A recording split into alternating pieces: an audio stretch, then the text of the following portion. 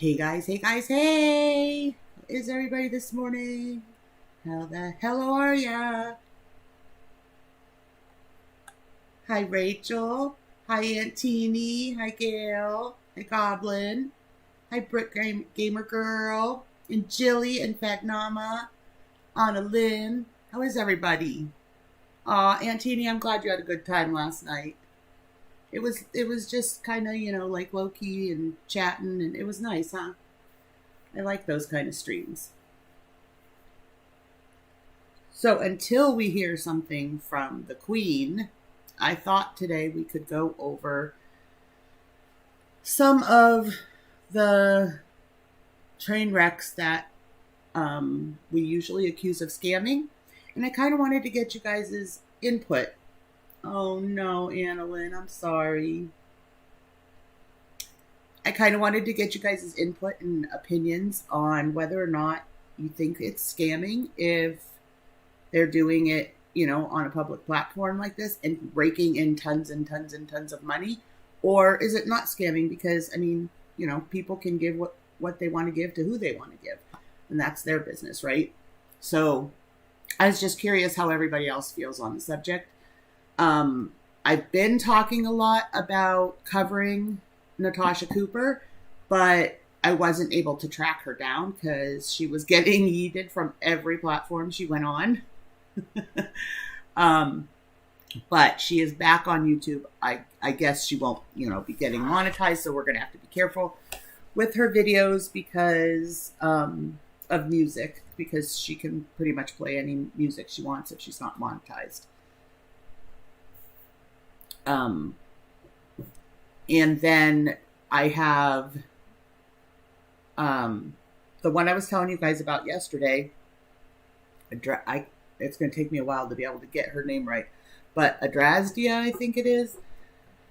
I pulled up Bree, which Bree isn't awake yet, I'm sure, but thank you, Bree. Bree had told me to check out Adonis Paul's channel for, background on this Adrasdea.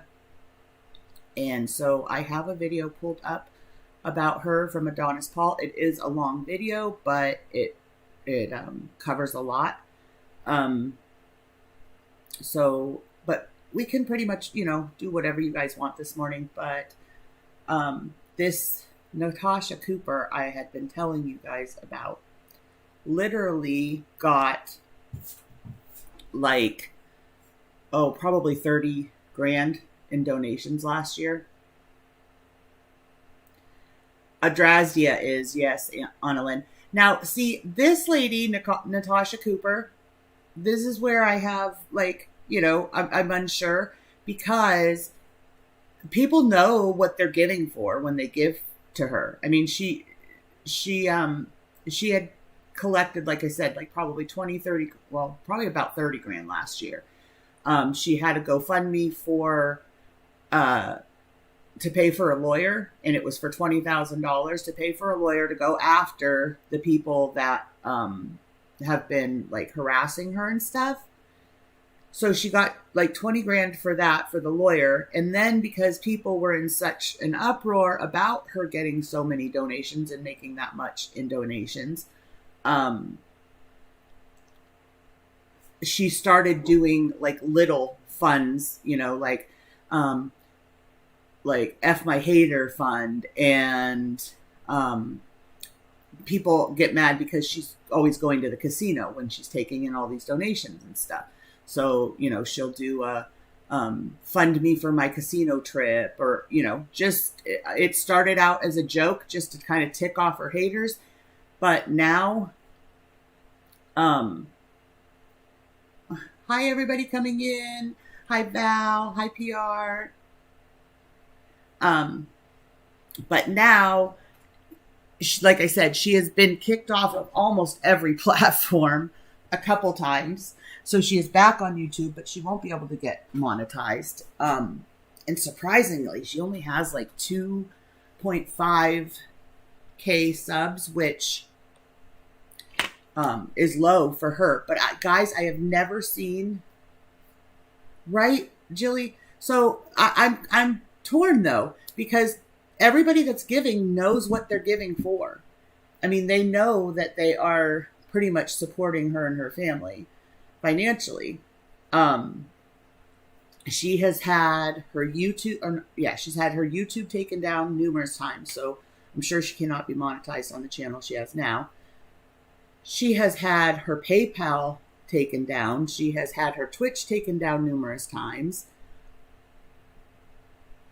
Exactly. That's exactly what I'm saying, Texas. So that's what I wanted, to get everybody's input on is it considered scamming if people know what they're giving to? Good morning, Peyton.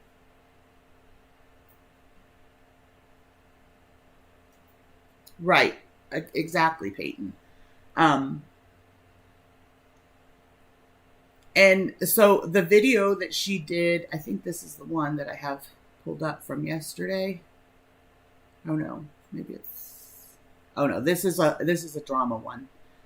Let's break it down. But so yesterday's stream, she also does where she sells things. Hi, Robert. Good morning. She also does like these sales where she does, like sell things, but I mean, anybody can do that. I'm sure she orders it from places like Shein and Wish. And then she's, sells them with a higher price tag. But again, people know what they're paying for, right? Good morning, Brandy. Good morning, Bella.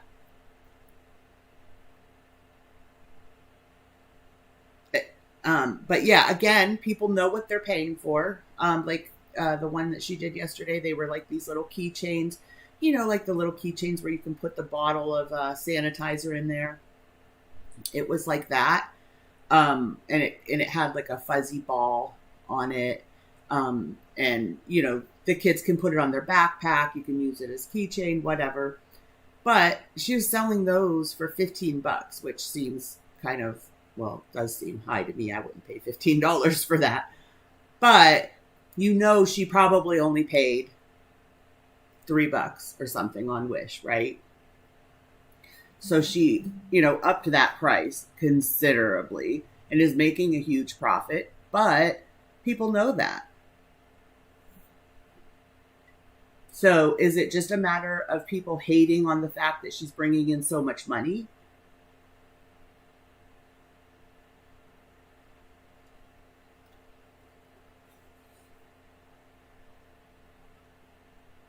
Yep, Jilly, just like Foodie, all her super chats went on edibles and Uber Eats. And people knew that, right? And they're still giving to Chantel, and they still know, what Chantel's doing and everything. Oh, that's wonderful, Gail.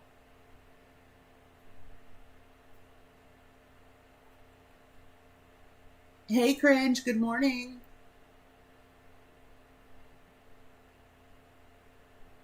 So how about in the case of Shani and Rev?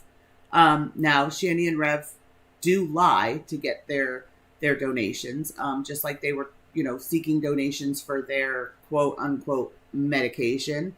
When they live in PA, they are on medical assistance, which pays for all of your medications. I think the most you might have to have a copay of $2 or something. Yes, Jilly. Or close to. I love when Pete's gives us little tidbits, y'all.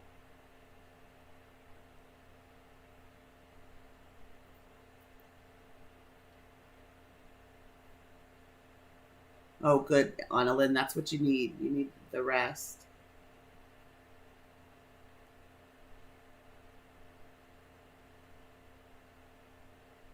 Will do, Gail.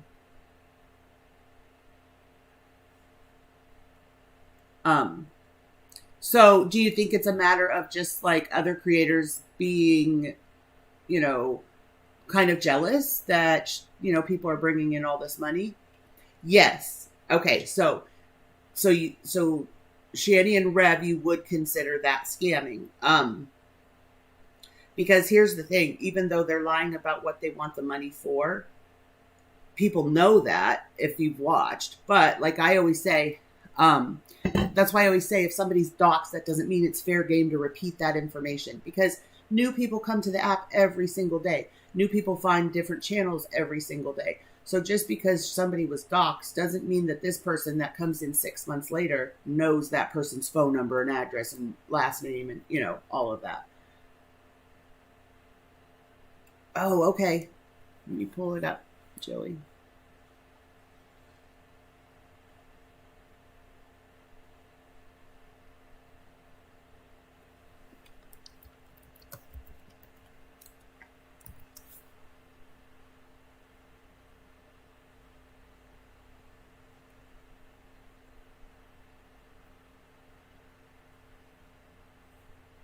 I apparently must have started it at some point because it was halfway through.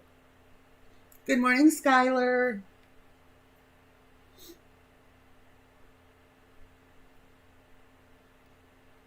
Finally, Skylar, somebody, I have been mentioning her for months and months and months, and I couldn't pin her down. As soon as I'd find her on a platform, she'd get yeeted and, move to a different platform, back and forth, up and down, blah, blah, blah.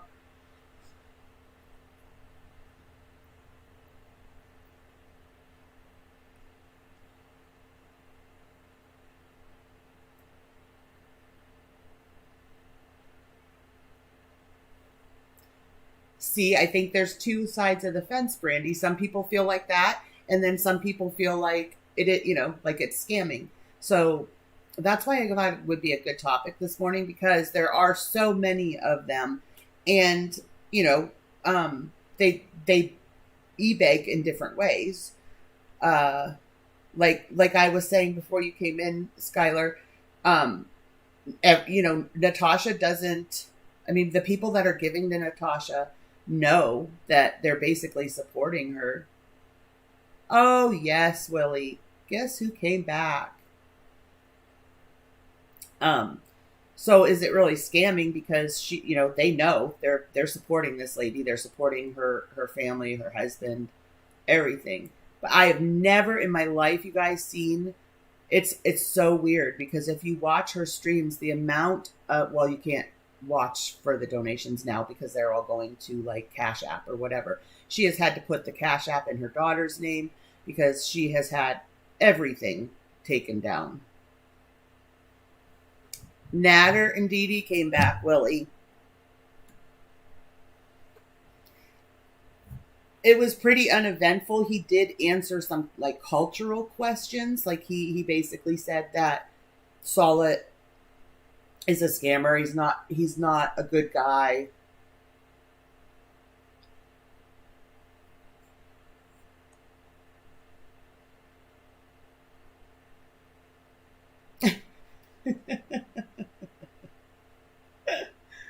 Good morning, Lilith. You're up early this morning, Lilith. So my thoughts on the Shani and Rev thing is, if you're making promises, I won't share with Shani if you buy me food. Then blast on live that they lied just to get money or whatever. Makes me sick. See, me too. And I am like torn, because I'll be honest. I like Natasha's streams probably because she is always fighting with somebody, and I love watching the drama. As long as I'm not in the drama, I love it.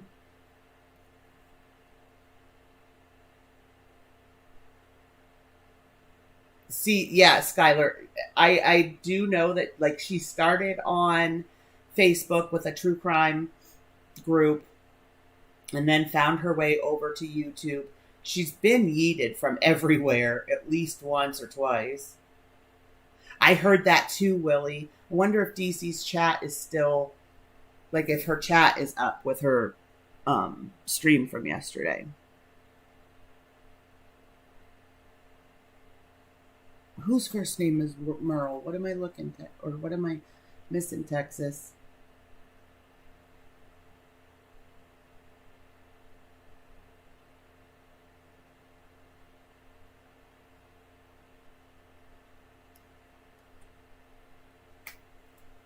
Oh, no. Is it getting bad, Willis?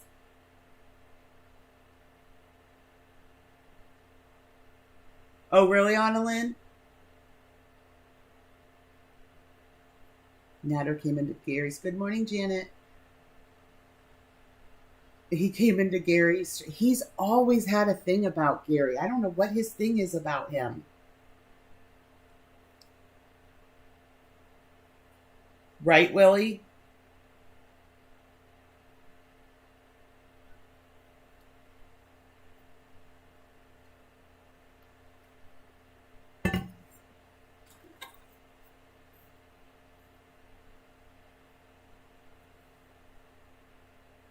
Oh, yeah. DC can more than handle herself.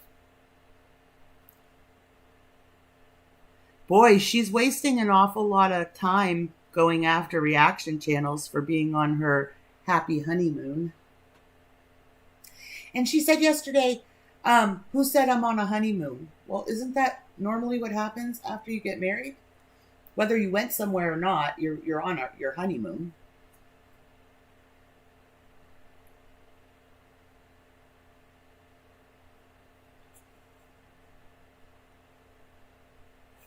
All right, I'm going to start with this one from Piggy, you guys.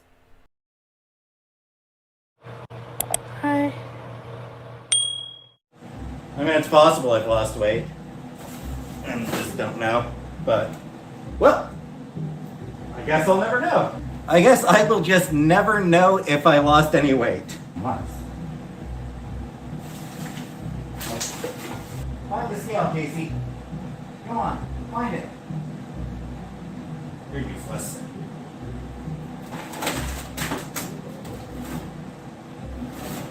Get that there.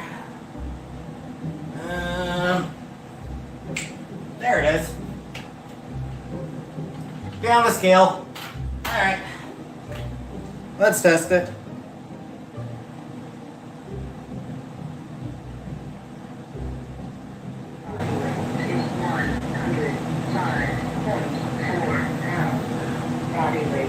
I think it might be a little bit off.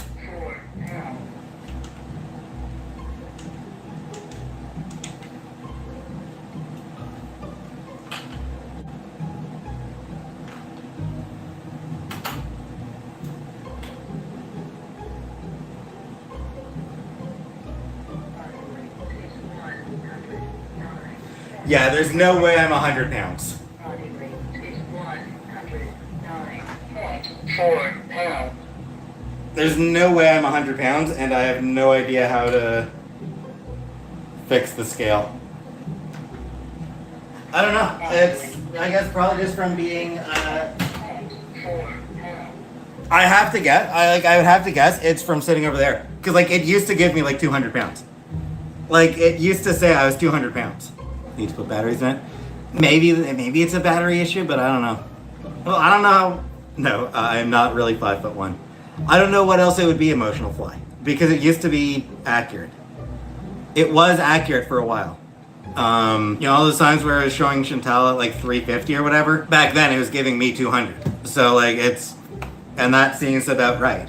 But there's no way I've lost 100 pounds in the past couple months. I played with the buttons, Adele. Like I was playing with the buttons. I don't know how to fix the, hey Sleepy Bird. And by the way, I'm guessing Chantal probably doesn't know how to fix that thing either. Sure, Jan. Like I'm guessing that she would have no idea how to adjust the, what's it? That's it. Every time I stand on it, the weight goes up. So, what's the name of the scale? Doesn't have a name on there.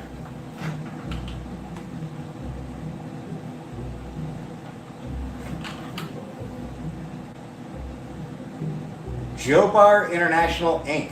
Yeah, there's no name on the scale. And head down to 105. Yeah, the scale is just fucked up. 5.2 pounds. Body weight is 105.2 pounds. The scale is clearly just completely fucked up. You know, 105. I am on a go. Yeah. I mean, I can try it off on. Like, I can see if that does make a difference. Yeah, battery has it back in. Yeah, maybe. Easier to get out, you stupid battery. There, that did it. Body weight is 203.2 pounds. Body weight is 203.2 pounds. That did it, and I'm fat. I am still fat. So yeah, there you go. I'm still over 200 pounds. I'm fat. 203 pounds, Dandy. Not a new battery. I just like undid the old battery and like took it out, put it back in. What did I weigh before? I think still around 200.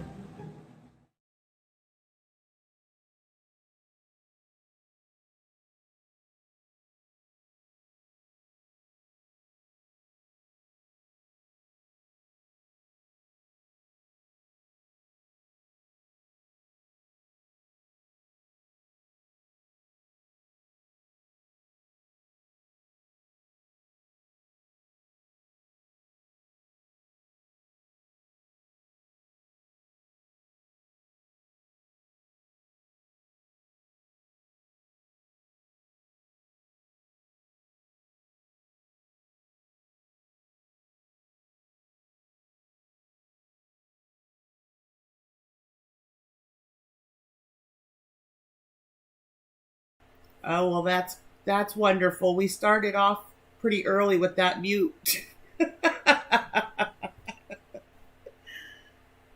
He was trying to backtrack so hard, you guys. He's like, oh, crap. Exactly, Jilly. It's going to be a rough morning. It must be that I was, what was I streaming till like 1 a.m. last night or something? Hi, Tyler. Hi, Stone. Yep. I think wasn't the last numbers she was having before she went to Kuwait were like 350 something. So she's above 450. And remember when she said somebody was talking about they were 365 the last time they flew and they were fine. They didn't need a second seat, blah, blah, blah. And she was like, oh, well, I'm under 365.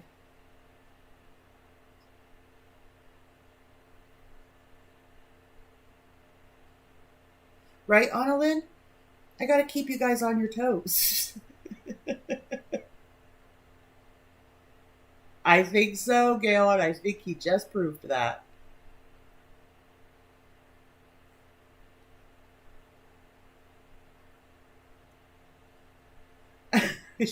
Oh my gosh, Britt, can you imagine if she did it live?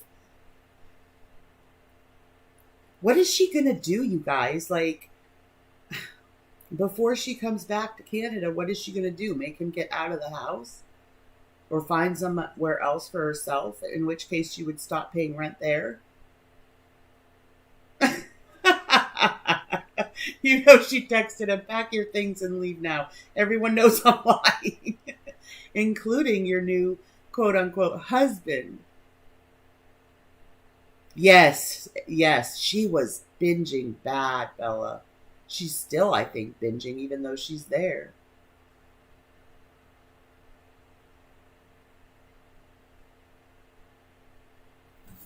Oh, you know what? We didn't watch her latest one together. Let's do that. It was pretty boring, but... Thank you so much for watching. I literally was a minute in, you guys.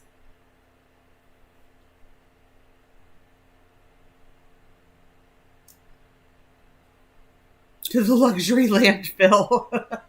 That was good, Val. No, she doesn't look as big as Amberlynn. Is Amberlynn down to 500? Yeah, I think probably around 450 too. That's what I think too. What if?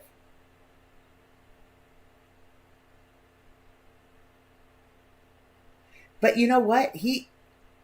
Britt, that's right, legally. But I don't know that Pete's will fight that because Pete's can't afford the rent at the villa. So, like, I want to know, is he going to, like, let her keep the villa, even though it's in her name? She got a new Nashi in Kuwait. She went... Who here would go all the way to Kuwait to try their fast food? He looks like he has her in a headlock, Rachel. Is she? So she did come down. Right, Willie? I can't remember. One of you said last night, looked like he had her in a headlock. And I was like, yes. I think it was Kat said that. I was like, yes, it really does. Look at that. He definitely looks like he's got her in a headlock.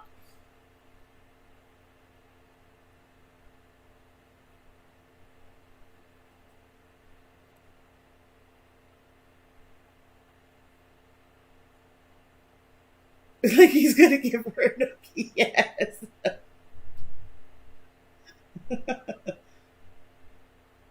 Good morning, Dan.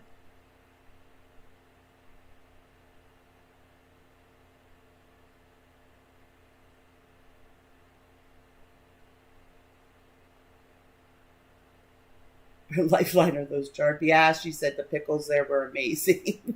I don't know how much more. I don't know how much you can do to a pickle, but.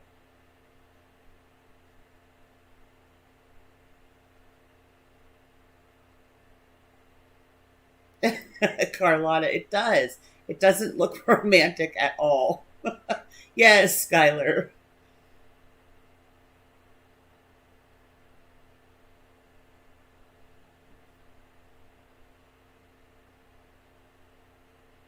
Who is the same height? Oh, Amber. I thought you meant Pete's and her, and I was like, there's no way.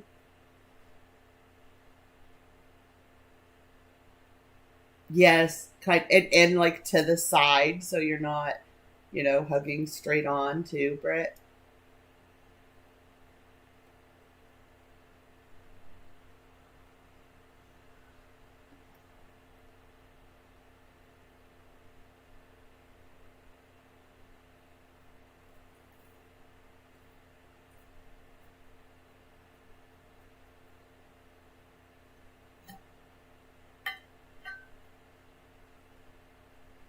Me and my boyfriend were doing trivia, and my boyfriend shouted out paneer. I was like, no.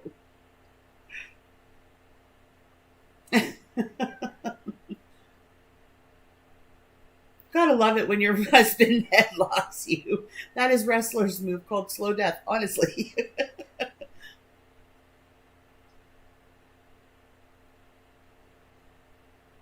Our chat, I tried. I don't know what's going on with it. Hold on, Texas. Let me see if I can fix it.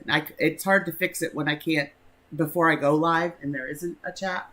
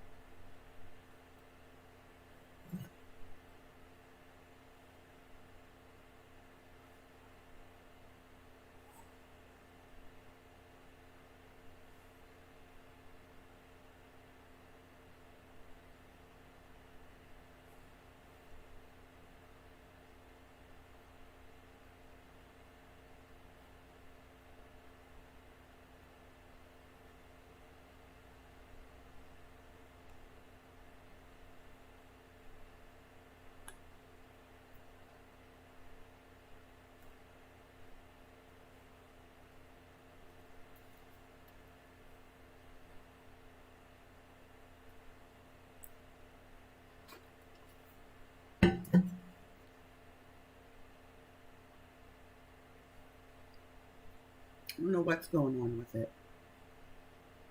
Here, I can try deleting it and put my new one on.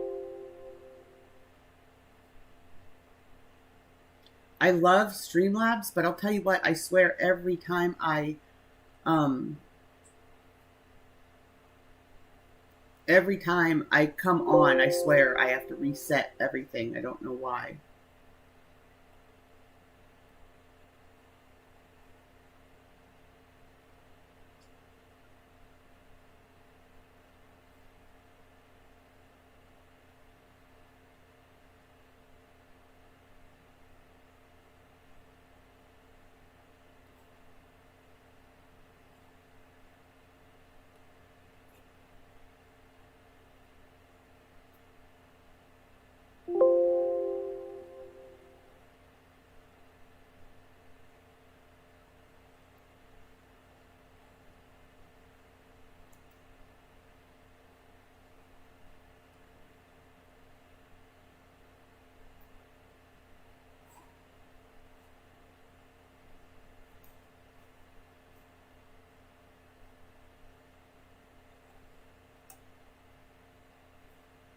I'm gonna put the music on for you guys while I'm trying to fix this.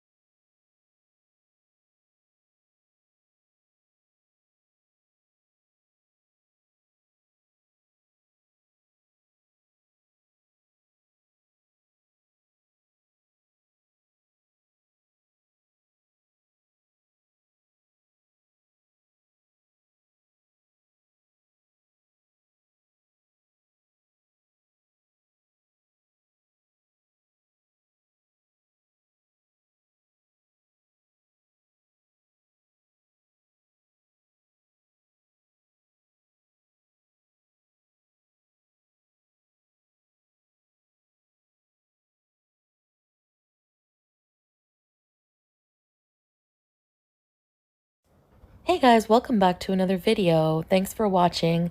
This video is in a different format than usual. It's kind of a quick video, but I just wanted to show you some clips I forgot to put in some other vlogs, mainly things that I've been eating. This is just some examples of things that I eat on a day-to-day basis, just basically little staples or new things that I've tried.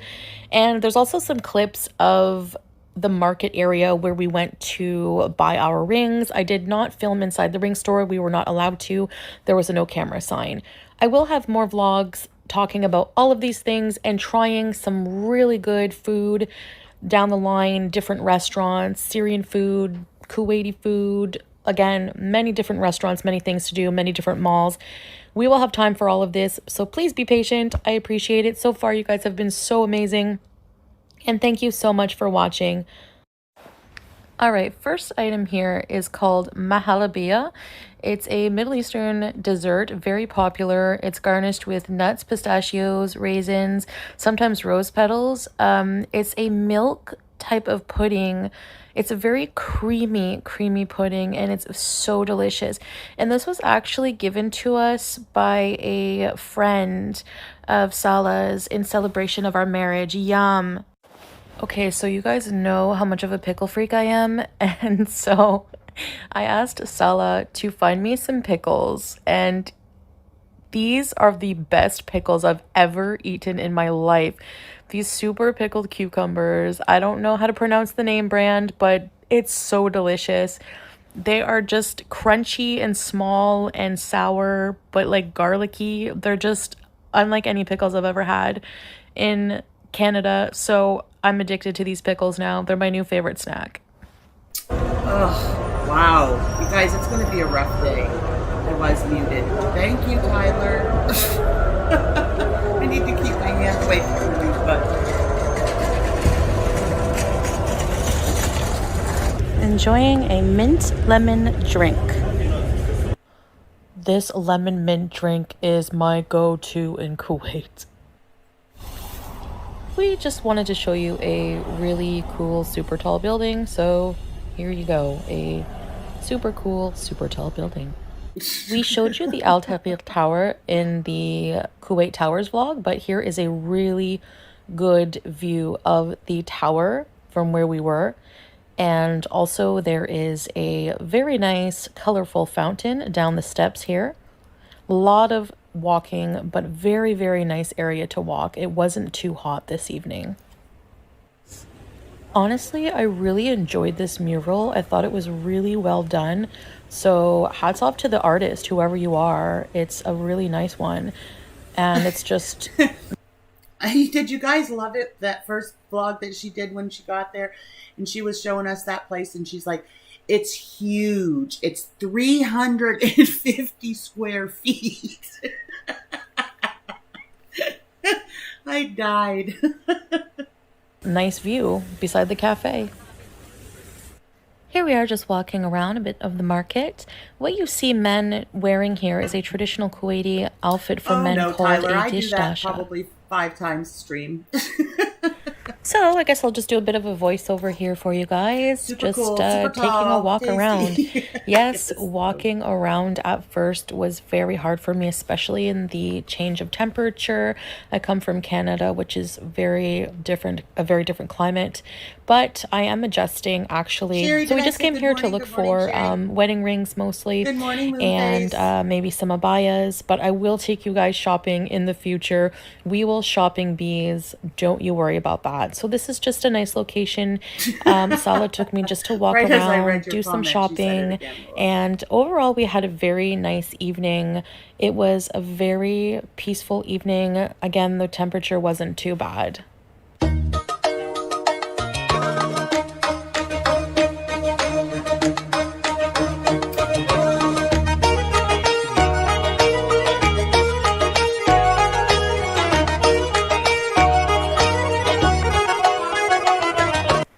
I just thought this advertising tower was really cool. I just find advertisements from different areas very interesting. So just thought I would catch this on camera a little bit. Yeah.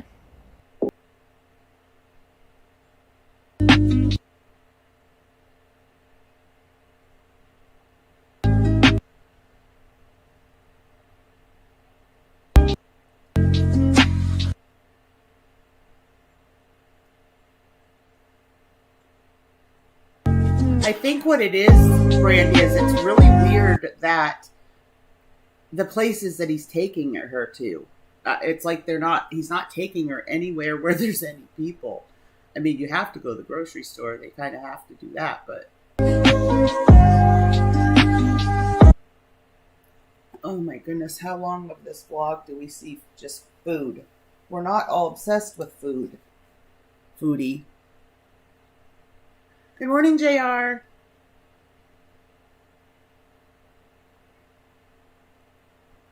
Very different from Canada. They're very fresh, much smaller too. Have some pomegranate and apricot juice. Huge bag of French fries. A bag of potato wedges. So this here is tuna. This here, they call it ishta. It's like a fresh cream. It's very delicious. And we have one of my favorites, tahina, and halwa, which is similar to tahina. It's very popular here. So this here is a type of cream cheese spread.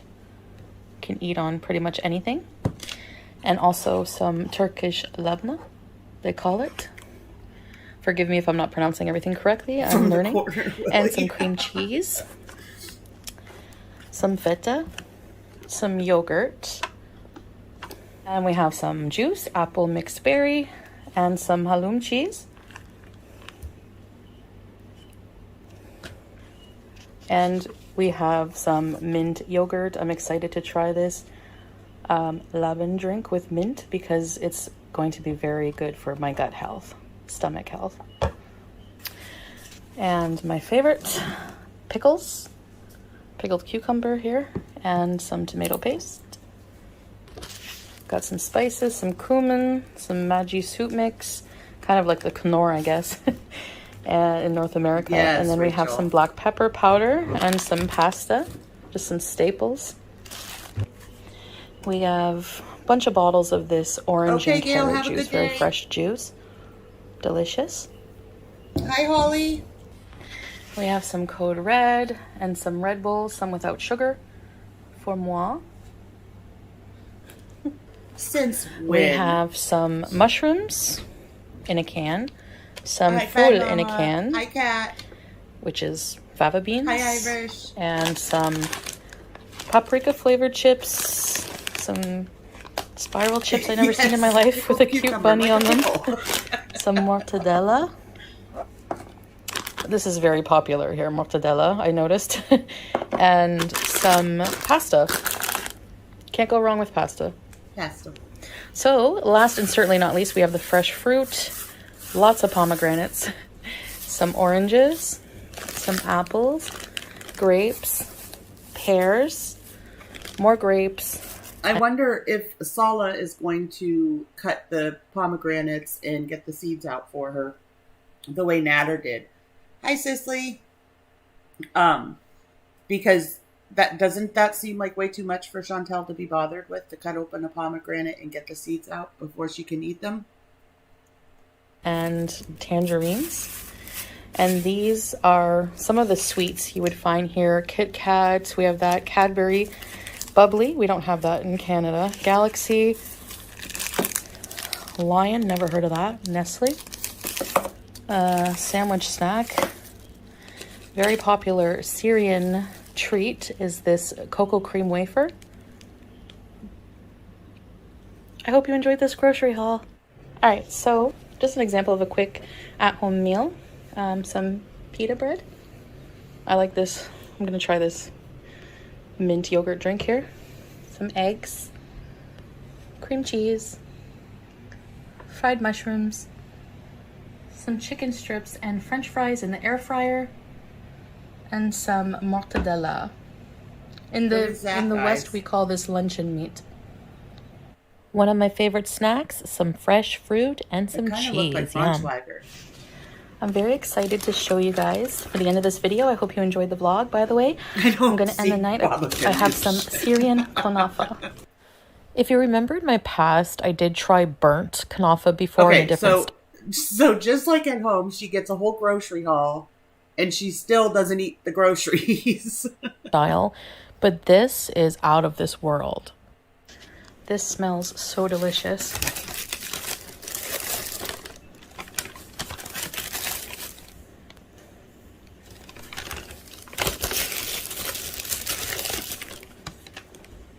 That is a lot of food. It's a dessert with for cheese, one meal. pistachio, and I'll put a description here. So this is Syrian style. This is Syrian kanafa. And then you just also pour a syrup, a simple syrup over top, and it's eaten as a dessert. Bismillah. It's Spam. Is that what it is? It looked like Braunschweiger. Or a cube of bologna, it also kind of looked like.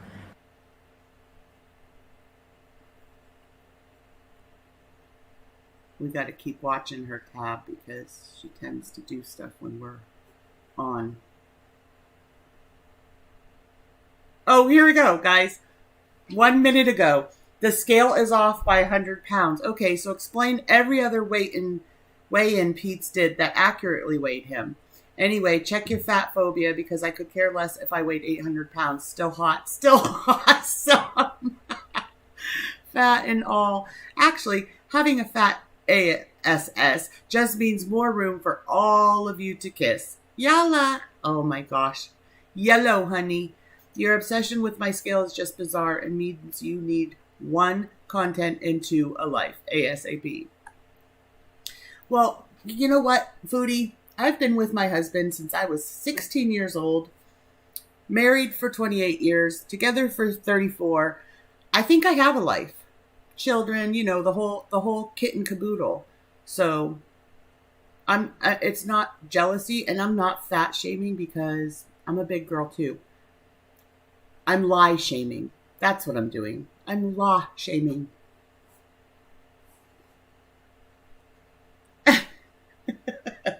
Annalyn.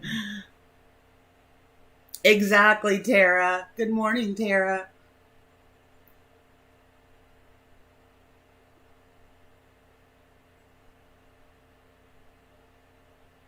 Right, cool. I'm still hot. I mean, you know, you guys, she's hotter than 90% of us out here. Oh, she knows it. Oh, I wouldn't care if I was 800 pounds. Okay, Chantel. Right, Desiree? But we're jealous. Hi, JR. It's the scale's fault, y'all. And Foodie, all the that it proved by the accurate weigh-in that he did, all it proved was that you could move the scale from one place to another and it was off 100 pounds.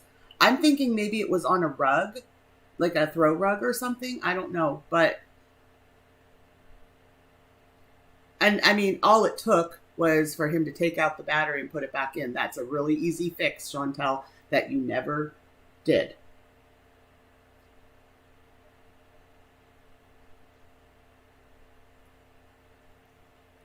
Right, Irish. And that's what gets me too, is all her talk about shaming, you know, looks shaming, fat shaming, blah, blah, blah shaming, and blah, blah, blah shaming. But you're pretty much shaming yourself by using the filters. Oh, Foodie's never to blame, JR. She always has a reason for everything she does.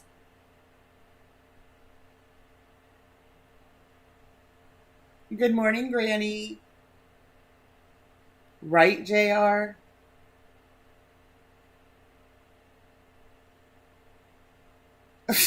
Really? We could be 600 pounds, but we're nice, loving people. It is the inside that counts. She has a crappy personality, so she's insane. Yep. Doesn't take a lot. It takes so much less energy to be nice.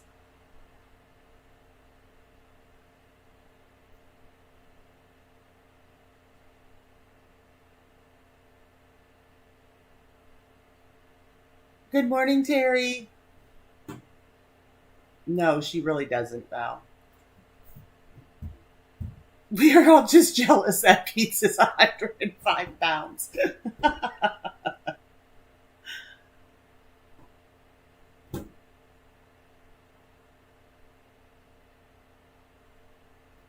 Oh, thank you, Tara. See, I am not up on that kind of technology, I guess.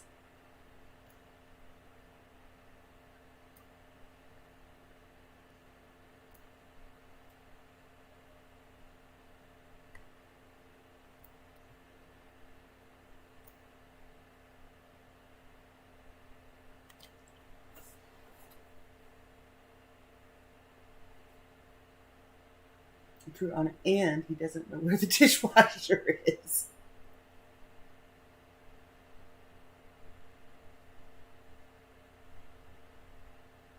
Don't say that, Bella. She gets tons of attention on here. Hi, Rue.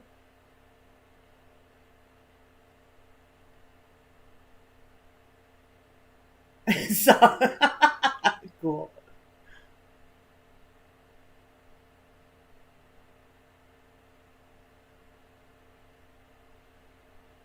Pizza's a skinny legend.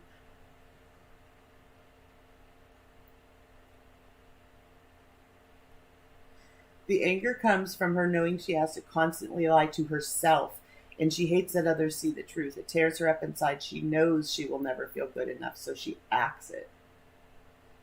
Kind of fake it till you make it.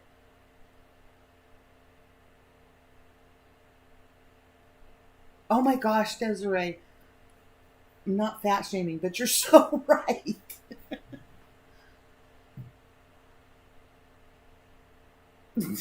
JR, same.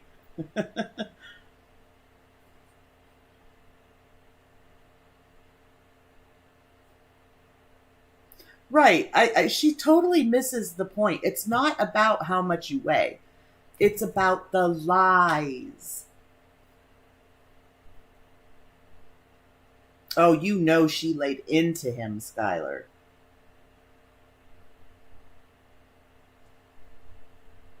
Right, Goblin? I think so too, Annalyn. That it is weird that that's what she chooses to comment on this morning, not the fact that her ex was shading her husband.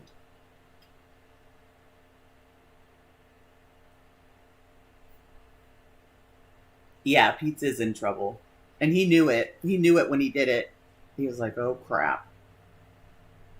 I'm sure his chat was calculated in how they got him to out it too, you know? He's probably grounded for life. Should we share our corner, Lilith?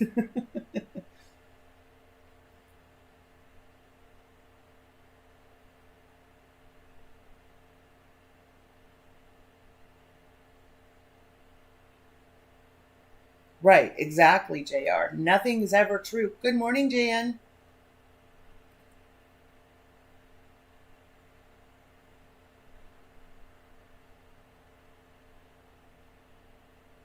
If Pizza's only 200 pounds and if Chantal is hot and awesome, then I am the mother of dragons. She bullies Breezy. Yes, she does.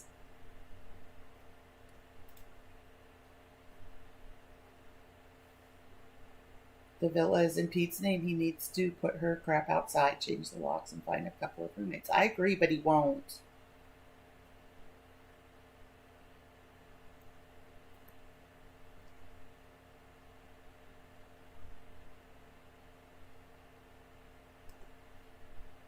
I know. See, that's my thing. You can't change overnight.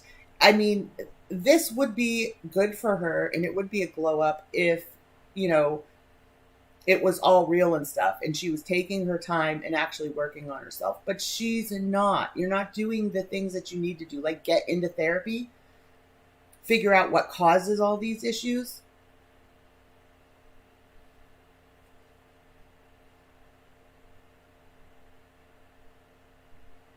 Yes, school. Kids are off limits always.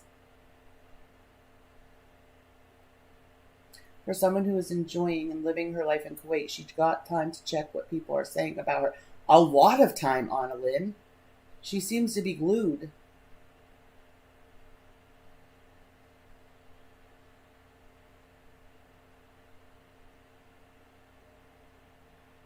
Oh, that's awesome, Bella. I like that.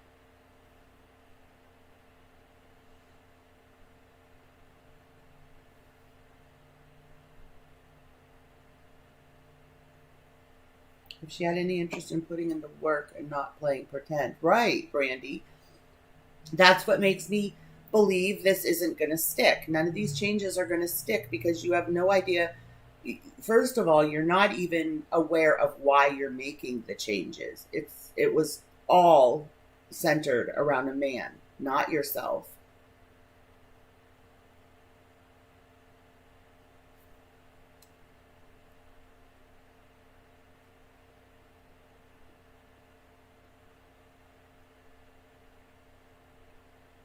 I agree, JR.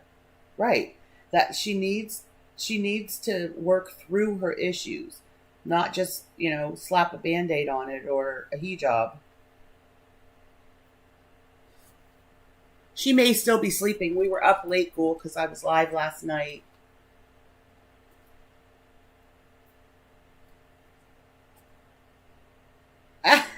Terry, I know. That I can't say I'm mad about. Yes, she did, Annalyn. How though?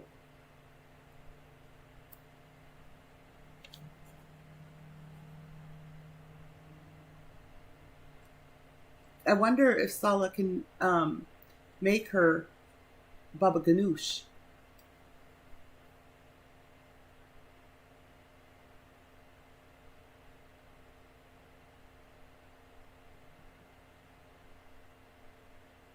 Really, Rue. See, but I don't think Pete's would ever do anything to purposely upset her.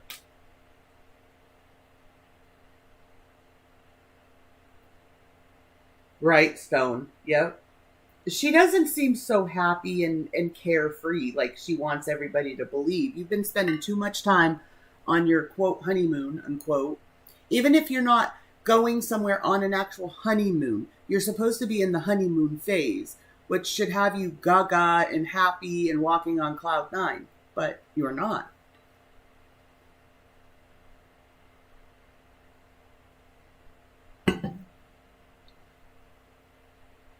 Oh, JR, I do it too. I agree. I see it too. And then she frustrates the crap out of me by her lying.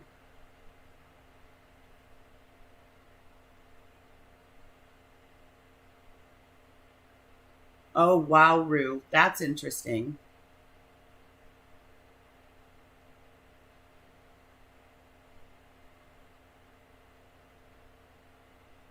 The bus stop.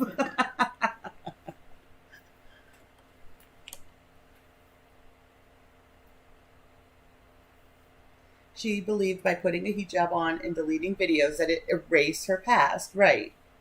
If she's going to rage, it'll be in the next few hours. It's almost 5 p.m. here. Okay. Usually we do get lucky enough that it happens while I'm live. Why hasn't she eaten baba ganoush yet? Too many memories? Or nobody to make it. He hasn't claimed to be a chef or even a cook, so who's going to make it for her? Even, like I said, even down to the stinking pomegranates. Good morning, Violet. I you know what? I do too, Violet. I don't think she ever got over him.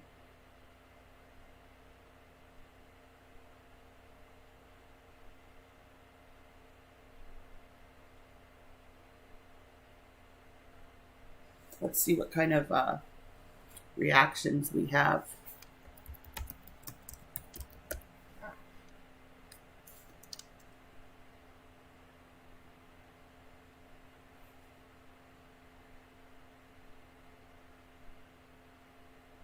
Miss you all, guys. I know it's bad. It's my bad. It's just continue break time. Was feeling good, so I keep doing it. Time goes by so fast. But Ashley, I miss you. We've been meaning to do this. I think we've been meaning to go live for like a week now. Yes. Since last week. Since last week we've been saying tomorrow. But a lot of things and a lot of people talk about some stuff. And we started going, looking at YouTube actually, about a week ago? Not even. A couple of days. Couple of days. Like 4 days. And I find some crazy stuff. Some really crazy stuff. How are you all doing? And actually, first It's only 3 weeks minutes, Willie. in We're this not vacation, watching I was taking it because I get sick, I get COVID again, and I know from home. But we're back, and we see a lot of changes, eh? It feels weird. It feels like I feel like I'm new to this now. Yes. I swear, I'm seeing myself on camera for the first time. They said I've lost more weight. I have, guys. I actually have. Do you guys think she was, laying in bed there, sneaking, watching last night?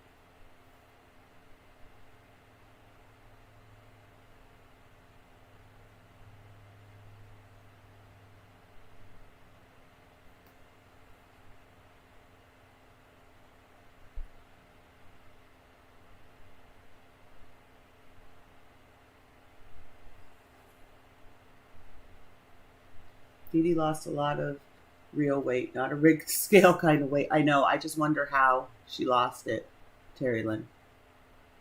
They've only been gone a month.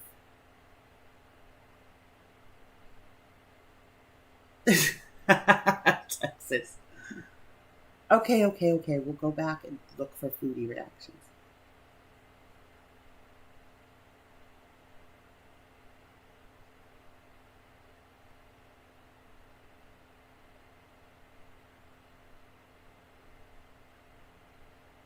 Oh, here, we'll do this.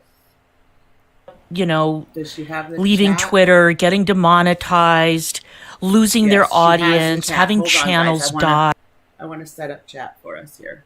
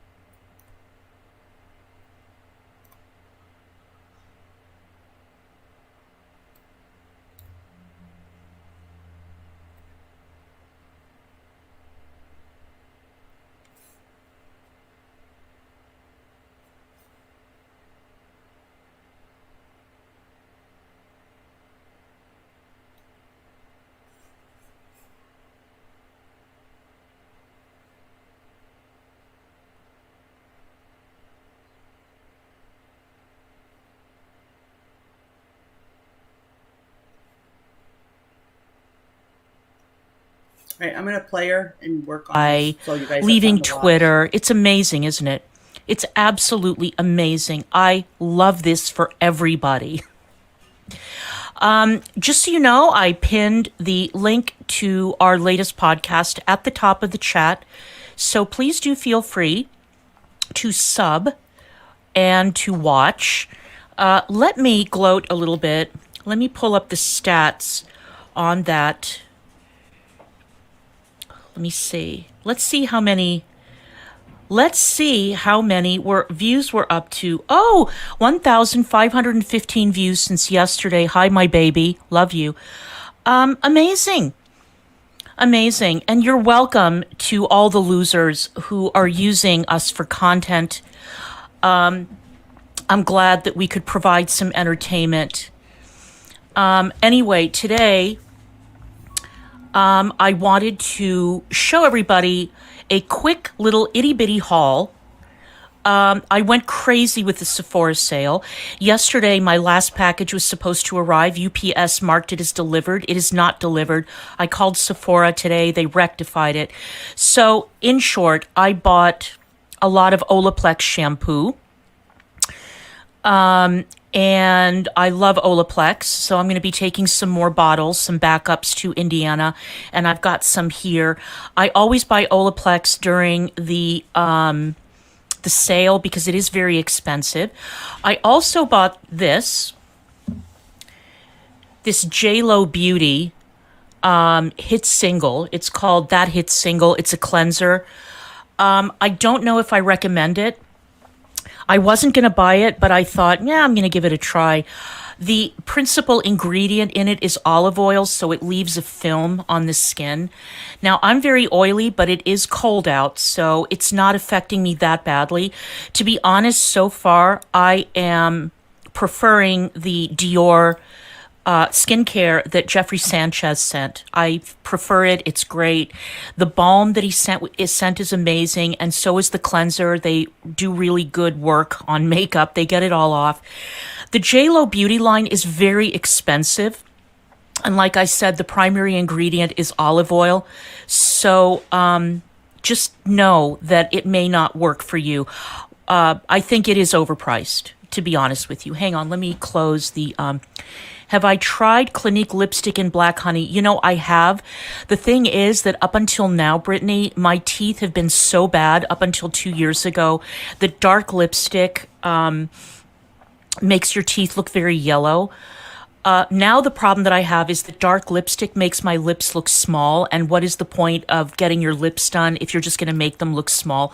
So I'm leaning towards nudes, but I do love black honey. It is a beautiful color. Hang on.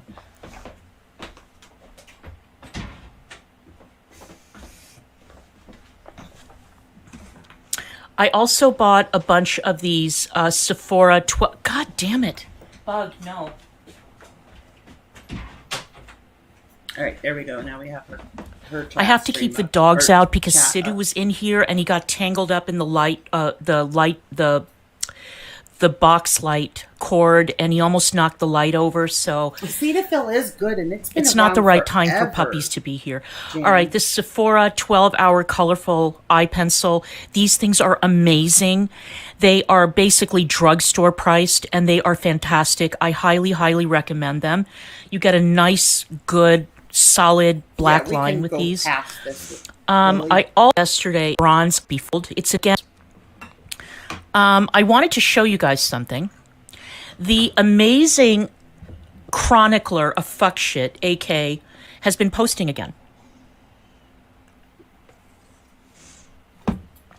And I wanted to show you what she wrote. Because, again, look, I am not trying to convince anyone whose mind is already made up. I'm not trying to do that. Their minds are made up. They will believe that the sun rises in the west and sets in the east if certain people tell them that, you know. So they can get fucked. My primary consideration is I want my audience to see what is going on, and I want you guys to be aware. Rose quartz is a gorgeous palette, Kim. I love rose quartz. I love it. Oh, thank you, Hexy. Yeah, my Craftwork shirt. Love them. All right. So let me read you what AK posted. All right. The Hussy Lounge on Twitch has a long history of lying and grifting his audience, but it goes much deeper than I assumed. Everyone remembers Negs throwing out accusations at Hussy without any proof, and I even thought there was nothing to it but hysteria. Until, well, it turns out that Hussy is actually wearing a disguise out in public because he did screw his wife and family and drained their bank account. He admits it himself in the first DM screenshot below. I know people are regards around here and will start spreading the idea that these are fake, but they are not. Hussy had a previous Twitter account that is now deleted. It was that account that he used to send Bad Boy Tragic all the lewd requests while drunk and make all those wonderful confessions. But once his Twitter was deleted, the DMs disappeared, or so he thought. The thing is, if you have your Twitter account set to email you a copy of every DM that's ever sent to you, nothing ever disappears. That is correct. I can confirm that this is true. I know this because I have my Twitter set the exact same way. And this is how it looks when you receive a copy of the DMs as they are sent. Not fake. These are his own words, and honestly, I'm not surprised. What is surprising, though, is how far everyone in this community went to cover up Hussey's regarded antics, and for what. It still came out eventually that he called the cops on Negs. We told you this. Even though we were all forced to lie for his stupid ass, which is not something I appreciate. He then doubled down on calling CPS like the crybaby biatch he is, with the full support of his dumbass community. The next screenshots show Tragic talking to the Gaining Ground, where you can see Gigi is forced to admit that he and Peanut and Hillbilly Uncensored were well aware of what was going on and covered it up anyway. Again, for what? Nothing. The same reason they are covering the Grooming Ground right now. I know BGTV doesn't give a shit because he doxed me and has yet to respond as to why he's better than Negs at this point, but I think it's worth pointing out how he said that if proof came out of Hussey calling the cops on Negs, he would condemn it. LOL, not holding my breath on that, though, big gay dress. You all suck, happy Thursday. Okay, and here's the screenshot from Hussey. Hey, boo, the thing is, I have to wear what I do in public because I left my wife and drained our bank account. That is why when I got doxxed, it was such a huge problem. It was a disaster. I want you to destroy them. Okay. Bitch, you doxed yourself. You had... I almost don't believe that. Like, why would a Hussey be stupid enough to even say that to anybody when you know that direct messages always come out? Your real name up on all of your accounts, on all of your grifting accounts. It was on Kiwi Farms. If somebody did a search of your real name, I think it's the 4th entry that pops up, has your wife's name in it, the link or the information about when you got married, about the marriage license, the whole 9. You played yourself. You're a moron. Okay? You're a fucking moron. And again, I would like to remind everyone that his wife would never have become a point of contention if he... to Negs' Rumble is in my description box. It's got the archives of his old chats, but he can also stream on Rumble. So if everybody would go at 5, that would be amazing. Exactly. Yep. Exactly, Haven. Only a very lurid, insane person with a certain mindset, and I'm not going to use any words, I'm not going to characterize it, but you all can reach your own conclusions about what kind of a person would make up such a horrific lie. So, anyway. Right. Does anybody know so about the fun what never time ends around here. she came Hi, in Nuts Elsa. How are in you? her stream? All right, so I watched a little bit of Foodie's live stream that she did with her so-called husband. Now, oh my God, look. I don't, you know, my live stream I pops agree, up, but I have yet to Six. run into Like, one of her videos. I don't have time. Where or are you, energy Foodie? Put into Where are hating you? somebody online. Oh my God, Foodie, have you been shadow banned? Hang on. Well, this is awkward. And I don't care. Real life is never okay to go after. Okay, there she is.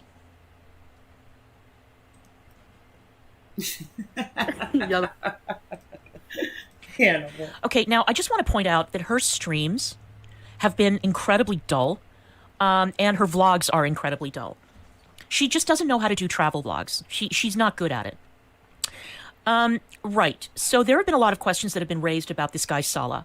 I saw a very intriguing conspiracy theory that Salah is a tour guide, and that is why he appears to be fluent in several languages. I don't know. I mean, maybe it's the language proficiency is related to his work. I have no idea. Thank you, Negs. Thanks, babes. Yeah, I figured you would. And can I point out that Hussey's channel is as dead as a fucking doorknob? Throw some dirt on it and put it out of its misery. He uploaded a video of himself eating Chinese food yesterday that is up to a whopping 70 views. I think like 4 or 5 hours after it was uploaded, it still had 7 views. And that was it. Anyway, so it's possible that he's a tour guide. Why not? We don't know what he does for a living.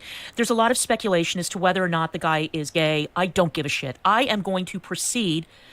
I'm going to go along with this storyline that she is in fact married. However, there is another wrinkle in the linen, if you will. It is not that easy to get married in Kuwait, okay? If you are from outside the country, whatever, you can't just pop in and get married. Now, is it possible that they entered into a temporary marriage? Yes, it is. I do not know if Salah is a Shia. If he is, they could have entered into something called muta, which Actually, I'm planning on doing Willie. a standalone video on Muta. I've been planning it for a while, but there's been so much fucking drama that I haven't been able to concentrate. Muta is very common in Willie, places no like way are Lebanon you and in your Iran. 80s. It is a temporary marriage, which is also Isn't used she as like a 60 or convenient way 60 of something? condoning prostitution in countries where prostitution is illegal. You can get married for as little as an hour. You can find an imam to marry you for an hour, 2 hours, a couple of Good days, a morning, week. There is a solid historical basis for Muta and why it exists, but it has been corrupted by clerics and by men who like to go to places, Wow, even that to go is to cool places for like you guys, India, Sydney. and get involved in temporary marriages with young girls. Their families will sell them to sheikhs and to wealthy Arabs for, Willie, are you really an in your hour, a 80s? week, a day, a month, whatever. This is a very If common you are, I am practice. extremely impressed. I don't know what the because Indian my equivalent mom's is. in I her don't know if it's 70s, called and I Muta or couldn't if it's teach called her something YouTube else. to save my life. But the point is that there Oh, I are thought she's in her 60s. informal marriage arrangements that one can enter into that are not, let's say, officially Marriage by recognized. the hour. All right. It is entirely possible that they married under those circumstances. I don't know. All that I know is that the fat bitch is wearing a wedding ring. He's wearing a wedding ring. They're calling themselves husband and wife. And amusingly, though, there was one little news item. There was one little tidbit of information that she dropped. Muta is, Kate, it's M-U-T-A apostrophe A or M-U-T-A-H. Look up Muta and Shia, or look up Shia temporary marriage. Did she say That's sale? the other way you can find it. But like I said, I will be doing a standalone video on this practice because it is very, very interesting. All right. I knew he was older, but that's still impressive, Willie, because my Okay. mom would never be able to Now, figure out YouTube. She did drop one tidbit of information because people had been saying that it was very weird that she's not behaving like a woman on her honeymoon. And because she's been raging on her community tab nonstop. And she posted something about how she was on her community tab and he was gaming, and people were teasing her and saying, wow, that sounds like a great honeymoon. And she basically denied that she was on her honeymoon. So, okay. I mean, if you want to Thank call you, it something Kat. else, you can go ahead. But she Oh, did drop it's the coming. news. They both admitted during the oh God, is that a fake foodie? Hang on, let me check and see if that foodie is fake. Because if she's not fake, then I have something to say. I have words.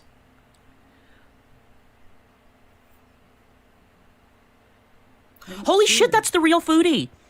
Oh my God, that's her, foodie. Wow, look at DC getting all starstruck. She says, you support a I don't 50-year-old see the- loser and you have the nerve to her, talk though. shit about my marriage. LMAO, okay, Roy Orbison. Okay, foodie. All right.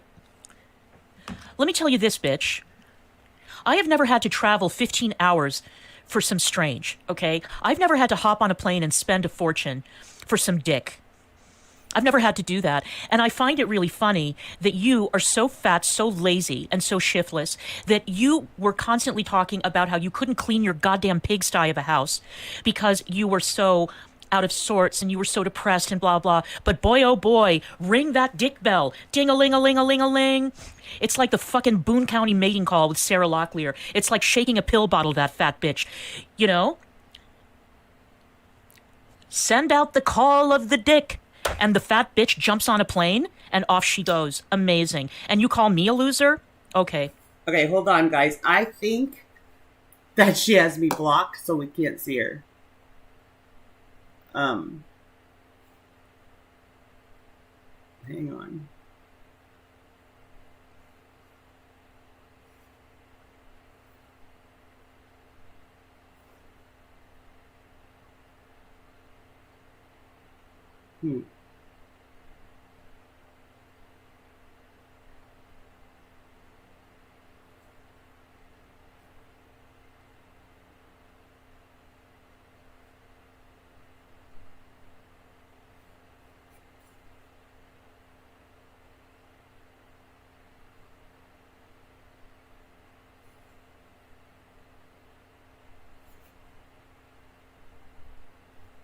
I have to sign out and go in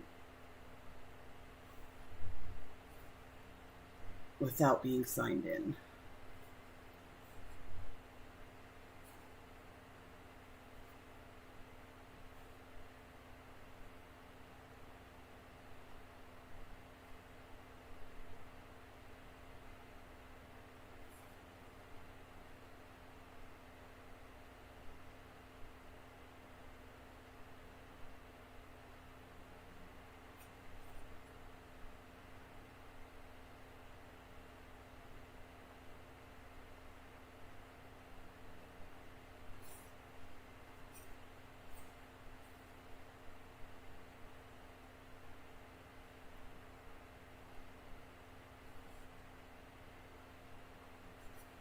Wait, let's try now. Hopefully we can see her.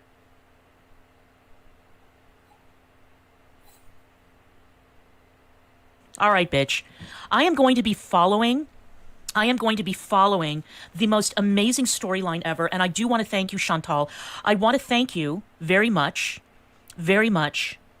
for creating this storyline just as we head into the highest ad revenue season of YouTube. I appreciate that. I really do. Also, can I just tell you something else, Foodie? I was married to a Muslim for many years, and he never even dared bring up the idea of having a second wife. Never. Even after I had my hysterectomy, even when I couldn't get pregnant the whole time. He would never have dreamed of insulting me in that fashion. Never. So enjoy your marriage. I love it. Oh my God, I hope she comes back after her time out. It sounds like you're having a great honeymoon. This is exactly how I would behave as a newlywed. Seriously. And people tell me that I'm the one who's desperate because I go to Indiana and I'm fighting with people. Does she say any more, Right. guys?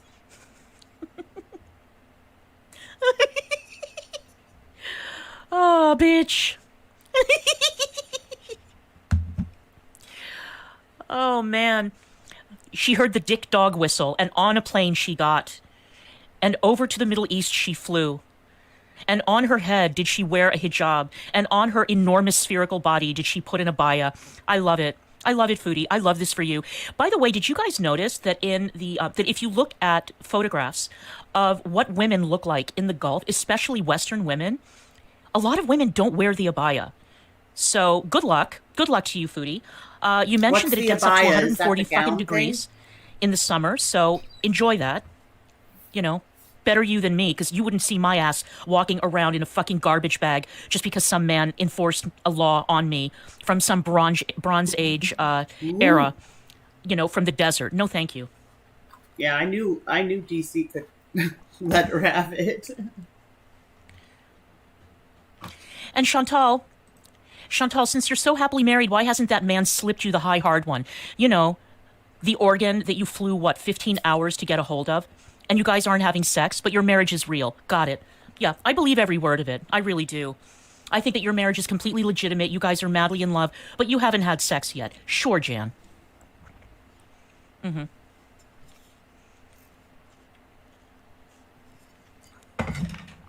Amazing. What a great investment of money. Okay, that's what I thought, Annalyn. Thank you. Good morning, No, AR. they're not having sex, Farmhouse. Who paid for that airline ticket, by the way, Chantal? Oh, okay. Who paid for the airline ticket? Did he pay for So it? do you guys want to go off of I'm this just since curious. she's not All going right. to say anymore? Okay. I gotta hand it to you, bitch. You came up with a hell of a storyline, and I was completely taken Exactly, aback. Bella. And I appreciate that. I really do. I think it's great. But if I were you, I would spend less time lurking around in my chats and more time going to the police in Canada and filing a restraining... It's kind of a little bit satisfying. I just have to say it's a little bit satisfying that DC is kind of also heading into the lol cow sitch.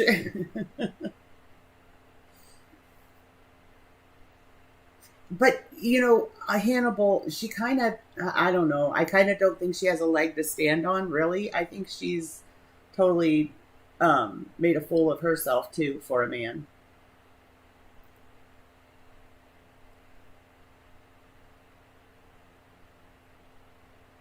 Oh, she goes for FFG? Okay, so we're going to keep watching. order on that psychopath French fry girl.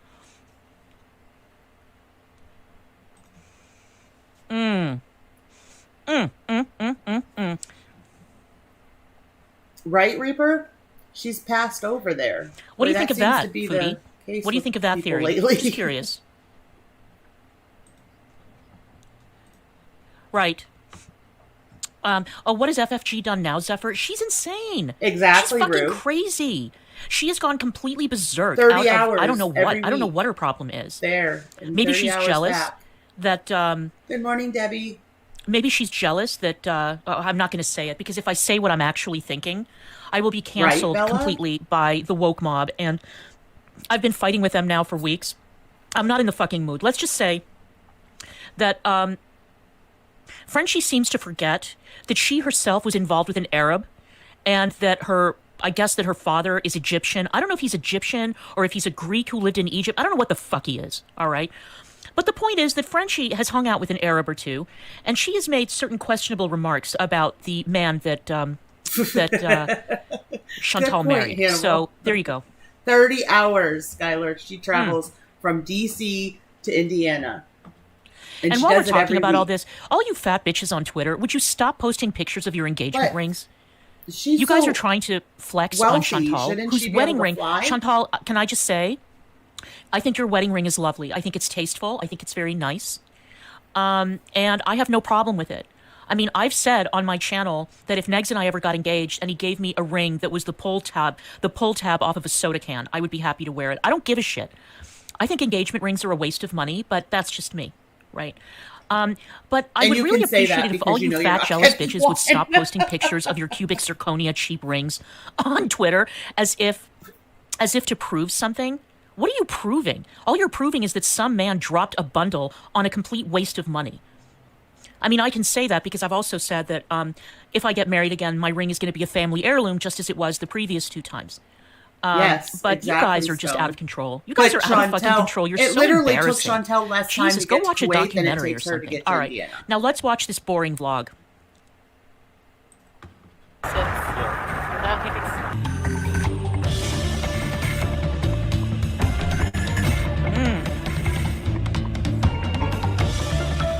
Right, Bella.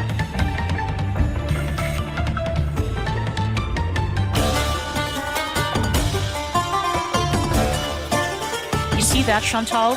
So you've got to back up, don't worry. And I'm sure that McHenry Cruiser would fight tragically. So you got your bases covered, don't worry. There's always a McDonald's somewhere in the world. A McDonald's, great, okay.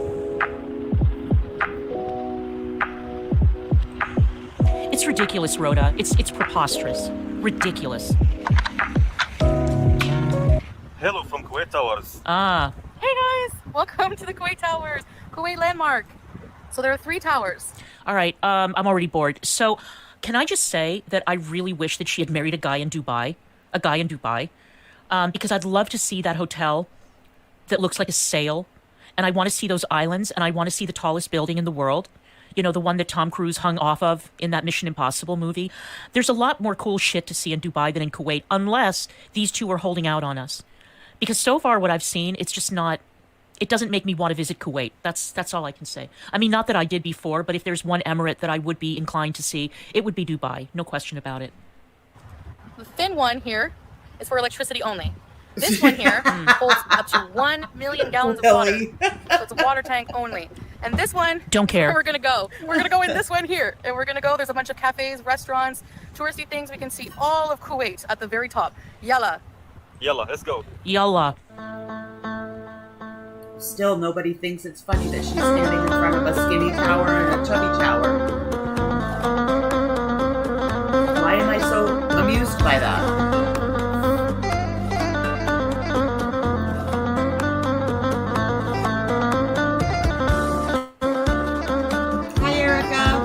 You know one thing that I have noticed, and that is that the beaches in Kuwait are gorgeous. The water is beautiful. I imagine that it would be a great place to go to the beach, but nobody goes to the beach in Kuwait. All right. You know what? Fuck it. I would rather fly a couple of hours and go to Miami or go to, Manhattan Beach in, California, or go to any of the beaches that one can go to up and down the coast of Florida than have to schlep all the way. Or actually, if I am going to the Middle East, obviously, the only place that I would want to go is Israel, because you've got the Mediterranean, you've got gorgeous beaches, you've got incredibly good-looking men who are working out on the beach. It's like Muscle Beach in Venice. You've got beautiful, tight-bodied women who are jogging. You've got dogs everywhere. You've got frisbees. The beach is alive in Israel. That's what I'm saying. The beaches in Israel are alive. These beaches are fucking as dead as a god. They're as dead as Hussey's channel. How about that?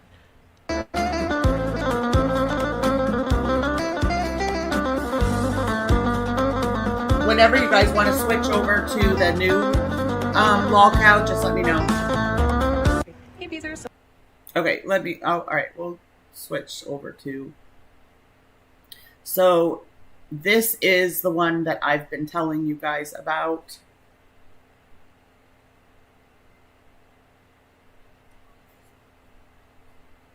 We meet again. If you are subscribed to the Adonis Paul live channel and you watch Late Night, or Daywave Radio, or JJ Stoner's D-Live channel, you might be familiar with our subject for today, and the latter part of this tale. If you don't, prepare to spend a couple of hours on a roller coaster ride of pity, anger, feces, and laughter that is so unique in the world of horror cows, it goes by only one name: Adrasdea. Adrasdea has not one, but 2 YouTube channels. Her first, just her name, Adrasdea, For anybody that's looking, I did not 1,900 find videos of her screaming, being her homeless, second and channel documenting anymore. her life, This which video is a ran the year gamut old. from, oh god, is this the most pitiful thing I've ever seen, to full-on internet lolcow freakouts and reeing at her comments. After she became mildly embarrassed by that recently, she started a new channel, Adrasdea Needs Help, where after some unfortunate run-ins with morning and late-night internet talk shows, she retreated to and seems to be a little bit more stable. Strap yourself in, folks, and get ready to embark on a journey into the weird and wild world of a 35-year-old emo homeless runaway. A woman with the emotional stability of a 2-year-old putting herself through the worst imaginable circumstances. It's going to be a confusing ping-pong game where your emotions will flail between disgust and sympathy. But before we begin, I would like to make a few things clear. Adrasdea claims to have been diagnosed with borderline personality disorder and is on medication for it currently. And I believe this. I believe she suffered some manner of abuse as a child, as nothing about this psycho gives me the impression that she had a happy, healthy childhood. And her family has recently confirmed that's possible. And I do not believe she murdered Roberto Laws. Whether she was an accomplice to hiding the body and selling her belongings Yes, guys, is in the there's realm of murder possibility, and involved we'll get here. into it shortly. But I never am going to accuse her of murder. I just can already see some of the criticism I'm going to encounter, and I want to get ahead of it. There are things I find funny, and there are things that horrify me in the videos we're about to watch. Without doubt, I will be making fun of Adrasdea a lot, but there are also things like people touching her and burning her tent, and certainly the conditions we'll see later at the homeless shelter she stayed in, that are not okay. And that's the other thing I want to address before we get started. She's a more complicated lolcow than Kimber or Scooby. There's freaking This is murder the, involved in this story. channel, We're going to guys, see that, firsthand what it's this like to video is live from. on Skid Row in Please Los see it in the Angeles to chat. disgusting detail. She will be sexually assaulted, physically accosted, multiple times in multiple ways. It's terrible. We're learning together, Texas. All that is up on her channel is only the last 3 weeks of content. So yesterday, I think it was V told me to. One of you guys told me to check her out on Adonis Paul because he covers her a lot. So this is kind of like we're learning together. The background. On the other hand, Adrasdea is the personality type that refuses to help herself. You will also hear her lie, make terrible excuses to pass up opportunities, whine for help more than anyone you've ever heard in your life, and blame all of her problems on anything and everything but herself. She's like a Salvation Army Santa ringing his bell asking for change, except instead of Santa, it was a middle-aged emo chick, and she kept all the donations for herself to buy gluten-free food. And as will happen when you have a YouTube channel, the internet will find her, and she will handle that about as poorly as you have ever seen in your life. Adrasdea is an absolute shit show, but she is a complex shit show. It's okay to feel shocked and even feel pity sometimes and then absolutely hate her guts 2 minutes later. That is the paradox that is Adrasdea. My intention is not to get her to hurt herself or to hurt her with this video. I did cover Letitia House of Hannibal, and it was hard because you're so torn because they're mentally ill. So, in my eyes, not a true lolcow because they're extremely damaged mentally. Like I just think a lolcow is somebody that isn't severely mentally ill and is just a train wreck, you know? In fact, stuff like her life in the truck and the tent, I kind want of to, interesting. Skylar, If anything, but I I'm wish she would torn on her unprivate her. too. I enjoy watching her streams, but I have an uneasy feeling with her too. But I haven't seen the ugly of her. Like, I've seen a lot of people going at her and everything, but I haven't. I think she's manipulative because I've seen a lot of people go at her and I've seen her, you know, cry on stream. And like I said, with all the donations she gets and everything, she knows that all she has to do is bring on the tears and people will give. Yeah, I don't think I will, Skylar, just because, yeah, like I said, and I don't, whoever warned me too about, you know who, just now, I thank you, because I don't want to I don't want to be part of people's drama. That's my thing. Old videos. The saddest part of this story to me is that she really could have had the YouTube success she craved so bad. Some of the videos we'll see here are viral in quality. Yeah, but you'll know them when you see them. But see, I don't know, and maybe you know, other people think differently, Brandy. But see, that's something that I wouldn't mind. That wouldn't bother me. You know, just like we would share Ray Ray's link and we share Collie's link and stuff. You know, that's real life issues that people need help with. Yeah, Skylar, I think you're right. Yeah, total real lifers too, and yeah, I'm not about that. I have a family. I don't need that crap. She can't even work hard enough to make meta tags or even name the videos properly. Instead of fight on LA Willis. Bus, she names the video, "This is why I walk everywhere." And for every video where she catches some real street shit, there are 50 videos where she is having a complete mental breakdown over nothing. She simply tells so many conflicting stories and accuses so many people of so many things. Sure. A record had to be made to get it all straight. Not the place for them. Also, this segment might be the most talking I do in the film. I'm taking a back seat on this one to the timeline of insanity that is Adrasdea. And the last thing I wanted to ask is that nobody go and harass this clearly unstable, mentally fragile, borderline mentally disabled 36-year-old emo lady. No joke you make in her comments will be as funny as the jokes God himself is playing on her currently. In addition, as you will see later on, she absolutely cannot handle criticism. So let's get started with the nexus point of this psycho's life, the murder of Roberta Laws. I would like to begin by saying that nobody alive knows for sure what happened when it comes to this brutal killing, except Adrasdea and her ex-fiancé, Kenneth McBride, who is currently serving a life sentence for the crime. The opinions I include in this description of events are my own, and in no way are accusations of guilt. The state did not charge Adrasdea with any crimes. That is a fact. I will piece the story together from news articles and Adrasdea's many accounts of it, some of which not only conflict with one another, but many flat out not even making sense. This includes her self-published book, I Will Never Stop Screaming, which is not only a transparent ripoff of the more successful A Child Called It, but is also written like a lazy junior high school book report on it, with misspellings, quadruple spacing to pad the story out, and absolutely no self-awareness. Anyone reading this book will very quickly know they are imbibing a work of fiction. In this book, Adrasdea details how she is the most victimized person to ever walk the earth, from a childhood where she was being eaten alive by rats as a baby, to the high school experiences of cutting herself and having leprosy, and how literally everyone she has ever known has raped her. She details how her family is a group of inbred abusive pedophiles who are all conspiring to hide the truth. But less interestingly, it also provides an account of the murder of Roberta Laws, as written by a 5-year-old. I wonder why her family is so mad at her. All she did was call them daughter fucking pedophile white trash and then complain her books didn't sell good enough. According to Adrasdea, she fell in love with registered sex offender found guilty of attempted rape of a child under 12, Kenneth McBride, during a whirlwind relationship where she had no idea that he was engaged for the last 10 years to a disabled woman with cerebral palsy. This was Roberta Laws. Now, any normal person would have known something was up, because according to Adrasdea, Kenneth would put her up in hotels where he would just drop in from time to time for what I can only imagine to be the most rancid-smelling sexual encounters known to the civilized world. I base this on the fact that Adrastea's vagina has the acidity levels of a wounded xenomorph alien. Again, according to Adrasdea, he would take her shopping at jewelry stores and take her to try on wedding gowns, promising to marry her. Wow. I never thought I would consider a life sentence in prison dodging a bullet, but here we are. And then he just broke it off with her. According to her book, she rushed to his house to get the truth, where Roberta answered the door. Kenneth then came outside and talked to Adrasdea, telling Roberta that she was a caregiver that he had put an ad out on Craigslist for, eventually letting her in, where Adrasdea shared a night of making new friends with Roberta. The next day, she got a call saying that they would like to hire Adrasdea as a live-in caretaker for Roberta.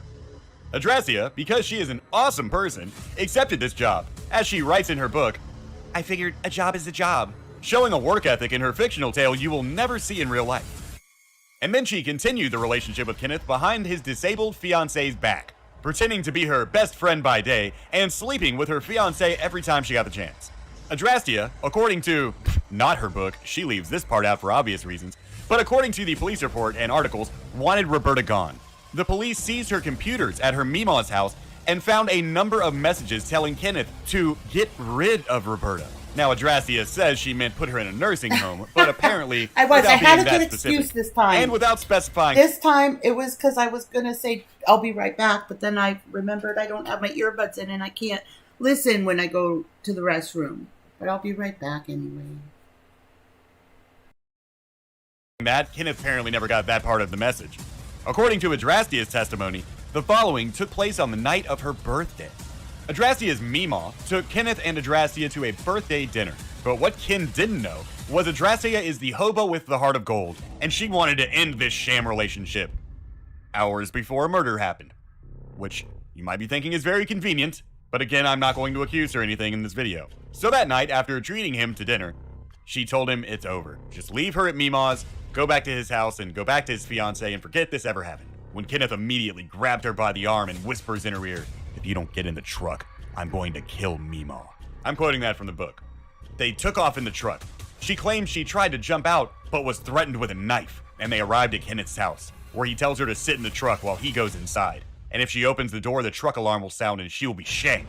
Now, it's important at this point in the story to go to our Google Maps here and look at where this crime took place. It's about an acre with a small house on it, 100 yards from neighbors on 3 sides next to a road. Adrasdea definitely could have bolted when he went inside, especially since she would have a lead on this fat fuck armed only with a knife. But whatever, she's a scared young girl and does what she's told. Besides, apparently if she doesn't cooperate, he will kill her Mima. And none of us want that to happen. So she sits in this truck for an hour until Kenneth comes outside and tells her, "I have a gift for you." Because, it's her birthday. Then he brings her inside to view the naked, raped, and mutilated body of Roberta Laws, his disabled fiancée of 10 years with cerebral palsy, who had just been strangled with a vinyl rope during a rape and murder, apparently squeezing her throat so hard that one eye had burst from its socket. Again, this is Adrasdea's telling of the story at this point. She says she went quiet, catatonic, paralyzed.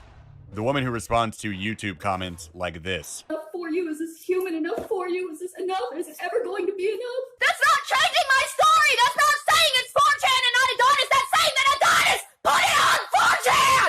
Millions of people could have seen it and shared it by now! How do you know I'm going to be fine? Kept her mouth shut when confronted with a murder and apparently a movie villain level Buffalo Bill psychopath. But hey, people respond differently to different things. She then watched and assisted by getting the garbage bags and washing the blood off of stuffed animals as Kenneth chopped up Roberta's body and buried her in a shallow grave in the backyard. Absolutely horrific. And keep in mind, some of these details are backed up by evidence, like the state of the corpse, the eye that's popped out of her skull, where she was buried, the method of death. What's questionable is Adrasdea's story about how she couldn't report this murder for 5 weeks and yet was completely innocent of any liability in the situation, up to and including trying to break off the relationship just hours before. Adrasdea said she thought they were so far in the woods nobody would even hear her if she screamed. It really was a "and I would have got away with it too" situation. Roberta had no family or friends, and nobody was looking for Adrasdea's crusty ass. She's a psycho, chronic runaway junkie hobo. For the next 5 weeks, according to Adrasdea and not the movie Silence of the Lambs, she was handcuffed to a bed by one hand, continuously raped, beaten, tortured, and kept hostage by this Floridian Buffalo Bill so she wouldn't run and tell anybody about the murder. She wasn't allowed to be up and around by herself until he could trust her enough not to talk. Because this isn't from a movie. One day, he decided to unshackle her to clean his house, and he took a nap, where she heroically made a break for it and ran to a local gas station. And an employee there drove her to the next town, where she tried to anonymously report a possible murder. Unfortunately, when it comes to a murder case, anonymity means shit to the cops, and that's when they picked up Kenneth, found the body, and raided Mima's house to get Adrasdea's computers, as they had found some questionable communications with Kenneth about getting rid of his disabled fiancée, which might be the worst part of all of this. In her mind, this was her husband. They'd been engaged for 10 years, murdering her so he could fuck a hobo. And to be honest, chances are he could have fucked the hobo and gotten away with it for a very long time. Except for the hobo's neurotic need to be the only one in this relationship she made herself a side piece to. Now, Adrasdea was never charged as an accomplice, but the report said some pretty interesting things. Apparently, she wasn't lying about Mima being loaded, because according to her aunt, Meemaw paid $50,000 to get a lawyer for Adrasdea, and that's the reason she's not in prison. That's according again to her aunt. Now, that is a lot for someone who is just a witness to a crime. But then again, that may have had a little something to do with McBride, the murderer, claiming that Adrasdea demanded they get laws out of their life, setting her up as an accomplice for this crime, with the public defender going on to say if he was a loaded gun, she pulled the trigger regarding Adrasdea. Also keep in mind, McBride was not charged with any kidnapping or rape or torture or any of that Adrasdea claims he did to her.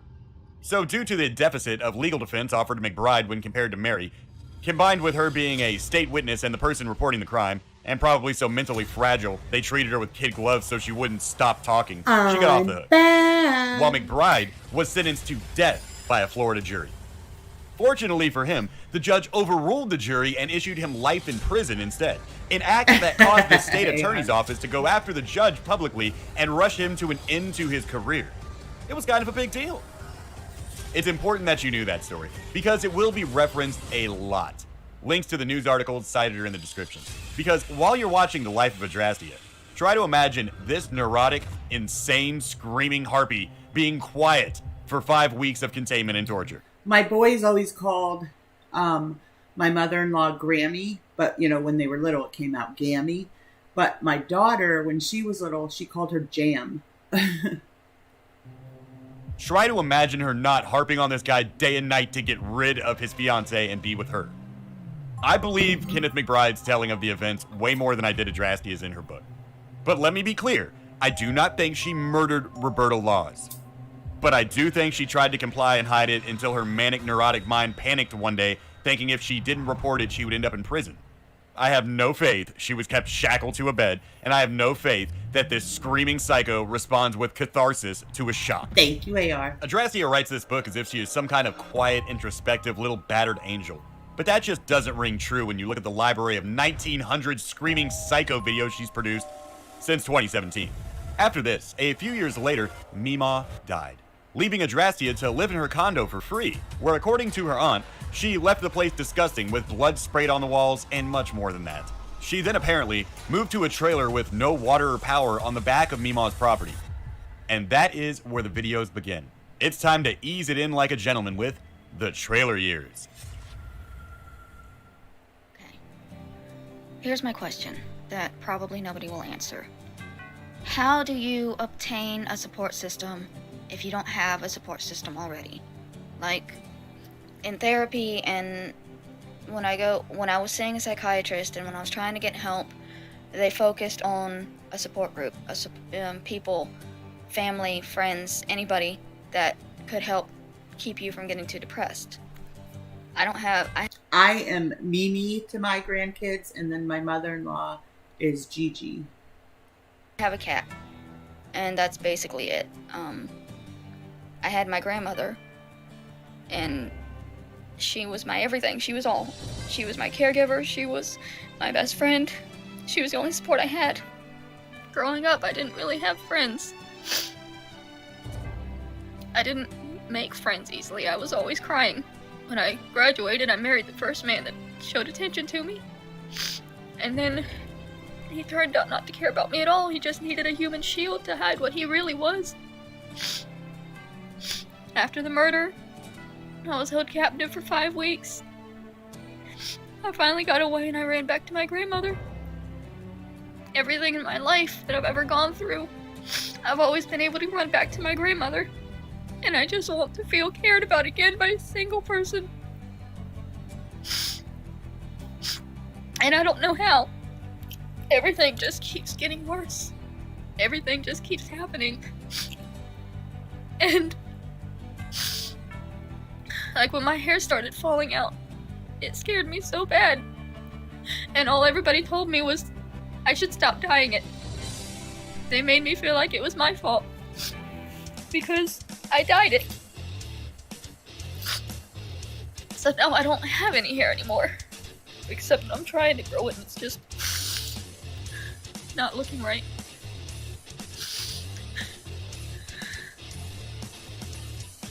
So how?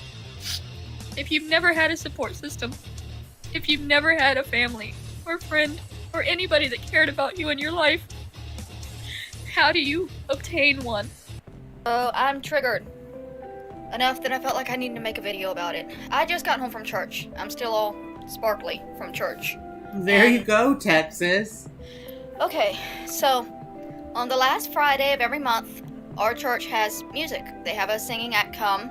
It's always fairly nice. Last month we had the New Floridians, and that was actually the night that I gave my life to Jesus Christ. That was the night that I became saved.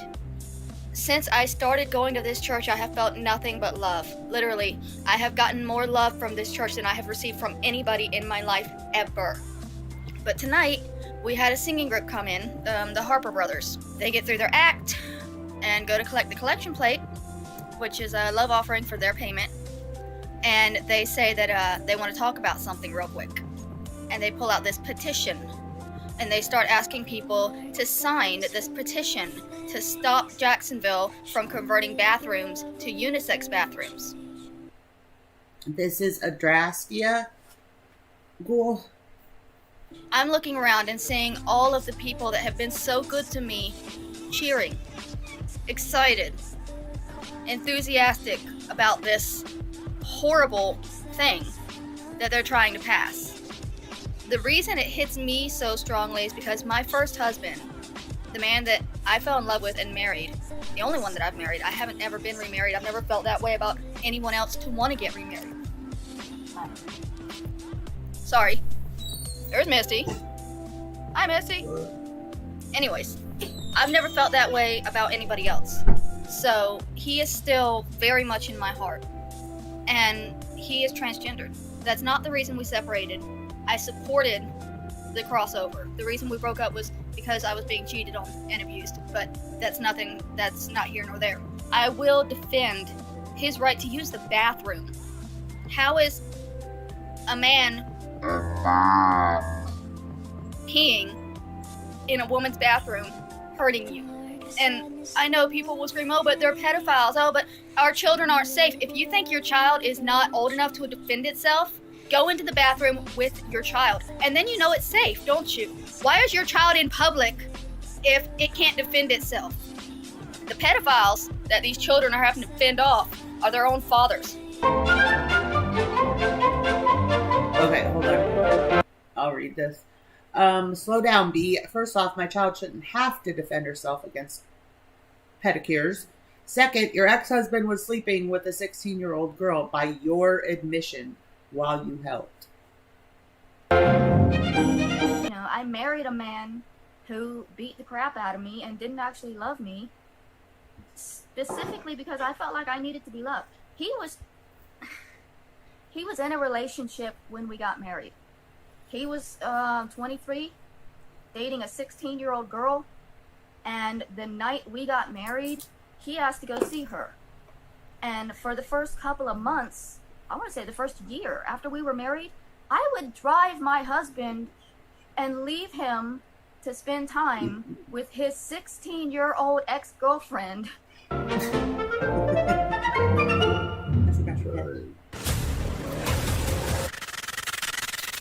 It's creepy, she said. You think you're safe one minute and then you hear something like this happen. McBride was sentenced to a year in jail on a charge of felony attempted sexual battery of a child younger than 12 in 1996. He was registered as an sexual predator in 1999, according to Clay County court records.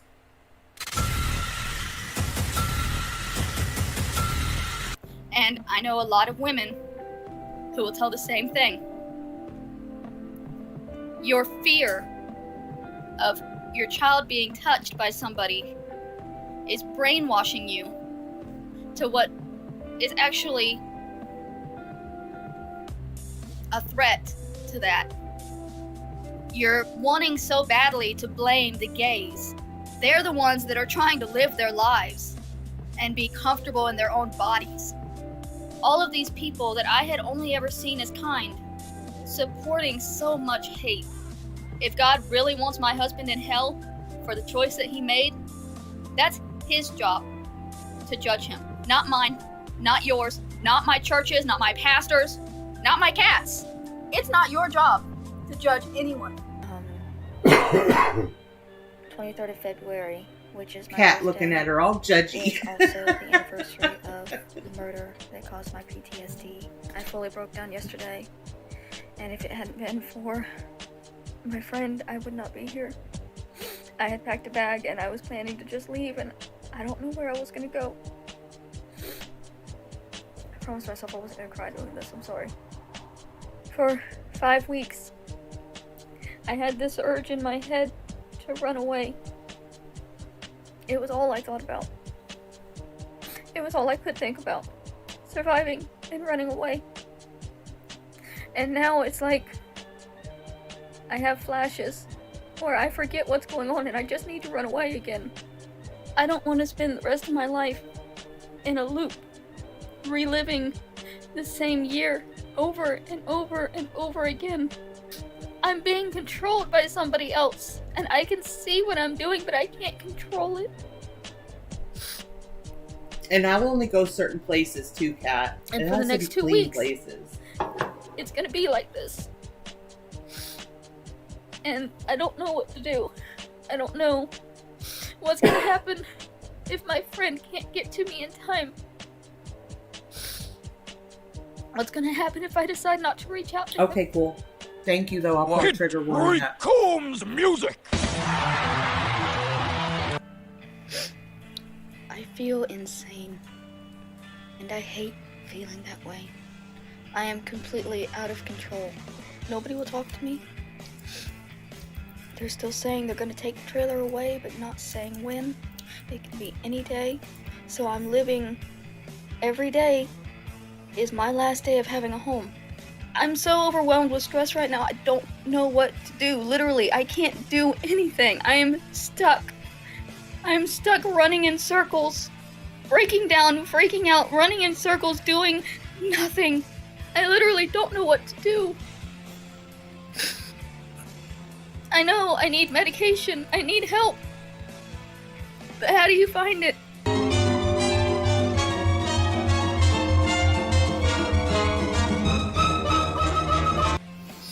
Like, I've been trying. It's just, I don't know what to do.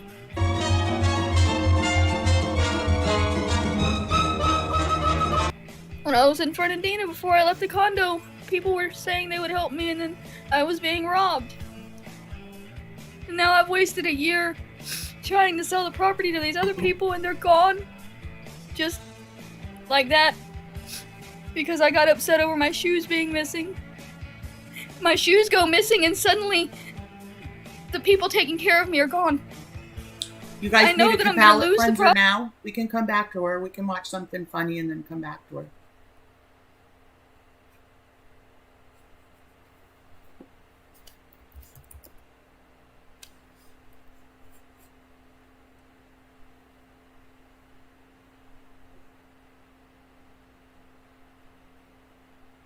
If anybody has a funny video or lighthearted video they want to watch, let me know. 1, 2, 3, go! Aww.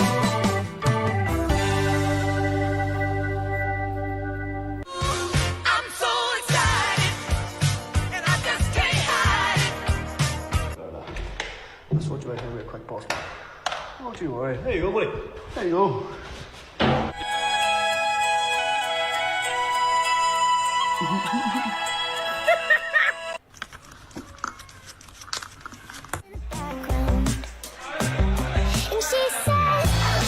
Oh, okay.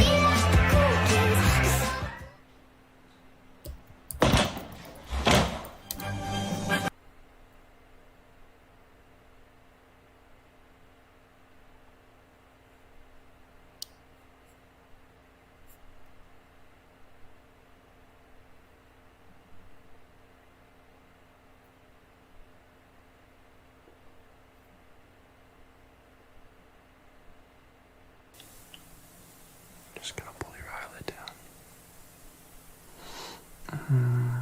Okay, look to the left. Okay, now look to the right. Look off to the right. It was nasty. Let's take a look at this side then. Oh, the medical file. Okay. But you have so many clothes. Where'd they even all come from? Not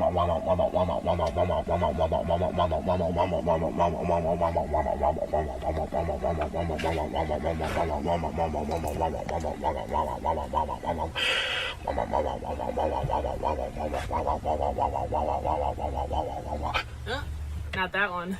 I got you that one, remember? From Target, remember? Target? Target? Yes, Kate Cooks. Yes, I love her.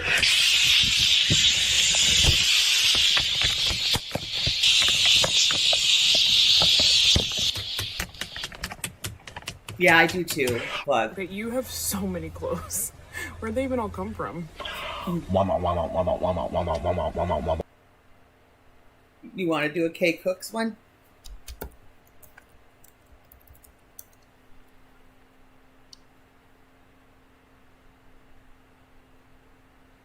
She's good. Look at her subscriber count. You go, Kay.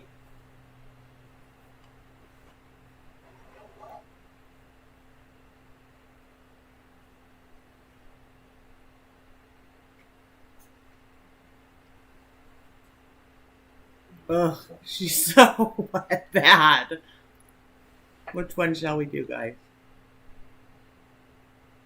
Small donuts, chicken parm, sausage and bean bake. Gross.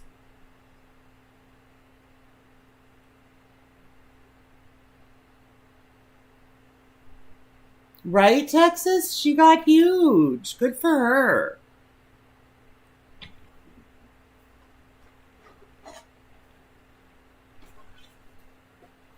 Let's do this one. I'm curious.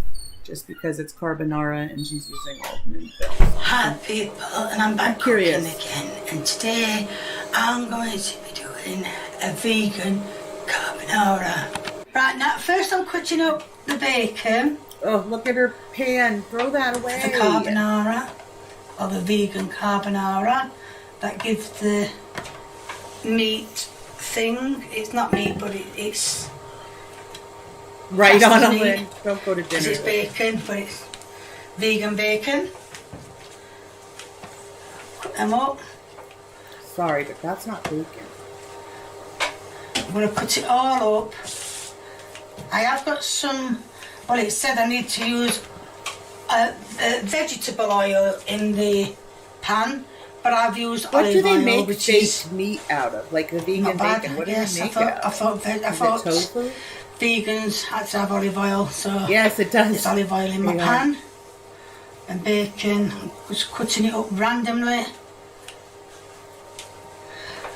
Done. So now I'm just going to get a spatula and spread that all out. And these are called Oggs. Oh my God, will you put them? They are called Oggs, which in turn is like vegan eggs. But it's all... it's like... It's all like... It's a Teflon pan and it's all scraping off. That's like very unhealthy. That's why I wanted to throw it out. And I've got, you can see I've got the bacon and exactly, the Oggs. Bella, that's what I'm saying. So sprinkle a little bit of salt. A bit more. And a little. I have that same rubber spatula and I love it. Mine's pink. So stir them in. And keep stirring them in.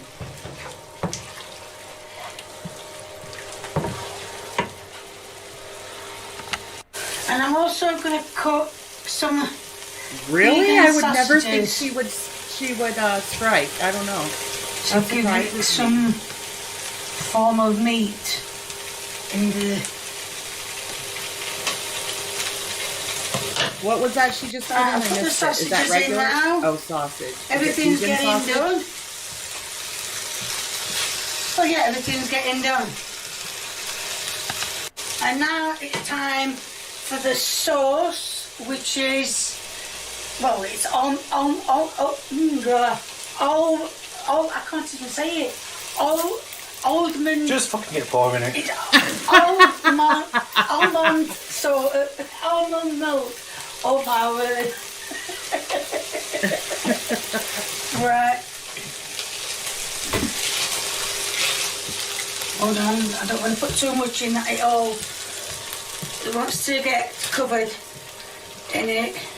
I could do vegetarian Texas. I couldn't do vegan. Spaghetti cooking, because I think on the video I saw the spaghetti was underneath. The pan's gone cold. Turn it up, just one. Thank you. The video I saw was the spaghetti was on the bottom and the sauce, well, the meat and the sauce was on top. But she did put some spaghetti on top. But I don't understand what that for anyway, so I'm just let this cover up. I think that's enough of that. So I can throw the rest. My son and daughter-in-law bought me a set of bamboo kitchen tools plug that say Mimi's Kitchen. And I haven't used them. I'm afraid to use them because they're sentimental. It does look disgusting, Kat.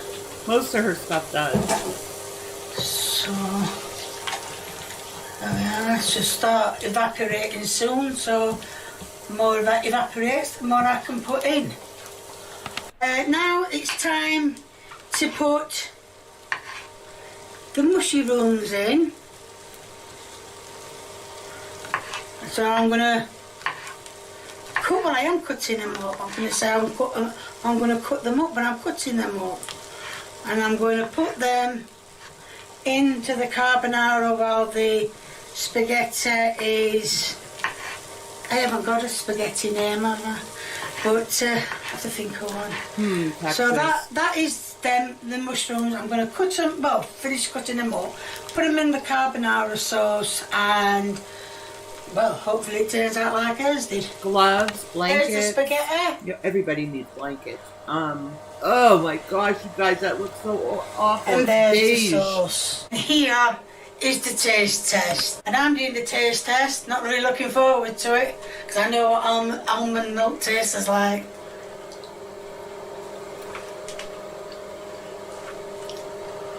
Hi, Debbie. Oh, bacon. Oh, bacon and milk.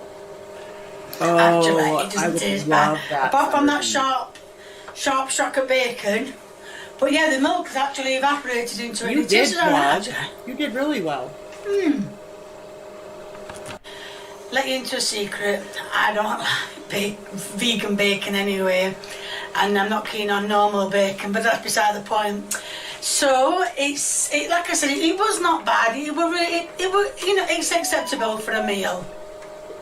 So there's going to be a link in the description to my merchandise. Really excited for your sub count. If you like what you see, please keep viewing me. If you want to give me a thumbs up, please feel free. I messed that one up already. If you want to leave a comment and a recipe, like I said, I'm getting round to them all. Please feel free, the more the merrier. And if you haven't subscribed, or you know someone who hasn't subscribed, or I don't know, anybody who you know hasn't subscribed, get them subscribing. Thank you. I'll help you, Plug. Anytime you want to try, I can help you in Discord and share screen and teach you. I loved learning how to do all that, honestly. Hi, Meg. I know, they were just telling me. I said, Kay, don't strike me. I am really excited. Look at her her sub count, you guys. Good for her. Okay, are we good to go back to Adrasdea, and we can continue to pause, guys, and go back and do palette cleansers or whatever. There's no school today, so I'm in no hurry.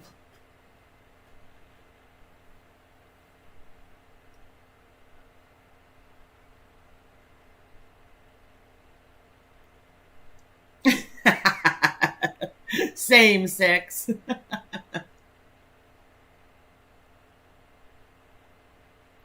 Okay. Be safe, Plug. Have a good day at work. Happy Friday.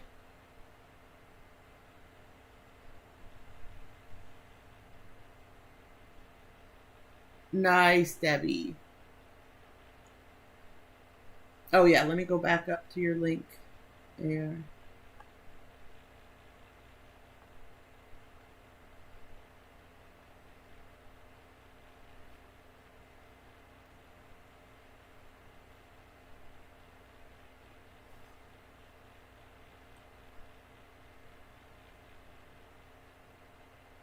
The last time I gave you guys advice, it looked a little something like this. No. Maya. Because I'm panicking. Blend that fucking neck. Find yourself a husband. Don't talk about the Constitution. What can I say? I'm a fountain of wisdom. More you say. Forgot contouring you say. Get your goddamn teeth fixed, you snaggletooth ass bitch.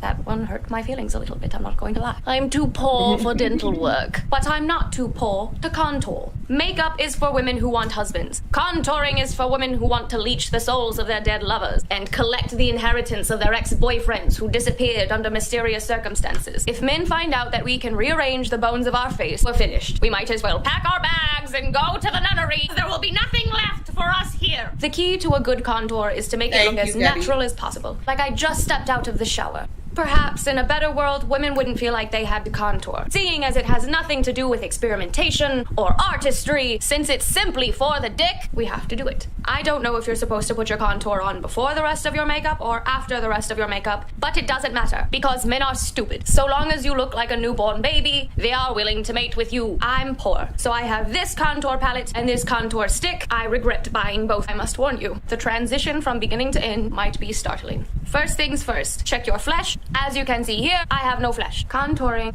is a very dangerous game. Once, a man walked in on me while I was contouring. I had to pretend I was schizophrenic so he'd think that I was playing in cat shit and he'd leave me alone. It was a sad day. If the men find out we can shapeshift, they're going to tell the church. Eliminate the nose. You can pretend that you have no nostrils. Men will be bewitched and hand over their wallets. Men don't like nostrils. You want to look like a pterodactyl. Men love pterodactyls. Beautiful women don't have foreheads. Just darken it up. Fucking nostril! If you have too big of a brain, it means you have ugly things, like opinions and thoughts of your own. Equality? Not for us. Equal pay? I don't think so. Fucking nostrils. Rich people don't need to breathe. Who needs air when I have another man's money? Look at me. I'm turning into a completely different person. And a cheekbone that can cut through glass. Fight for his honor. Lady gladiators fight like giraffes, scamming these poor, fragile men.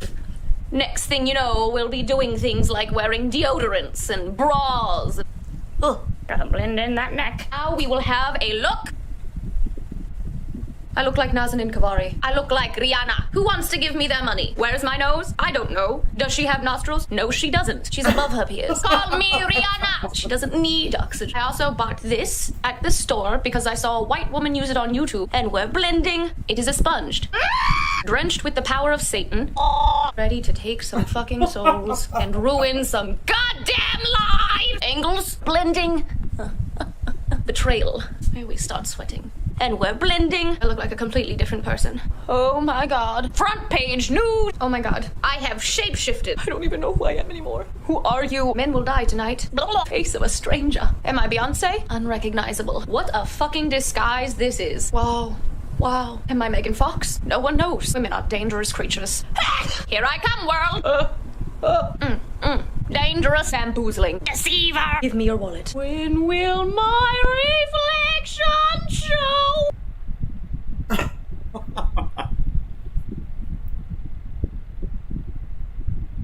Sell the property to these other people and they're gone. Just like that. Because I got upset over my shoes being missing. What do you think, guys? Do we want to go back to this? I get it, Brandy, because like everybody likes that HRH, and she's too obnoxious for me.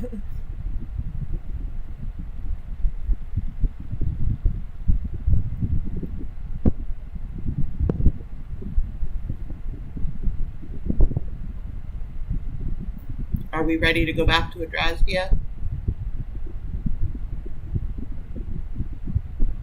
So this is a new one, Blue, and I can't get like the back history on her because she only has videos up from 3 weeks ago till today. So this is Adonis Paul covering the background history of her.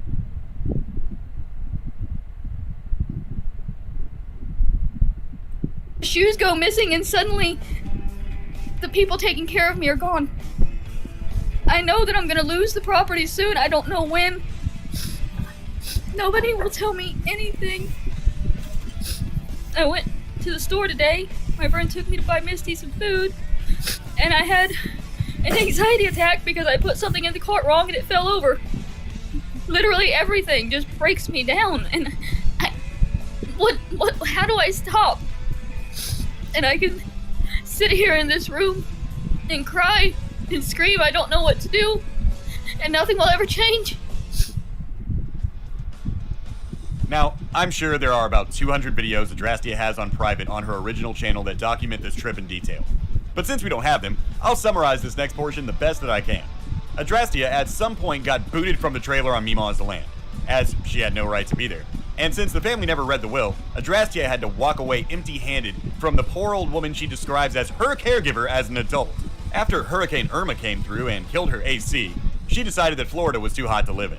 And after she was rejected for disability and welfare in Florida, she packed up and moved to be homeless in Los Angeles, California, because some commenters on her Facebook told her it was cooler there, and they gave free houses and pills to the poor. Yeah, she I don't literally know. moved from one coast to another to be on the streets for the purpose of collecting welfare in a less humid climate. She justifies this by saying she was going to be alone and homeless and hungry anyway. Why not go be a bum in LA where the taxpayers will subsidize it? Keep this in mind when people tell you that homeless people don't migrate to areas where the government offers too much assistance.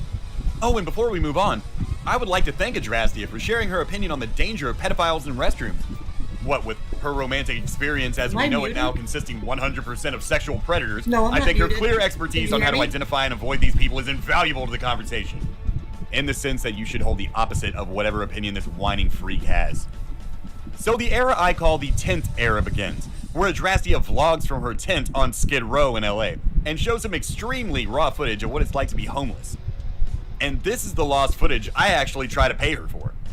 But as we'll see later, she's so poor and needy that she refuses free money to use her videos. Which I have the right to do without paying her, frankly. Some of this is horrifying. Unironically horrifying. But the truth is, and I'm not trying to be a AR, hard-nosed can conservative, everybody hear this me? is not the I'm not case with muted. all homeless people. But in the case of Adrasdea, she did this to herself. Nobody made her move to LA to be a hobo. Sadly, all of her problems kind of just boil down to get a job and live a relatively stable life. We rejoin Mary as she arrives in LA.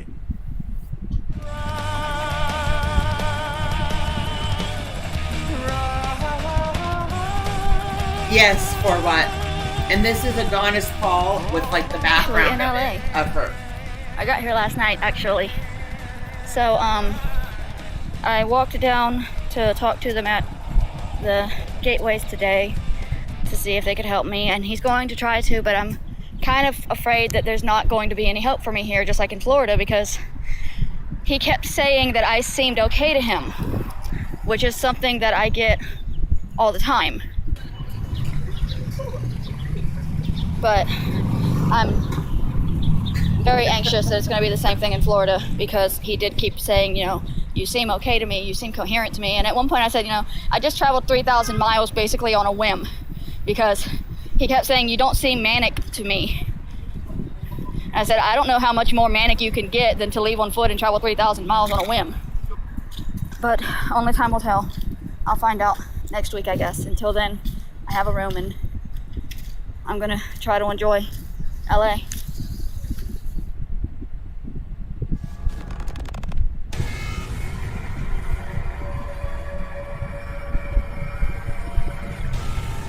So, last night was a bad night. Last night was a real bad night. I woke up 3 times. Okay, Julie, with have a touching great me. weekend. The 3rd time I started screaming and just freaked out, crying. I couldn't deal with it anymore. I just wanted sleep. And this guy rode by on his bike and told me to stop crying. And I told him I couldn't help it, I couldn't deal with it anymore, that I'd been woken up 3 times already by drug addicts. And he said, well, if you weren't sleeping in the park, that wouldn't happen. It's your own fault. Just get a house. It's not that hard. I'm so tired of being told that I deserve to be touched because I can't lock myself in a cage away from the wild animals that call themselves men. It's not my fault. Being homeless doesn't mean it's okay for people to touch me. I don't know what I can do about it. Nothing. There's nothing I can do about it. This is how the voices in my head work. They pick up things people say to me and they throw them at me and they use them against me, regardless of whether it's true. The voices in my head attack me and berate me constantly. And they use real people. She is blue. That's why it hurts so much more. It's just things people have actually said to me that keep circling around and won't stop. Won't stop reminding me that it's my fault, but it's not. Okay, so now that Chris is gone, I'm on my own again. I made myself a little sign to go on my buggy. And it's actually helping. While I was writing the sign, a man gave me a couple dollars. I'm collecting the recycling, so I've got this bag of plastic bottles that's already full, a new bag of plastic bottles I'm storing, a bag of glass bottles I'm trying to fill, and the other side I've got my cans. My suitcase I've got my blankets in. I've got 2 blankets now and they're very heavy. And it's obviously a baby stroller, but we found it abandoned. It had been there for a long time, so I'm pretty sure nobody was using it. I'm trying. I ate today. My friend online sent me a Target gift card. That's how I got the dry erase board and the little bucket. And I also picked myself up some food. I just have to get through until Tuesday, and then I get my food stamps again. So, my hair is falling out again. I noticed it this morning when I went to wash it. It's starting in the same place it started last time. I don't know if there's any more spots because I can't see the rest of my head. I don't know if I can handle it again. I about lost my mind when my hair fell out last year. I'm praying that I don't lose all of it again. I can't do anything with my sway right now. It's freshly washed and I can't do anything with it. It's fucking fuck. I don't want to be bald again. I'm freaking out. I can't handle this anymore. I just got a ticket for having my tin up. I was just reading a book.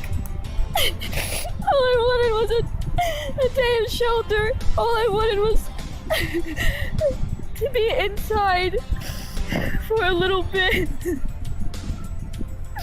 The police came and I got a ticket, and then while I'm trying to pull up the tent, more police come and they threaten to give me a ticket because I'm not doing it fast enough. I can't do it any better. I was literally struggling to pull everything up when the second set of police came to tell me I had to get it up. What am I supposed to do? If I'm doing what they're telling me to do. I agree. For what? If they come and they tell me to do it and I'm not doing it, I do think too there's like levels of mental illness, and I think some people are capable of more than others are. She seems pretty bad to me. Supposed to do? What am I supposed to do? What am I supposed to do? How many tickets I don't are know, they gonna Six, give if me it's an illness or if before I'm it's able like to get stress everything or together? what. It only takes about 30 minutes. How many cops can come by and give me tickets while I'm trying to pull the tent up? I'm so tired. Okay, you're of not life. pulling the tent up. Somebody I have else to go is. to Who court is that? in March, and right now I'm planning on killing myself before that court date because I can't. I obviously can't pay a fine because I don't have any money, and I can't go to jail because that would exacerbate my PTSD. That's the reason I can't go to a shelter, because of my PTSD, because I can't be locked in. You're locked in jail, which means that I have to kill myself because jail's the only option for this. I can't pay a fine. I'm homeless. I have 3 months to live. I understand, Blue. I was informed by the police today that I have 3 months to live. They're never gonna stop harassing me. They're never She gonna was leave me alone. informed by. Okay, I have so 3 months is to she live. like? So she has paranoia too. The police told her she has 3 months to live. Oh, does it, Kat?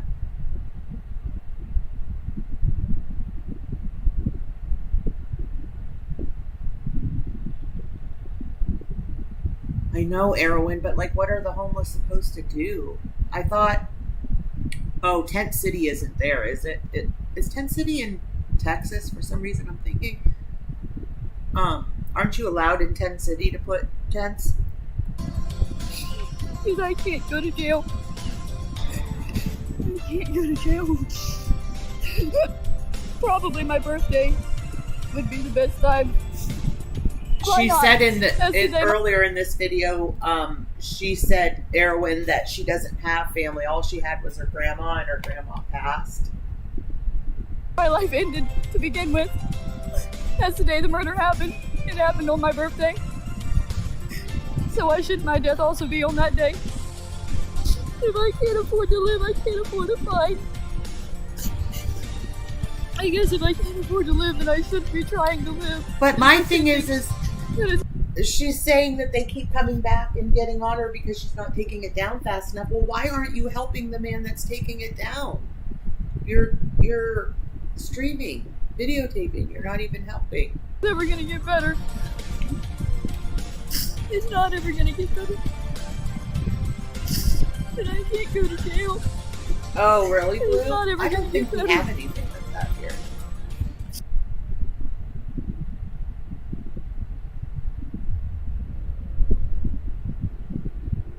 When I was on Periscope, I don't know if Summer D is still here. When I was on Periscope, there was a girl that was homeless, and she had like a whole like thing set up in the woods with like one of those big, huge kind of like carport tents.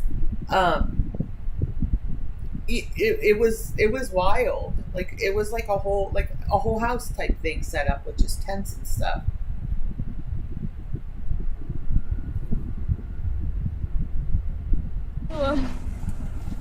I had to move today.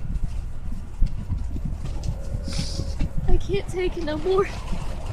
The guy that lived next door to us that put his tent up so close, I just couldn't handle it anymore. He was always talking.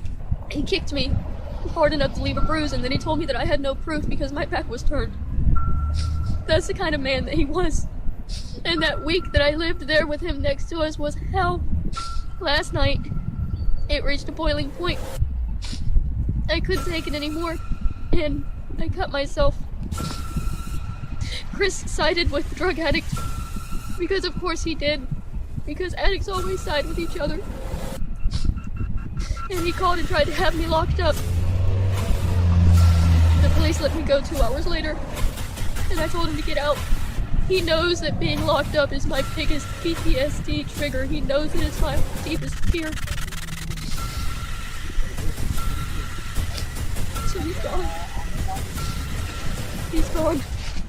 This morning he left, and I don't have enough stuff to hold it down. Now that the wind is getting really bad, it keeps trying to blow away. I'm scared to leave it now because I'm the heaviest thing in it. That's what I am, I miss Chris already, and I know I shouldn't be missing somebody that never cared. He never cared. He's the same as every drug addict out there. I'm never gonna have another friend. I want to die, but I don't know how to die. If anybody's able to send me $1 or $2, PayPal me.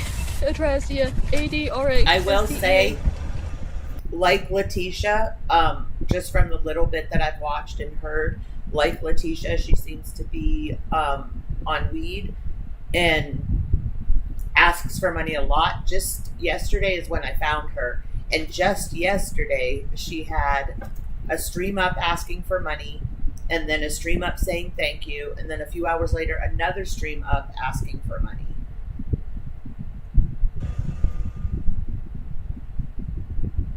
The first stream she did, It just gets worse. Okay, so here's my new tent. Let's go ahead and show that. It's nice. Somebody gave it to me yesterday after everything I had was stolen. The tent, everything. After it was gone and I was out there screaming, a man gave me this one. I stayed in it last night and it's all right. Erwin, I'm a Taurus. Problem. Taurus is a Libra. It wasn't here last night. Last night it was down the road a bit because I didn't want to be near that guy that me and Chris were living by before that drove me crazy. See, he lives in this tent here. And Chris is in this tent here. Well, apparently last night after we put my tent up, Chris comes back and he sees somebody over at this guy's tent. And they're taking things out. And Chris says something, but the dude's like, he's my friend, we're just moving him. Later on that night when he leaves to go to the store, the guy in this tent comes back, finds his stuff gone, accuses Chris, and comes back and does this to his tent. He cut it up on the outside, he cut it up on the inside, he sliced it like completely open. Chris gets back and finds it like this, and originally the guy lies and says that he doesn't know what happened. But eventually, he comes over and he says, look, I lied, I cut your tent up because I thought you took my shit and I wanted to get in it and see it, and I wanted to mess your shit up. This morning, he tells Chris he's leaving. Chris can have his tent. Problem is, I was gonna help Chris clean it up a little bit, but when I opened it up, all you can smell is shit. Apparently, either him or his friend that robbed him literally took a shit inside the tent and spread it around. This is what people are, man. This is gross. Absolutely gross that people are like this. And the problem is they're on drugs. So now I moved, I'm living next to Chris again so we can keep an eye on each other's stuff. I don't know if he's moving into that tent or not. He says he's gonna try to clean it out. But we're gonna leave the other tent up as a decoy so that there's a tent on each side of me. The pillow's not even mine. I got 2 blankets, my backpack. Loyal to a I had to buy a new pipe because they stole my pipe. Although I couldn't even smoke my weed to calm myself down yesterday after they took everything. Astrological. They took my antipsychotic medications, so I no longer have my Lamictal, even though I wasn't taking it because it was making me angry. Some crackhead out there now is gonna have my Lamictal. That's fun. At least I didn't have anything better for him to take. Look, Steve Harvey, man. I hate Steve Harvey. He's such a fucking dickhead. I was supposed to work today. I can't stop freaking out right now because I was supposed to work today. They had me booked. Yesterday, I got the email. I was booked to work. I was supposed to come to the Steve Harvey show today. They said I was working. I was so happy. I spent all night excited. I couldn't sleep. I was happy to get to come to work today. When I woke up this morning, there was another email that said that my confirmation was gone. I was not booked for the show. But I decided to show up anyway, hoping that it was a mistake. I got here, and I'm not booked, so I'm not working today, and I just had to waste money to get here that I don't really have. It's 8 o'clock in the morning. I've been on my feet working to get here since 6 o'clock this morning. That's 2 hours. I don't understand. I just want to work. I know I can't do as much as everybody else can do. I just want to work. And Steve Harvey told me I had a job today and then took it away from me. All I can think about is hurting myself, honestly. I just want to die. Steve Harvey? Like the Steve Harvey? I feel like there's no point in trying anymore. It's never going to get better. Even when I try, it doesn't get better. It's never going to get better. I don't think so, Annalyn. I think she's just severely ill. I could have died tonight. I just woke up and there was a man touching me. This is how. There's this hole, which I thought was cut, but as I look at it and feel it, it has been burned. He burned a hole in my tent so he could reach in and touch me while I slept. And then over here, he burned another hole so he could look in and see what he was touching. Oh my gosh. These tents are so flammable that it could have gone up so easily. This tent, and I had no idea what was happening. He had time to burn 2 decent-sized holes in my tent, and I had no idea what was happening until I felt something on my butt, and it didn't feel right. So I moved, and I saw an arm, and I screamed, and he ran. And now there's nothing I can do but sit here with holes in my tent, waiting and seeing if he's gonna come back and kill me. He could have hurt me. He could have touched me worse than he did. He could have had if he had a knife, I guess he would have cut the tent. He could have set me on fire. Wow. So, I can guarantee that when a day comes that I kill myself, it's gonna be because of a bathroom. Because I can't take it. I can't. This morning was hell. It's only 3 a.m. So I know that I'm gonna have to go through this again. Every time I go to sleep, I wake up having to pee. The closest place during the day is a 15-minute walk. The closest place at night is a 25-minute walk. I finally got down to the IHOP. Right, I agree. And they said I could use the bathroom, and then this guy said that they're cleaning the women. I agree, Erwin.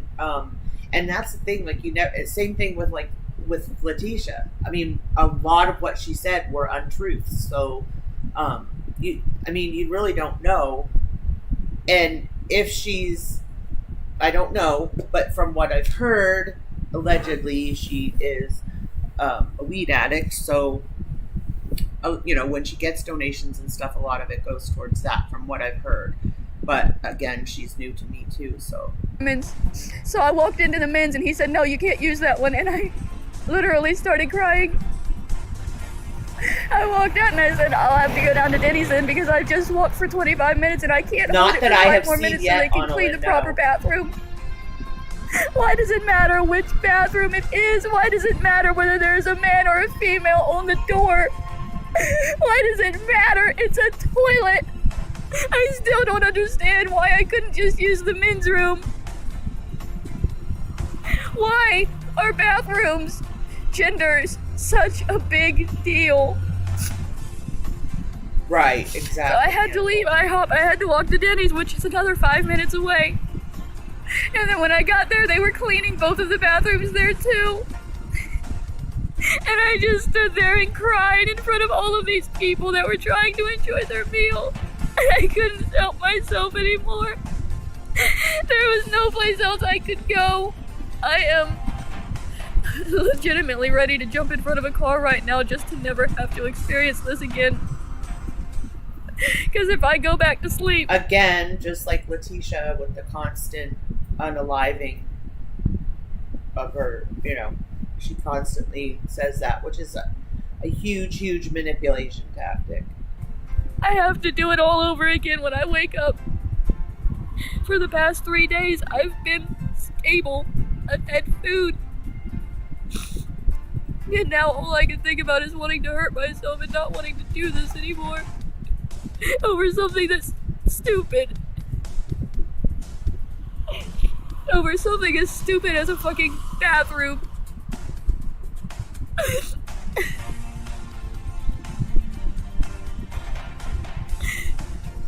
I just want it all to be over with. Exactly, Goblin. I totally agree, yes. I hate this. And I just want it all to be over with. Honestly, like I said guys, before, I feel like the more people like this that we cover, it really is eye-opening, the mental health crisis here.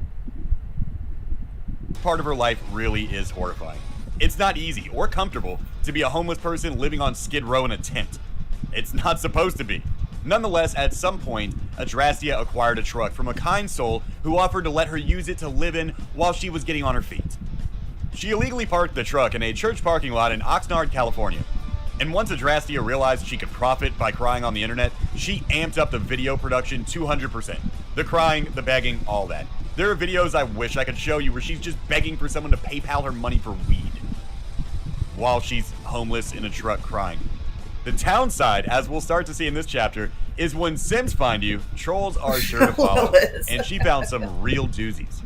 You see, Adrasdea now dreams of being a monetized YouTuber, so she's pumping out 10 vlogs a day on her phone, but she's also addressing every single comment. And in doing so, she revealed her email and phone number to her audience many, many times. Strangely, this is when Mary seems the happiest though. Yeah, you missed. She's good to live in a truck outside of LA. So, what year was that, guys? 2009, I believe. Her ex-boyfriend murdered his girlfriend. He's serving life in prison, but she claims to have helped him, like, with cleanup and things like that. So, I don't know how she got out of serving any time. As long as she feels safe in that little truck, she can knit and poop in a bowl and spray diarrhea on her front seat and be perfectly happy. This guy just showed up and now he's smoking meth outside my window. What the heck? This is weird. I don't know what's happening. And I'd really like him to go away. Okay, so this is 2019. She has a car. That's good. Oh god, I can smell it. Oh. Oh, really, Hannibal? I'm really uncomfortable right now. Like, really, really uncomfortable. So, a couple of minutes ago, this guy walks up to the side of the truck. Thank you, Skylar. Have a good night's sleep.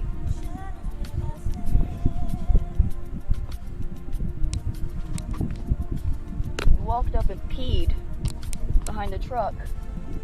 And then he started tapping on the window asking me if I smoked, and I said no. Okay, Errol. And he took out his pipe, asking me if I smoked. And then he started hitting it like that. What the hell? So, I'm up here at this superstore. And I went in, but I didn't buy anything because I wanted a Coke. But the Coke was hot. There was only one left in the display case, and it was hot. So I didn't buy it.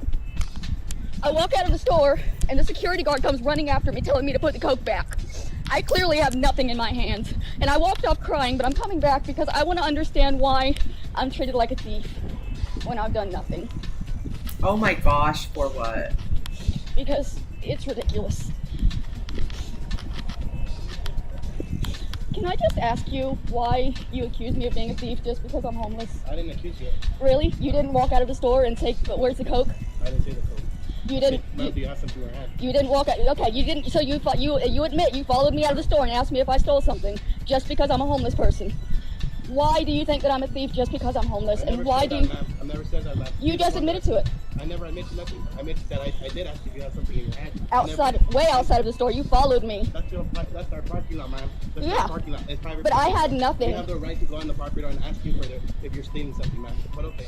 But what evidence did you have that I was stealing it? I don't even talk to you. What evidence did you have that I was stealing something? That's all I'm asking. What evidence, aside from the fact that I'm homeless, did you have that I was stealing something? When did I bring that homeless part up, ma'am? When did I steal something?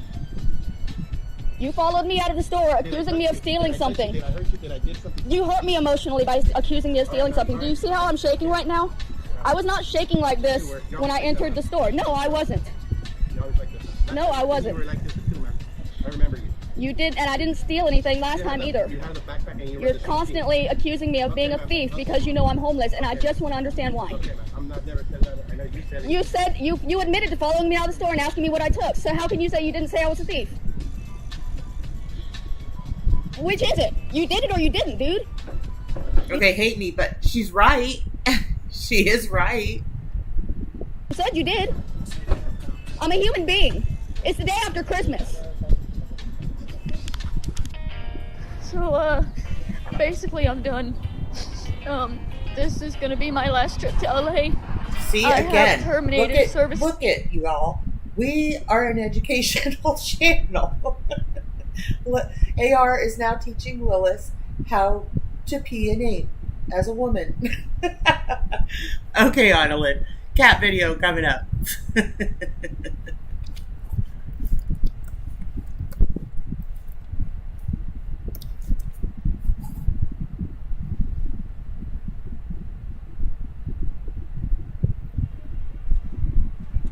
these are dogs.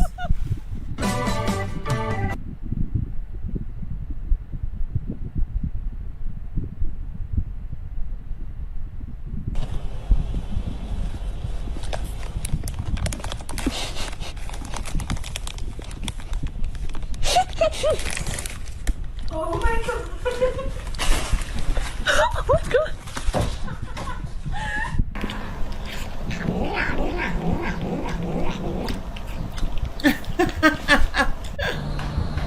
Aww.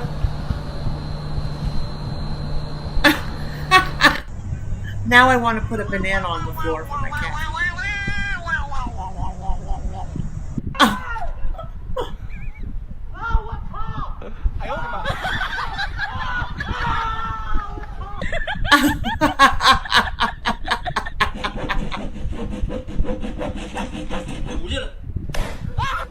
Oh, poor baby. Our cat Cammy does that. Cleans herself when she's laying on her back like that. Chinchillas. That cat. Look at that cat's face. Aww.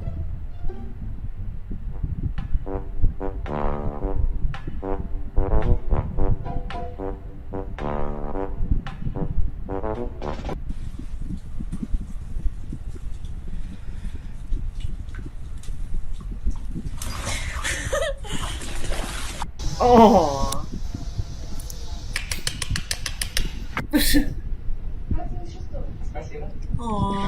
Oh my god. That cat is my spirit animal, man. I have such a short gag reflex.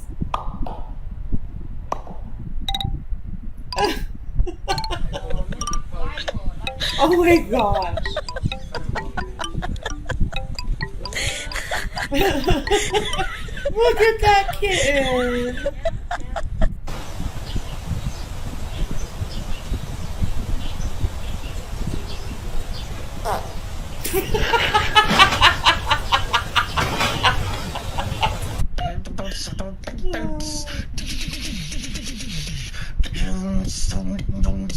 Is your bunny litter trained, JB?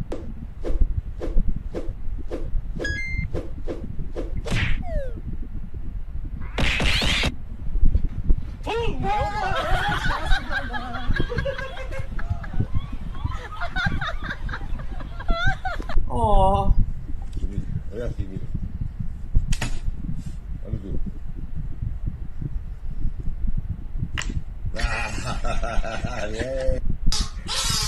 Right? Me too, Brandy. Oh, I can't watch stuff like that. I can't hear you. I can't hear you.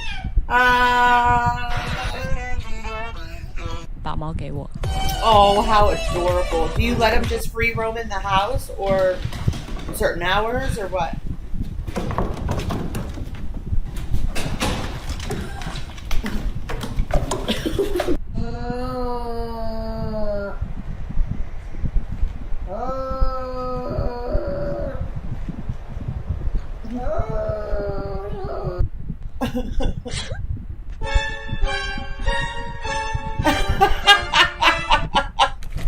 How cute.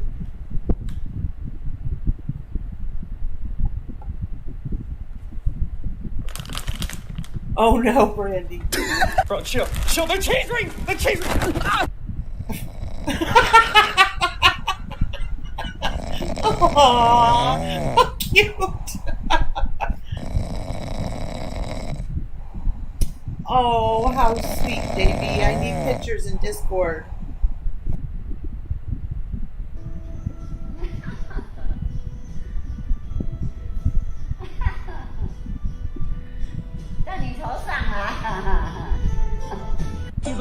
Oh no, God.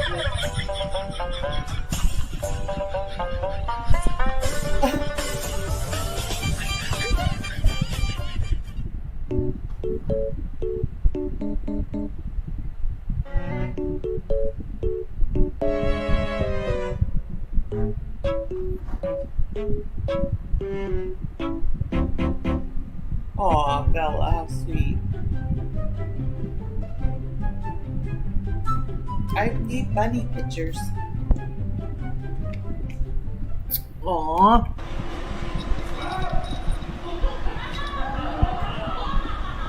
Look at that thing. I want that thing.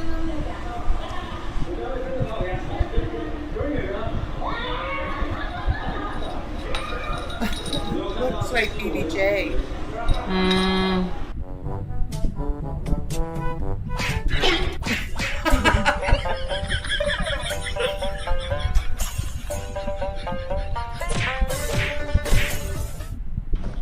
Good morning, Hugh.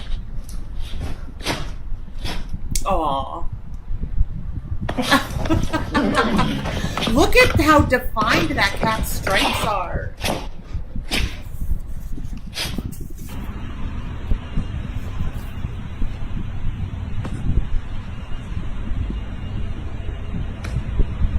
Oh, it's just a baby. Oh my gosh, look at that cat, how beautiful. Oh my gosh. Aww.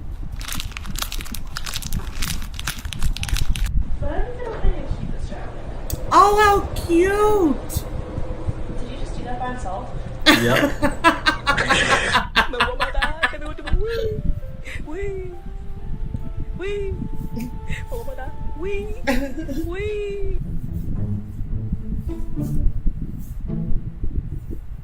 Bye, Meg. Thanks for hanging with us this morning.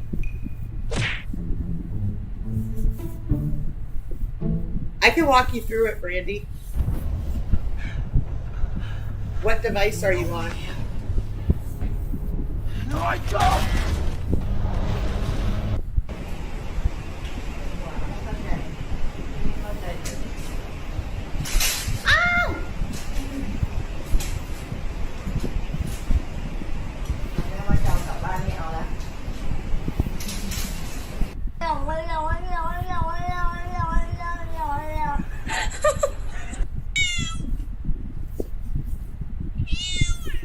Oh my gosh.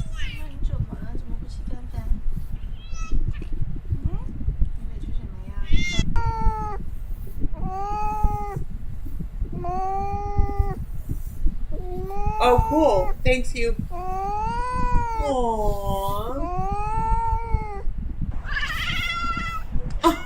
Aww.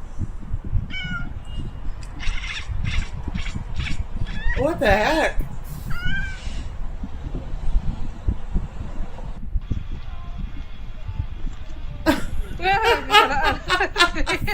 Aww.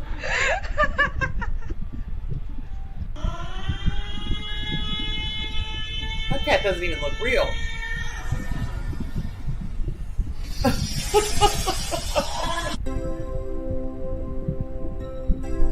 Aww. You guys, it's so amazing how many different kinds of cats there are.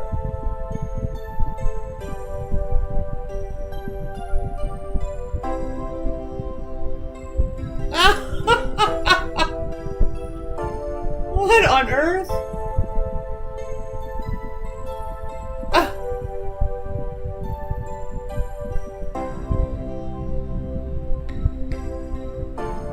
Aww.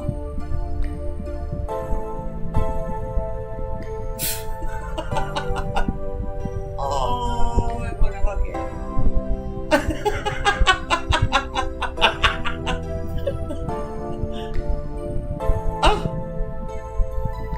I so want to teach Puff to do that.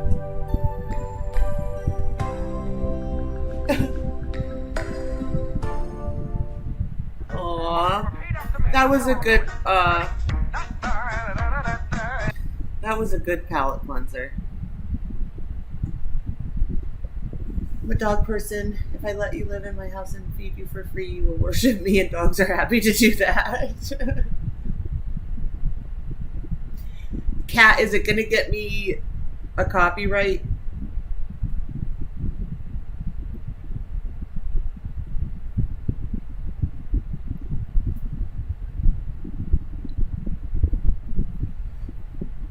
This is with my doctor and my therapist. on the grounds that I do not feel like I'm being treated like a human being. It's been a full month since I've had a shower. I was so excited about getting a shower today. I still can't get a shower. They don't care that it's been a month. They don't care that it'll be another month. They don't care that this might not be over then. That's 3 months without a shower. They don't care. They don't see me as a person. So I've terminated my services with them. I will no longer be taking medication or speaking to a therapist because I don't think it matters anymore.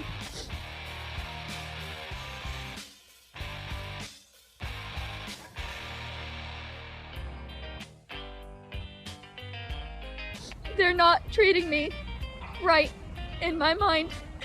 They're not treating me like a person, and I'm not going to keep going back.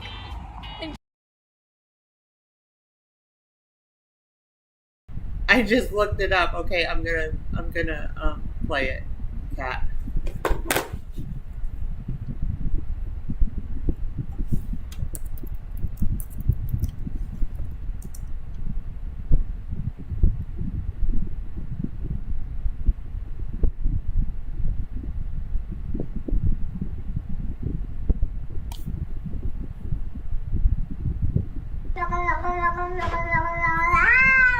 Oh. Hold on, it's frozen.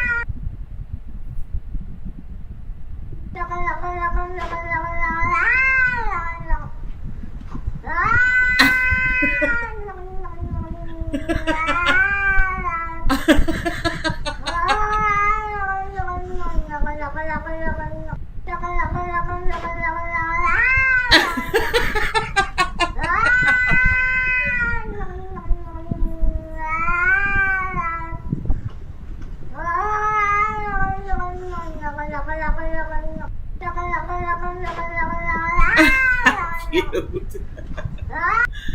Okay. Keep That was pretending adorable. that these people are gonna help me. How can they help me if they can't see me? That cat is possessed.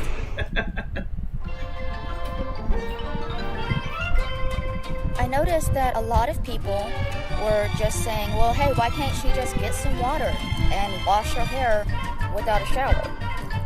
I do that. Good morning, That's why I Salsa. don't look as bad as I could. So I decided to show what it looks like for a homeless person to wash their hair. This is much different. Brandy, do you have other shower. social media For apps one, that you can DM me on? I'm out in the open. I'm in a parking lot doing this, so I'm not in the privacy of a bathroom where I can fully wash myself. The second thing is that water is cold. There's no way to warm it, so thankfully it's a warm day, but that's cold water. So there's a big difference between this and going into your own private restroom or shower facility, wherever. Oh, you're okay, Maybe honey. not everybody enjoys a good shower as much as I do. But at the point that I'm recording today, the last actual shower I had was March 10th, and I'm recording this on April 22nd. I am thankful that I'm able to wash myself this way, but Good morning, it's Bee. not ideal. When I was a kid, I had head lice a lot, and my grandmother would put kerosene on my head. My until- socials are in my and it would description, drip down Brandy, my if you want to eyes, DM which is me why on I'm either of keeping my head those, bent over and I can the way walk that it I am, through because if I don't, walk you through it drip down and I after get stream. soap in my eyes, and I don't have a towel or anything to like clean that up. If I blind myself, it's very difficult for V, this is an Adonis Paul video about that other girl that I was going to maybe cover. I couldn't find, like, on her own channel, I couldn't find any back history or anything. So somebody said, I don't know if it was V or somebody said last night in the chat to try Adonis Paul. Oh, I think it was Bree. And so this is like a back history of this girl. me to find my water again to even rinse my head out, my eyes out. And I try to only use one container per pour over, per rinse. So like, you know, one to saturate my hair, one to rinse the shampoo out, one to rinse the conditioner out. And then normally I try to condition it twice, but I didn't today.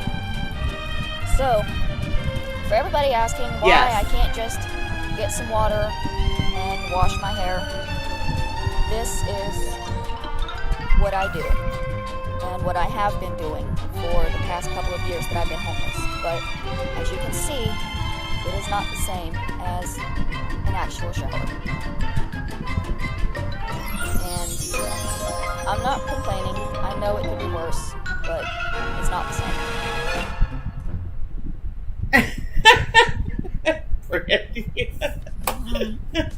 I don't know how often I'm gonna be uploading in the future. I figured because I looked for it because he mentioned her other channel in this and I couldn't find it, Bree. A real hard time, and I don't really know how I'm gonna get through it, being honest. I've been out of weed. I've done that, JB. I did it the last time they had a day off. And now I don't have any, and I don't have a way to get more. And oh yeah, AR has Android. I'm miserable. I don't know how else to explain that. I'm just miserable. I can't do anything but cry and hurt and want to hurt myself. Literally, it's just, I want to hurt myself because there's so much pain. I can't deal with it. And I can't get anything to help me with it until the 6th of next month. So, I might put a hold on my Earthbound place for a week or so until I can get myself back together.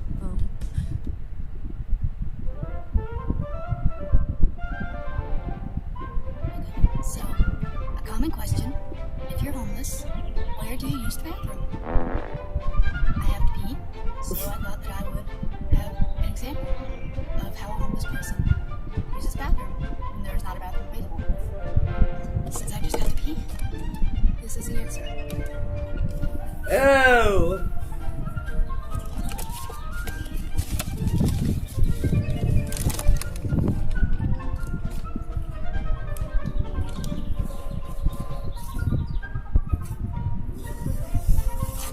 Oh no.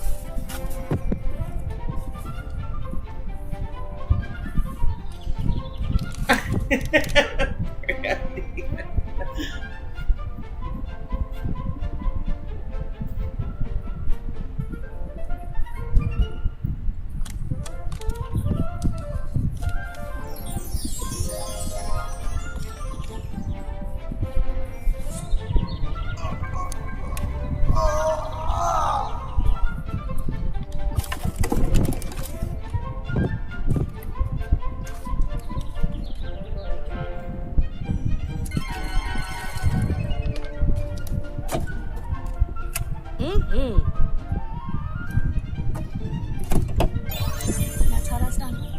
Now, if I had to go the other direction, it would be a little bit more difficult, but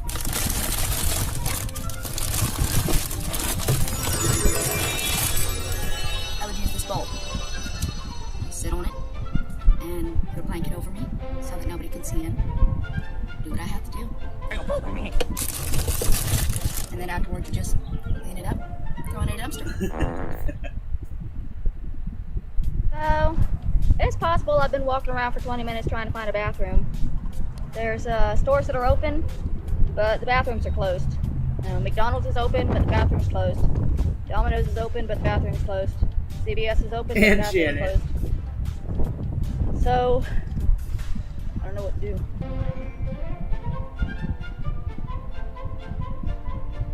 I guess try to hold it till I get back to the truck and cover up the windows. It's a little bit ridiculous to me because they're like, well, we close the bathrooms to stop the spread of the virus and keep things clean, but that limits the homeless people's ability to clean. That's not going to help. It's going to make things a lot messier in the long run. And it's only been 2 weeks. Alright, so I just got this in the mail. It's from the DMV. My truck needs to be renewed. I guess it doesn't really matter if I have the license number up there, but I'll show you the rest of it. I gotta get up $217 to get my truck renewed. If you need proof that this is actually for me, this has got my name right here. I'm trying to block out the address, but that's my name. Help. I'm gonna put my PayPal in the description, but essentially, help. I'm homeless, I live in my truck, and I don't know what I would do if I lost it, so it's kind of important that I get it legalized. If you have a couple extra dollars, I would really appreciate it. If you know somebody that might have a couple extra dollars to send this video to, I'd really, really appreciate it. I know I'm just a crazy homeless white girl, but I need help. Thanks. I'm cutting on my hair again. Looks like crap. Anyways, I need weed. Point blank, I need weed. If you found me and have been wanting to help me out, now is the time. I'm going to put my PayPal in the description. PayPal me /Adrasdea, Adrasdea. Literally anything would help. I think I need at least 35 to get an 8, but I think I can get like a pre-roll for $10. So my therapist called today, and they're getting kind of frustrated with me because I still haven't found my Section 8. And I haven't really been trying. I'll be honest, I kind of just gave up because I've got my truck. Honestly, I don't care anymore whether I get indoors. I'm comfortable. I mean, I know I have to leave here because the church doesn't want me here. I feel like I have just about everything I need, except maybe a little extra weed since I'm smoking resin now. Okay, so I think my little sister is harassing me. Let me show you what's happening. So the other day I made my video. Obviously I had my phone number in it. I don't really care if my YouTube followers have my phone number. If y'all want to send me a text message sometimes, I'll talk to you. I've got nothing else to do, you know. So I got this text message yesterday and it said, "We found you." So I said, okay, well here's my PayPal. Good point, Bella. No. You found me. Maybe you want to help me. So this is what they just sent me. "We are not giving you shit, but you gonna be in some serious trouble. We coming." Alright, so I replied, "Obviously, this is one of my sisters, so I will be informing the police and keeping myself armed. You should be aware that I am not scared. I do sleep with a knife under my head, and I am not afraid of killing my own sibling. I have no feelings for you these days. None. Going to the police is only going to hurt a little bit because this is just a threat online. This is just a verbal threat from an anonymous because I'm not supposed to know that this is my sister. I'm assuming it's my younger sister because she's the one that was threatening me when I first wrote my book. All signs point to this being my little sister. And I simply don't know what to do. She's about Chantel's age. She's like 36, 37. Go to the police. I don't know what they can do about online threats that I can't prove are her. I have been stalked by them and harassed by them my whole life. I've been on my own for 5 years. And they're still doing this. Okay, so yeah, she's randomly 37 now. Messaging me threats, finding my number and coming after me and talking about me, and it's so frustrating. I just want them gone. So real quick, my little sister is once again threatening me, and I need to start compiling evidence for a lawsuit. If you knew me when I was a child, if you have any memories that might point to abuse possibly happening, please message me and let me know what you know, because I need all the evidence I can get right now. I'm working on getting my school records to see what my teachers used to say. I just called my old high school. Yes, B. I have been trying to get my school records for a while. I finally got in touch with the right people and found out that I can't get my school records because I don't have an address. And also, they would not have mark down Okay, Clark, anything welcome back. that would have been useful to me. I'll be really quiet. Even though the police were called to the school, she said they would not have put that in my record because they only focus on academics. So if my teachers had ever seen anything abusive happening, they would not have marked it down because the school doesn't focus on abuse or legal actions. They focused on academics. So the only thing my records will say is that I graduated high school in 2003. Is that true? 2003. They don't put stuff like that in your records? As an aide in the front office. And I fell asleep. And I was talking in my sleep. And one of the other girls working got worried.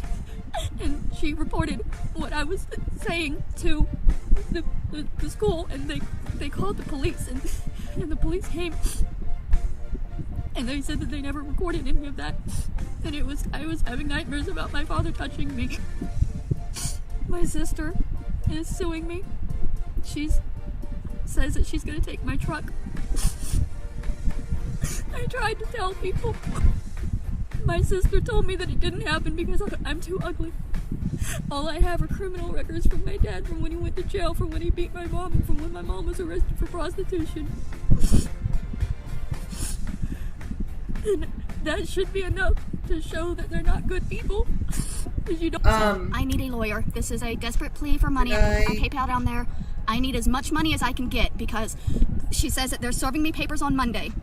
Which means that I need to have a lawyer ready to countersue them on Monday. She says that I won't be able to countersue them because the lawyer will throw my case out, but I don't think that's true. I think if I have a lawyer, I should be able to have my suit against them just as well as they have theirs against me. So, and it doesn't make any sense, and I need help. I need a lawyer. I need money. Please help me.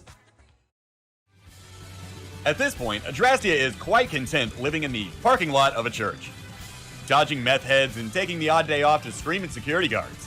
Fun fact, her video about not showering for a month and crying because her therapist wouldn't offer her a bath was shared by In the Know.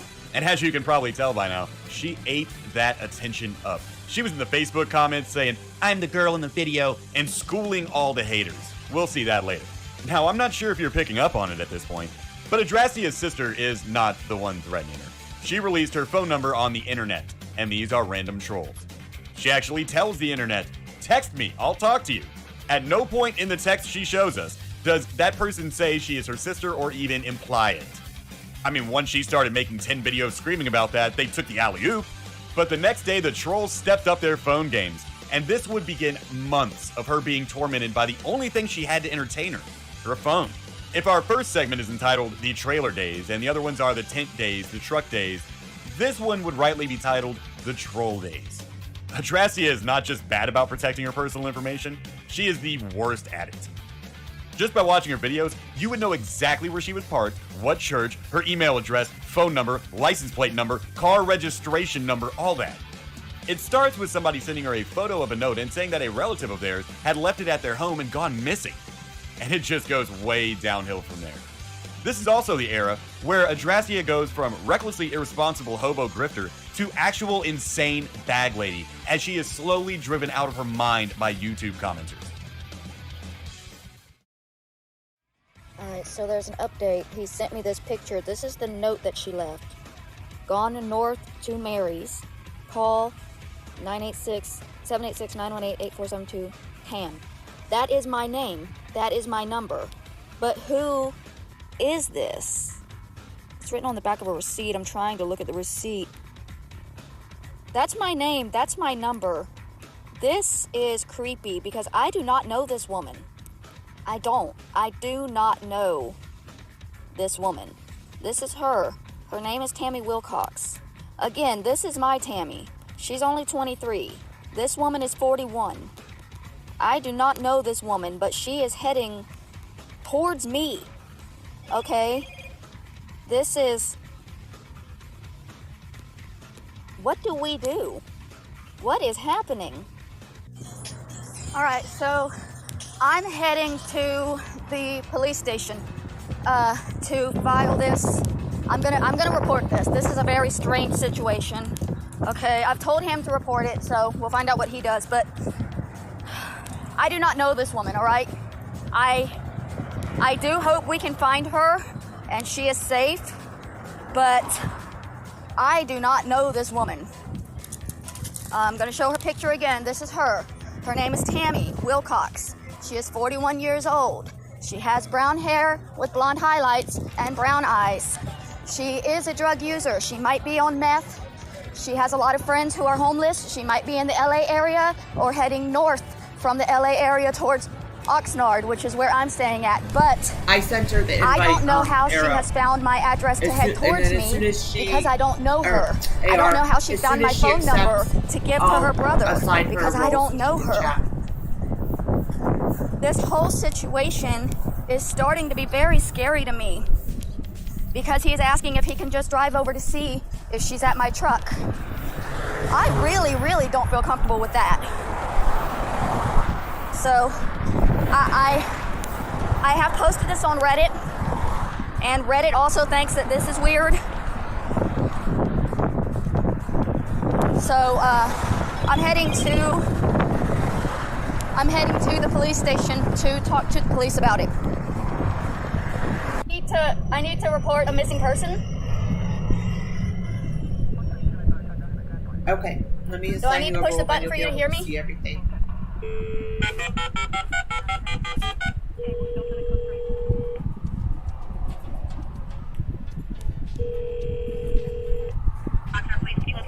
Okay. Okay, Brandy, you're good. Yes, I'm trying to report a missing persons. I'm at the police department. Is this a relative of yours or something? It's a strange situation. I really need a cop to explain it to. Well, I'm a police officer. That's why I'm asking you. Okay, What do you have to this person? I got a message this morning that a woman named Tammy is missing. She's not related to me, but her brother says that she knows me and she's coming to see me, and they have my phone number, and he sent me her picture, but I don't know the woman. I have no idea who she is, and he's saying he's gonna come to my truck and look for her because he thinks I'm hiding her and she's on drugs, and I would... No, just disregard the message, okay? On well, how YouTube am I supposed to disregard a man Twitter? saying he's gonna come to my truck to look for her? Okay, well, you can just... how does... I'm homeless. Yes, he does. He has my phone number. He has my address. He knows where my truck is parked, and he is saying he's going to come to my... Let me get to the basic things here. This person that texts you, how do you know them? He just started texting me this morning saying that she left... Do you know the person that texts you? No. That's my question. She left a note saying she was coming to me. She left my phone number and my name. And so now he's after... Okay, apparently the police don't even believe me. What am I supposed to do if the police don't believe me?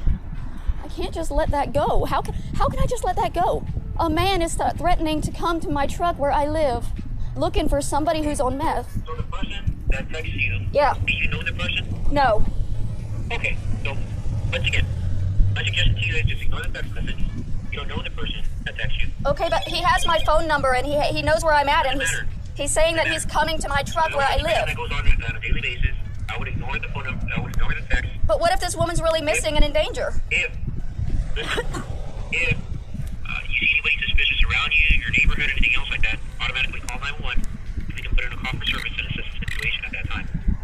Okay, so right now you don't care that a man that I don't know is threatening to come to my vehicle where I live. He's not threatening. He is. I'm telling you, he is. I have text messages. Don't yell at me. Don't yell at me, please. I'm trying to help you out. Hold on. You're not actually helping. It's not helpful for me to be told that that's not what he's saying to me when I have the message right here that says he's coming to my truck. Listening to this, like, I feel like the cop should be doing something, unless maybe she's like Kiana and she's constantly calling and reporting stuff, so they don't, it's kind of like the boy that cried wolf. Otherwise, I'm like, why wouldn't they be doing something? Okay, so, this person does not know where you reside, correct? Yes, he does. So I asked you at the beginning of this conversation, and the person knows you, and you said no. He doesn't, but he knows where you reside. I don't know. I don't know how he got my phone number. I don't know how he knows my name. I just know he knows everything about me, and I am scared, and you are telling me it doesn't matter. He does not know where you reside. He does know he knows where I live. He knows where I live. He knows. He knows. How does he know that? How does he know your address? The same way he knows my phone number. Okay, we're not gonna argue about this, ma'am. So I already explained to you what you need to do. If you see anybody suspicious around your neighborhood, anything, call us on that one, and then we'll put it in buffer service for you. I can't believe the police are telling me not to do anything about this. I'm scared. A man is threatening to come to my truck, and I'm scared. I am scared. Please, please, let me speak to a police officer. I tell you one more time. After that, I'm gonna hang up on you if you don't have anything further. Once again, I'm gonna repeat myself. I'm scared. You're the police, and I'm scared. Why are you going to hang up on me? All right, take care, ma'am. I already explained it to you, okay? So you're just going to hang up on a scared woman at the police station? Okay. They hung up on me. There is... Okay, so today was not good. I just got back from the police station. As you can tell, it's very hot outside. Right, so I didn't really want to go for a walk. Good morning. But I felt like it was important because I was worried about that woman. Here's what happened, from what I can understand. I think it's my sister. And I think she was just, I don't know, messing with my emotions. I don't know why my family would do this aside from simply to abuse me and harass me and scare me. And it does scare me because they forged a note with my name and my phone number and connected it to a murder case. They have me connected now to a woman who was murdered last year. A woman I don't know. This is abuse. Another M? This is the exact type of... Another one? Because the other one was in 2017. This is 2020 on this video. So, 2 unalive cases? Abuse that they have been putting on me my entire life. And they're going to sue me for defamation when they're doing things like this. I can't take them lower than they bring themselves. Right, Blue.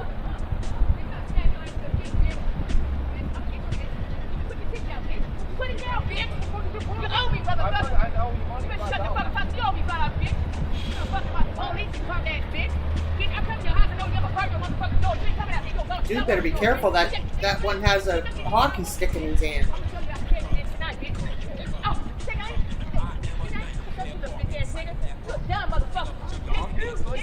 Holy moly, look at this. That dude is brave. Look how much bigger that guy is. And he's holding a hockey stick.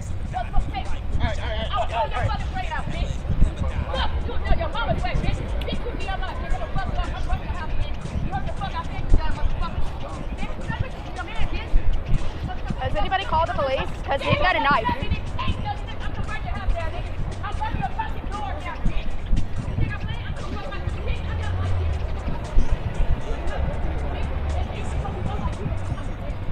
He's got a knife. She better be careful, standing there calling out he's got a knife. Has anyone called the police?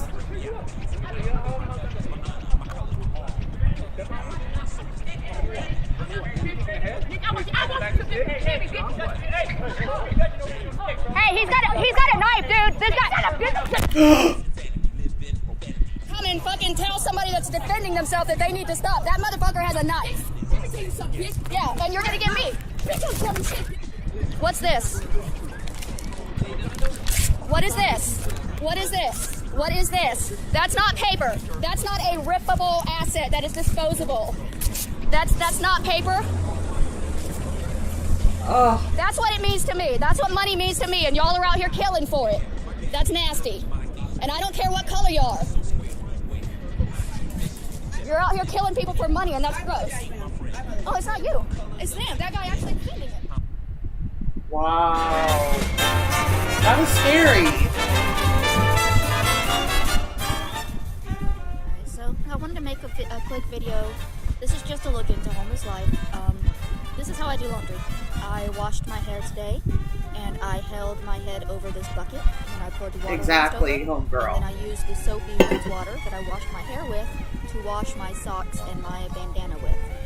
I'll possibly add a little more soap, move it around Right, a bit, Hannibal, I'm like, why is use she another gallon of engaging? fresh water to individually rinse each item so that I can Oh, save no, the water I couldn't do it. and lay them out on the side Flowers, of the truck no way. to dry in the sun. I can't go to the laundromat because they don't like the homeless, so this is how I do laundry.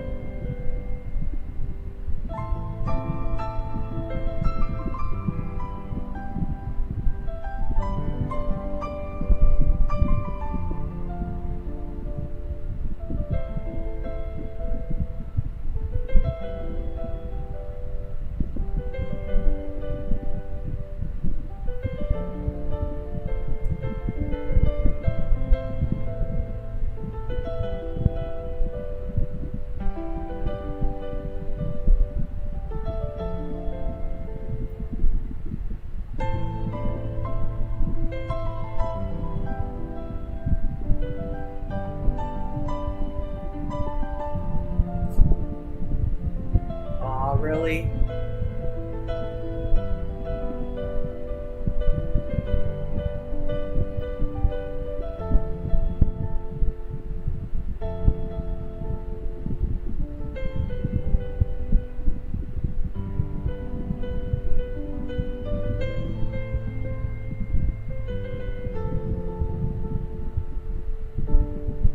See, I'm a country girl. I'm not used to all that street stuff. I'm freaking out because somebody on Reddit has created this account just to message me. It's called You Got Gunned Down. He says, I'll be going to the church, the truck parked at the church. I'm Oxnard. I said, why? And he said, we will have a blast. I'm bringing my friend. I said, I'm contacting the police. And he said, go ahead. Why are you doing this? You're wasting the police's time. You created an account called You Got Gunned Down and are threatening to come to my truck with a friend knowing that I'm a single homeless woman alone. How is that a waste of the police's time? You're literally threatening to kill me by creating an account called Gun Me Down.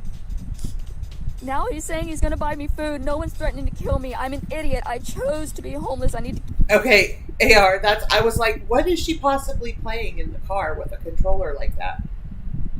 Get off my ass and get a job. He's just trying to help me. That's why you're on the street, because you're a lunatic that jumps to conclusions. Maybe go to a psych ward. It's not my fault you don't like my name.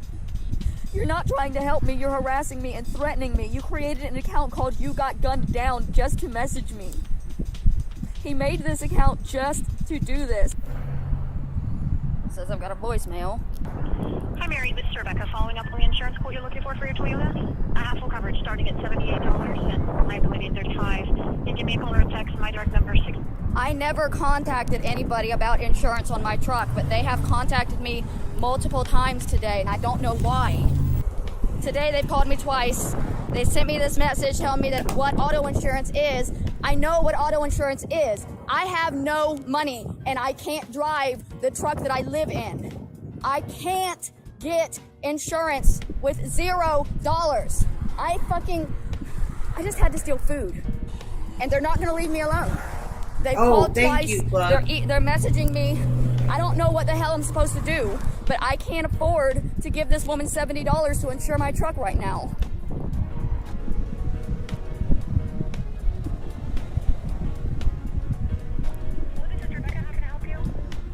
Yeah, you called me multiple times today and sent me multiple texts, and I'm homeless and mentally unwell, and I'm scared by the fact that you have information on me, and I need to know how you got that information about me. How do you know that I drive a Toyota?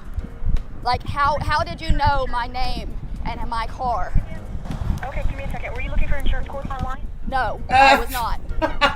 Y'all started calling me today because I'm homeless. I don't have the money to insure the vehicle that I'm living in right now, and I don't drive the vehicle because it's a stick shift and I currently can't drive the vehicle. So it's scary. I am scared that I'm gonna lose my vehicle because you guys are looking for me and I don't know how you found me. Yeah, no worries. We're not looking for you. But you are. You called me twice today. You had my name and my truck type. You knew what truck I was driving and you knew who I was, so you are looking for me. How? No, I didn't. How did you find me? Okay, guys, Plug sent me the screenshots, so hang on, I'll put them up.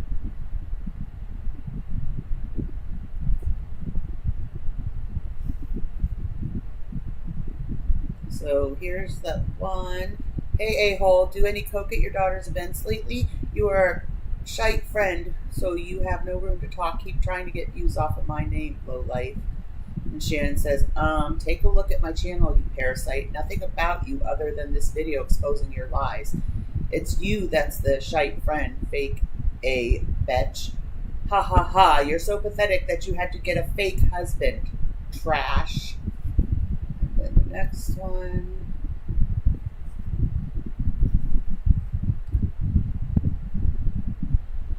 You literally have to give your kid away because you are such a mess, yet you are focusing on my life. LMAO. Holy shite. Insane. Isn't cursing haram? Or haram? Or however you say it. You guys, the rage is brewing.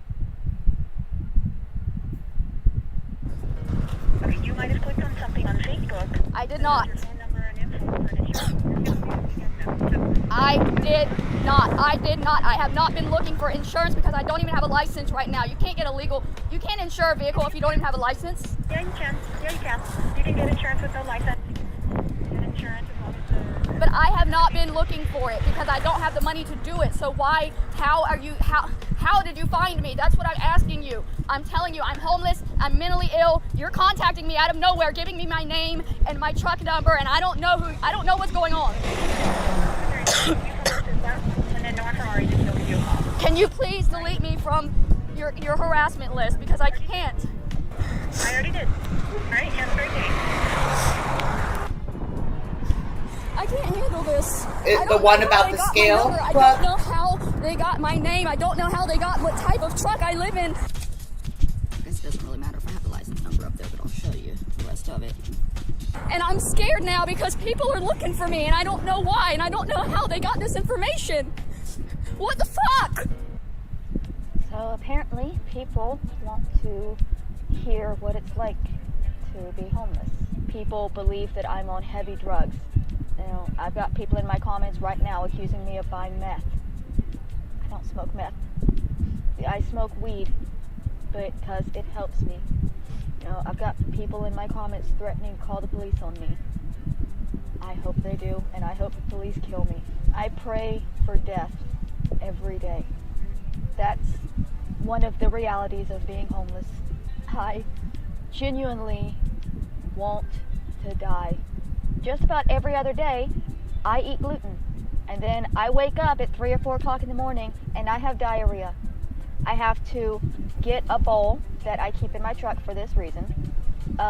When it's a gluten flare-up that's causing it, it's liquidy and it burns and it hurts and it's difficult to clean while over the bowl because there's very little room, so I have to move off of the bowl. I'm confused. Why is she eating gluten every other day over then? Onto the blanket that I sleep on.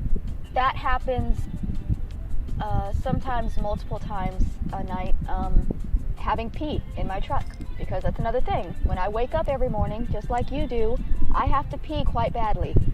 I can't just go to the bathroom. I have to squat over a cup. So it splashes sometimes, and it hits my clothes. Oh my blanket. gosh, my truck smells like piss and shit and vomit because all three things happen frequently. When the pandemic first started, I couldn't get toilet paper, and I was having diarrhea daily, unable to get toilet paper. I was using my extra clothing. Being homeless, people expect so much more from me than they expect from anybody else. I'm a woman. I have a period. Right, homegirl. I was saying yesterday she did 2 streams e-begging. Feminine products. The first one, people gave her money. She did a thank you stream, and then she came back bleeding later and I have and nothing asked to for stop more it up. money. I get the questions of, oh, well, you must want meth. I almost died detoxing myself to stop doing drugs and to stop drinking. And now, it's been years since I've had those problems, and I'm still going to be accused of it every day. People drive by me in the streets and I know that they're thinking that I'm on drugs or I'm on something or I'm just a fucking worthless garbage human being. That's what it's like to be homeless. It's constantly feeling like everybody is staring at me and hating at me and wanting me gone. It's this constant thought that I don't belong in this world and nobody really wants me here. And it's the daily want to die, and also the daily want to push forward and get to that place where things are better that everybody keeps saying exists. Alright, I have no idea what is happening. I am overwhelmed right now, and I'm overwhelmed. From what I can understand, 4chan has found me. So, hello to 4chan. You're freaking me out. Alright? Please understand that I am a crazy person. And I understand that 4chan is fucking assholes, but I'm literally a homeless crazy person. Please. Have pity. I'm not asking you to send me money. I'm asking you not to destroy my world right now, because that's what you're doing with the constant comments and the phone calls. Hi, Annie. Good morning. I legitimately have had to force myself to not grab my This knife is a and new hurt one. myself. It's phone call that I I got. can never say her name. Adrasdea. And we're kind of learning about her past and her history together because she's new to me too. I'll be right back, guys. Gotta use the restroom again. I'm not okay, alright? I'm teetering over the precipice of fucking... I want to say thank you, because some of you have sent me money. I keep turning my internet off and going away for a little bit to breathe. And every time I come back, somebody has sent me $10 or $20, and I just got a donation of $500, and I'm overwhelmed by it, and I'm overwhelmed in both freaking areas. Y'all are messing with my mind. What? How the fuck can you all be overwhelmingly awful and overwhelmingly amazing at the same goddamn time? Is what I'm asking. Thank you for helping me, but please don't harass me. I don't 4chan. I Reddit sometimes, but I get banned on Reddit for, I don't even know. The homeless subreddit banned me for making a joke because they said we don't joke here. So, but I don't 4chan. So I only know that you guys are assholes, and you've made that clear to me tonight. And I'm crazy person, crazy, unstable, homeless person. Be kind. Okay, so you chose that highlighting word was necessary. I never once said all people do that. You chose to twist my words. Cool. I have worked with actual homeless people. Actual homeless people. Actual homeless people. Actual homeless people. I have worked with actual homeless people. Okay, so you chose that highlighting wording was necessary. I have worked with actual homeless people. You're twisting my words. I never said that. I have worked with actual homeless people. You're twisting my words. I never said that. I have worked with actual homeless people. I have worked with actual homeless people. Living in their cars or in shelters, they did whatever they could do to improve their situation. Okay, so you chose that highlighting wording was necessary. I never once said that all people do that. Never once said that. I have worked with actual homeless people living in their cars or shelters. They did whatever they could do to improve their situation. You chose to twist my words, but I never phrased it that way you said it. I have worked with actual homeless people living in their cars or shelters, and they did whatever they could to improve their situation. I did not choose to highlight the word actual homeless. You chose to write the word actual homeless. You chose to write the sentence that you have worked with actual homeless people while you are talking to a homeless person. And you said that they do whatever they can do to improve their situation. That's it. They do whatever they can do. They don't depend on either. They find roommates. They never depend on others. They lived in their means, no extras, and made it work. That's That's how all homeless people that you know work, and I don't. They never depend on others. They lived in their means, no extras, and made it work. This is why I document everything.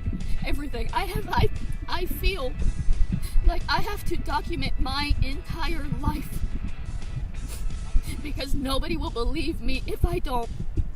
The words you used were that you worked with actual homeless people and that they would do whatever they could to get out of their situation. That was exactly what you said. I am not twisting anything or adding anything or making anything up. If that was true, Skid Row would not exist. If that was true, Skid Row would not exist. How dare you! And I documented it! Nobody's ever gonna believe that I'm actually homeless. Nobody's ever gonna believe that I'm actually mentally ill. Nobody's ever gonna believe that I'm actually miserable or that I'm actually trying. Oh, because they don't use the word actual. I'm putting that word in. I'm making that word up. That word doesn't even exist. Hi, Kate. Good morning. I should have worded it. I actually Thank you, worked with, but homegirl. then You've you been wouldn't have the watching her opportunity to for a scream while. victim. So, okay, you're going to admit that you used the wrong wording, but then accuse me of twisting your words when you knowingly used the wrong wording. Skid Row is also known for having drug addicts as well. Okay. You know who else has drug addiction problems? Most of America. No, I'm not lying. The reason I can't get my medication is because I didn't go to LA to meet my doctor for the appointment when I needed to.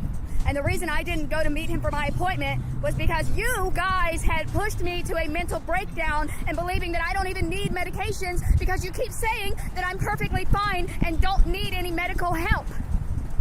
So I took that advice and I went off my medication, and now I've been off my medication for a week, and you're telling me that, well, you didn't tell me to do that, but yes, you did, because you've been constantly telling me that I don't need help. There's nothing wrong with me. If there's nothing wrong with me, then I don't need medication, do I? Homegirl? You do look kind of strung out on meth. Your teeth are rotting, it looks. Really? My teeth are rotting? You mean like maybe somebody who's only ever been to the dentist once in their life? One time in my life I have been to the dentist, and that's when I got my wisdom teeth out, and it was only because I was in such extreme pain. Oh yeah, look at that, rotting the fuck out. They're messed up, aren't they? All crooked and jagged, and check it out. Oh yeah, that's a meth mouth. That's a meth mouth if I ever saw one.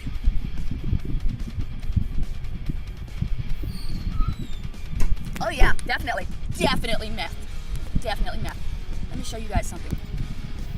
That wasn't what I wanted to show you. Exactly the same. That's exactly what my mouth looks like. Thanks. Congratulations. You figured it out. You look very stupid, and I'm very happy you're being called out on your lies. Do you know how many people in the world have private numbers? But since you're mad at Low-Leaded Markovic for keeping it real with you, it must be her. I thought it was 4chan. I thought it was Tommy's Long or EG or your sister. Where did I say it was you personally? I said I'm getting these calls. They were coming in over and over and over again. I used to do my own acrylics, but I was too anal. Like, I would notice every little flaw, and it would take me hours and hours and hours because of it. So, like, to the point I just drive myself nuts. If you need a break, Erwin, step away. Letitia's is in December.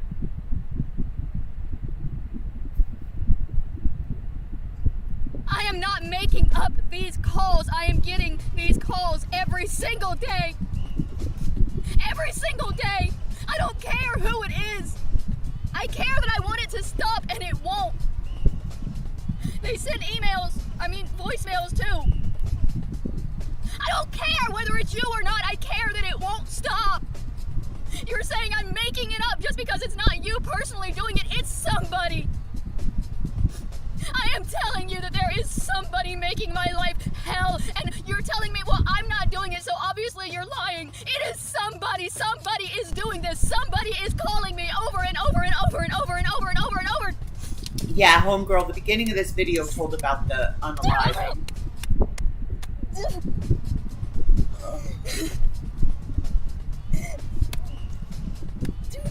Dude, nobody cares.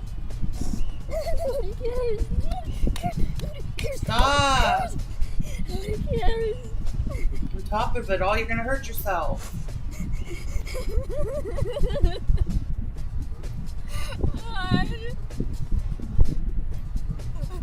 It's happening, and everybody says I'm just lying about it, and it's happening every single day. They never stop.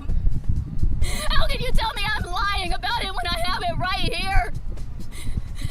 There's 1, 2, 3, 4, 5, 6, 7, 8, 9, 10, 11, 12, 13, 14, 15, 16, 17, 18, 19, This is 20, old 21, Miss 22, Green. 23, This 24, is from 25, 26, 27, 28, 29, 30, 31, 32, 33, 34, 35, 36, 37, 38, 39, 40, 41, 42, 43, 44, 45, 46, 47.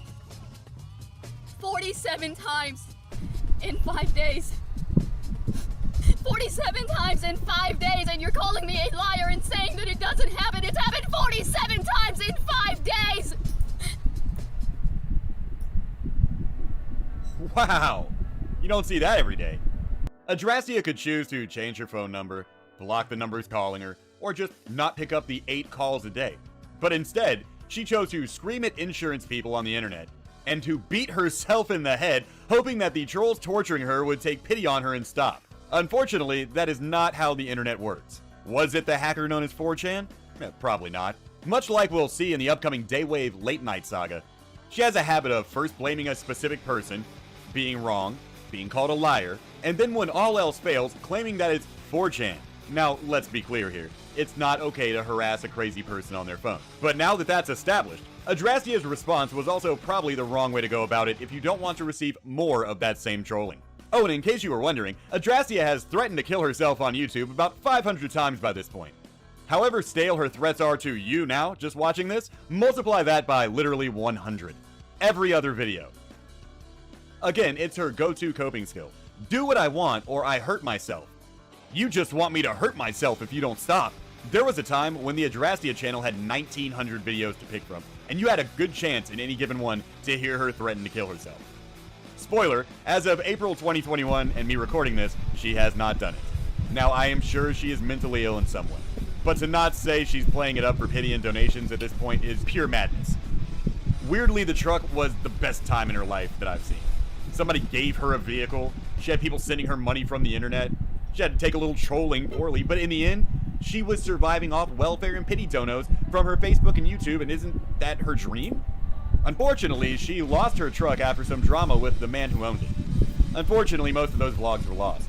Apparently, between the church and state contacting him to move his illegally parked hobo-mobile and the woman inside it, and her making a public video record every day of her just playing video games, pissing in his truck, and not trying to better herself, he had enough. I mean, what truck owner doesn't want to watch the woman he thought he was helping refuse to get a job and spray diarrhea all over his vehicle while playing Super Nintendo all day, right? Adrasdea, however, thought this was a grave insult. According to her, if he cares, he should have let her sell the truck and at least get $1,000 out of it. If he really wanted to help her. Giving her the truck wasn't enough. Now, Adrasdea had been told by the church she had to hobo her ass somewhere else, which she also took great offense to. She states that a church should want to help a homeless woman. Because, yeah, everyone loves helping a crazy 35-year-old homeless lady who pours multiple diarrhea bowls into your dumpster nightly. I'm sure the nice people working at the church love to go out in the morning to throw away the normal trash, some office papers, and open the lid on a 100-degree baked LA dumpster to the sight and smell of an open sewer. And to add insult to injury, while publicly vlogging that she can't work, fuck you, and then playing Super Nintendo all night. Now, I did talk to somebody who said they were from this church. And apparently, Adrasdea freaked out when the church pastor told her she could not live permanently illegally parked in their parking lot, dumping bowls of feces into their trash and grifting off the church members. Big surprise, she composed herself with the dignity we've seen thus far in this video. Meaning she became, allegedly, violent, loud, and threatened to kill herself so many times if they made her leave that the church had to attempt to contact her therapist at Adrasdea's behest. After that, Adrasdea turns around and begrudges them for calling the people that she told them to call in a last-ditch attempt to scam a free place to stay. Well, that's just being mean. Why wouldn't a church want a 35-year-old woman posted up in a regular cab pickup 24/7, emptying her urine bottles and poop bowl in their dumpster and hosing it out on the grass? Between shit bowl emptyings, she was also leeching off the congregation financially, begging off everyone she could talk into pitying her, while making no attempts to better her situation, and in fact, making videos from their parking lot defending why she didn't turn in her housing paperwork on time, and how much she loves to just live in her truck and play video games all day. A YouTube channel she also told all of the congregation members about ad nauseum, I am told. Once again, I would love to have videos to back this up or discredit it, but Adrasdea has them on private. And if that's true, what you've seen thus far is nothing compared to the tomfoolery they saw.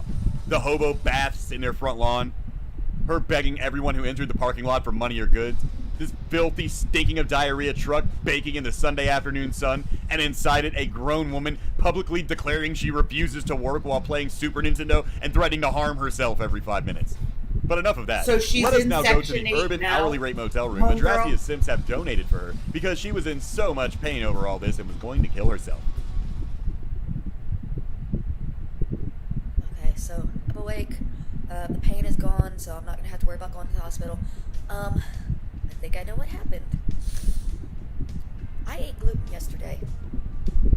I didn't tell y'all, but I had breakfast at Burger King. I had a sausage biscuit. I knew I was dealing with inflamed bowels. You know, I knew I could feel that my bowels were puffed up like a fucking balloon. What I didn't know was that having inflamed bowels could cause urinary trouble. It was my booty hole being blown up like a balloon. The last time it got really bad when my bowels were inflamed, my back locked up. Hopefully it'll be gone now. Well, at least she's got shelter now. Which That makes me really feel better cleared my about the mind a lot, situation. because for the past week or so I've been having a lot of issues struggling with the idea that everybody thinks I'm lying about what happened with the church. And so I was talking to her about it, and I asked her if she remembered me talking to her about it when it happened, and she did. And not only did she remember them yelling at me and all of that, she remembered them calling the office repeatedly for like a week, trying to get in touch with my doctor, trying to get in touch with my therapist. They were threatening police at one point, saying that I had to get out of there. Like, the things that they said to the receptionist while trying to get through to my therapist were apparently much worse than the things that they were saying to me. This actually did happen, regardless of how many people say it didn't. I'm not the only one that remembers it. I'm not the only one that was involved. And I'm not the only one that thinks it's extremely invasive for a pastor of a church to be trying to force the consent to speak to somebody's therapist. Because he tried multiple times to speak straight to my therapist about things that they did not have rights to speak to my therapist about. And I have been sitting here struggling with the fact that they did that to me, and nobody would believe me. The truth is that you're too idle and need to get a job, playing games and sleeping all day while the rest of us slave away at our jobs. That's the truth. Okay. How is my not working causing your job to be more difficult? How is my being homeless causing your job to not pay you enough? I'm not able to work. Like, my emotional level, I'm not able to work. When I worked 2 jobs at a time. I worked one in the morning, and then I would pick my husband up and take him to his second job, or his girlfriend, and then I would work my second job. I'm always on the verge of breaking down. Like, the smallest thing pushes me over the edge to where I cannot focus on anything but wanting to just die. I'm not taking medication for bipolar because it requires me to eat a large meal with it, and I refuse to eat 350 calories just before going to sleep at night. And yeah, I know that weight is a stupid reason to not want to take medication for manic depression, but here we are. I'm a stupid person. the people that are sending me money might be working a little bit harder to send me a couple of extra dollars and get me through.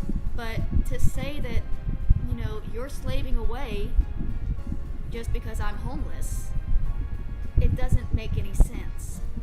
Before the pandemic, I was working. I was doing TV show audience work.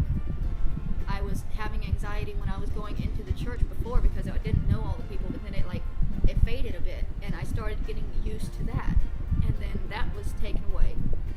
The man Hi, Stephanie. came at me when he wanted me to leave. It pushed me to where I couldn't be comfortable going back into the church again.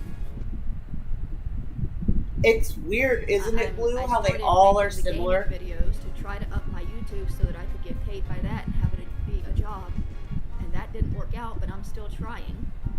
I would do it, you know, but right now there's not anything that I can do to take care of myself.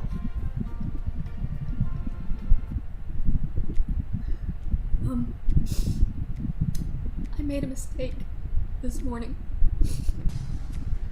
A couple of weeks ago, a person offered me money. There was a clip at the beginning of naked this where photos. she showed up to work and then they didn't I feed have her or sold something. pictures in the past And she was saying she hates Steve Harvey. a friend that I knew very well. This is Adrasdea, Stephanie. I got And we're watching enough Adonis Paul tempted again.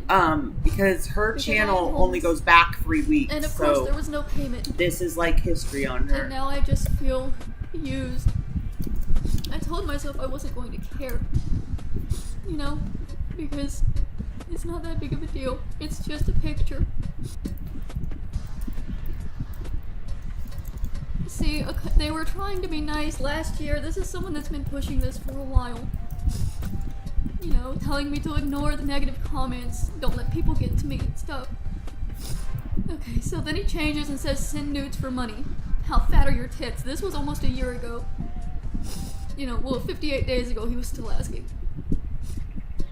So 4 days ago when I was really struggling, I asked if he was still willing to pay. And he said yes. But I need to answer quicker, even though it took 3 days. There's always for him an to respond. excuse why they can't take their meds, Brandy, right? You know, Always. $50. I sent my PayPal. What's your email? I Thank sent you, the homegirl. email. I'm writing I it sent down. one pic to prove that I would, and then asked for the money before I sent more. Send a picture of your ass and you'll get money. I'm not sending more pictures for free. I've already sent one.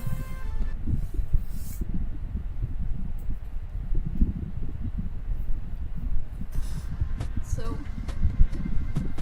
why would I scam you? Why scam a homeless woman of her dignity? You know, humans are garbage, that's why. Why else? I did let down my barrier enough to take a picture that I sent to this person that I thought was going to help me get through this life, to help me get a little bit of weed. And in the end, it's Thank not you, really Blue. gonna matter. They're gonna share that picture all over the place. And the whole world is gonna see it. Good morning, and Blue all Blue. my fat and ugliness, and it's gonna be complete. So, this is a new girl, but all of her videos, apparently she does kind of like what SJM does, you know, takes all her videos down and stuff like that. So right now, the only videos on her channel go back like 3 weeks, and that's it. So this is Adonis Paul, and this video of Adonis Paul's is a year old, but he covers like her past and her history and stuff. So we're learning about her together basically, because she's new to me too. Completely free. So, first off, somebody Oh did my send gosh. me $10, and I want to say thank you. It wasn't the person that got the picture, but I did manage to get $10 off of my picture that I sent. You know, it's a personal violation because you can get naked pictures anywhere. You can go to Pornhub, you can go to Frog Sex, you can go to a million sites online on your phone and get naked pictures. You can Do what ride you down, need to do. you know, the street and pick up a hooker. If you're asking somebody online like this for naked pictures and then not paying them, it's a personal thing. You can get naked pictures for free from anywhere. It's a personal violation to do this, and it's not about the money. I feel violated.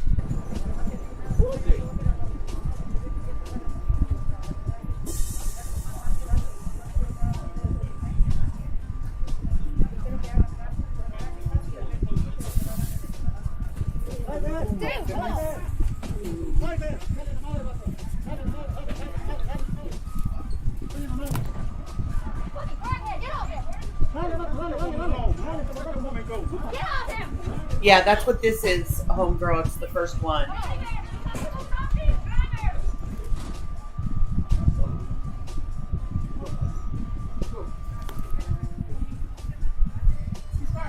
There's a fetish out there for everything. The guy in the I white shirt swear. started and he's fucking on drugs or something.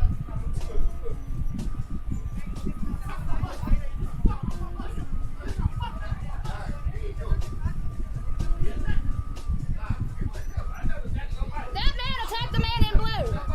That man attacked the man in blue. This man, listen to me, this man, I have it on film. This man attacked that man and I pulled him off of him. He was been sitting here talking to himself, fighting with himself, and then he leaped on that man. I filmed it, alright? I have it on film. The man with his shirt off attacked that man in blue.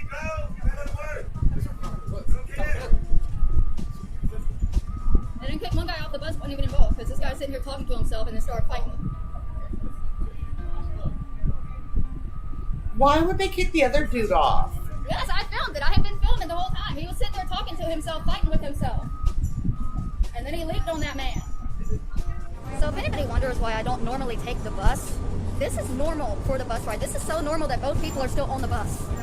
Like, literally, the police weren't called, dude's bleeding, he's still crazy, he's still here. This is normal for LA.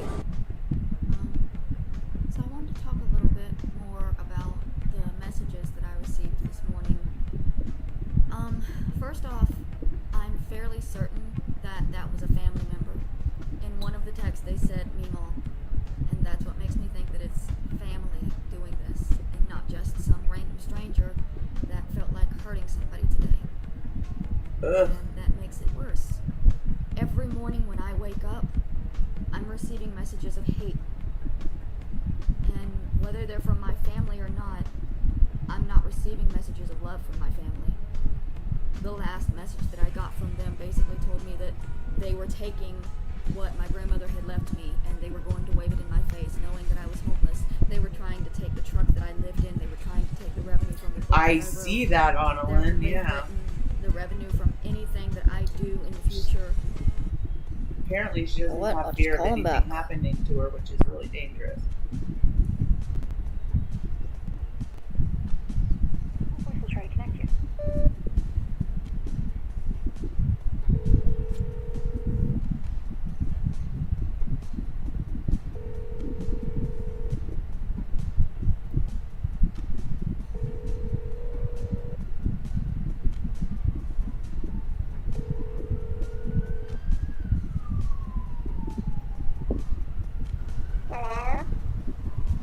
Stop calling me.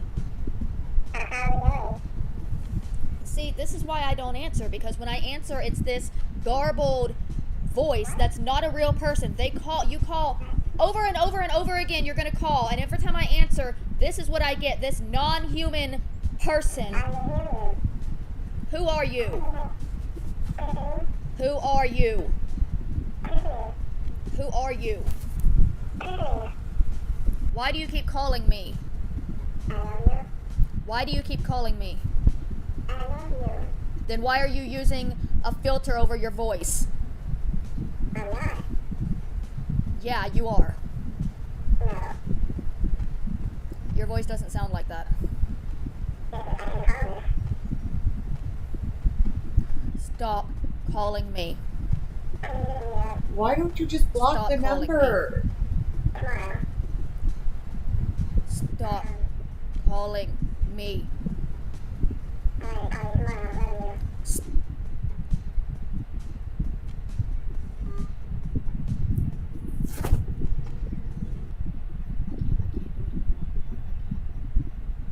exactly on a limb.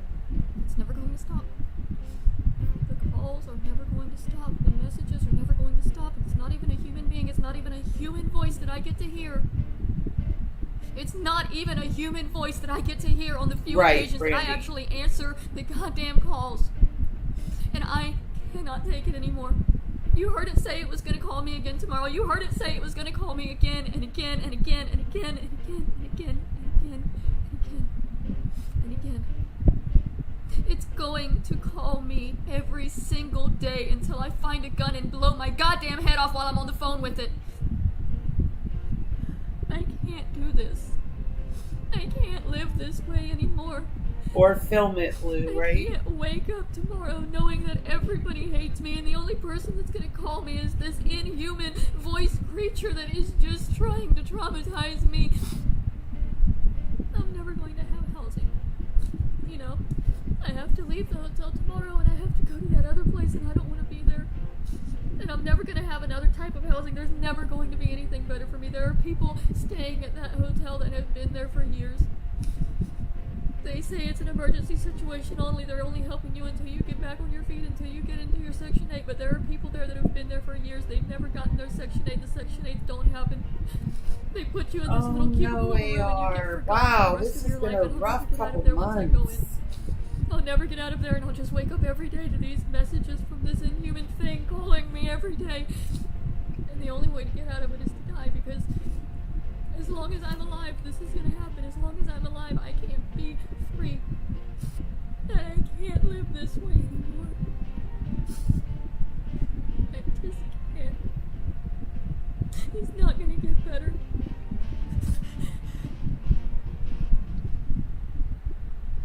So Adrasdea's fat, middle-aged, mostly female Facebook and YouTube sims have given her enough to stay in a hotel room until the dreaded day she was able to get a free shelter room from the taxpayers. This was to allow her a safe place to live until her taxpayer-paid Section 8 housing got approved, which she admitted she never bothered to work on the paperwork for until they took her drug away. And before we watch this next and final chapter in this look into the most insane horror cow I have ever witnessed in the wild, I would like to take a moment to state the facilities at the shelter are disgusting. And this is another chapter where even though Mary is clearly a psychopath causing all of her own problems and blaming everyone but her, that doesn't take away from the horror of some of this. Viewer discretion is advised.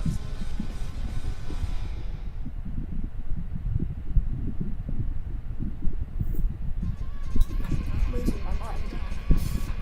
I don't know how to deal with this 24/7 heat. I don't know. I don't know how to deal with it. I'm trying. I'm keeping the lights off. I'm laying right in front of my little fan. I've got the window open as far as it'll go, but the window, it's facing an alley and there's no breeze that's gonna come in. And it hurts me that I know that this is where the church people want me to be. This is what I deserve. This is where I belong. And, like, just because I'm homeless, but the church wanted me gone. They said I didn't belong there. They wanted me indoors. This is the indoors option. This is where I belong, according to the church, according to God's people. That's why I'm done with God.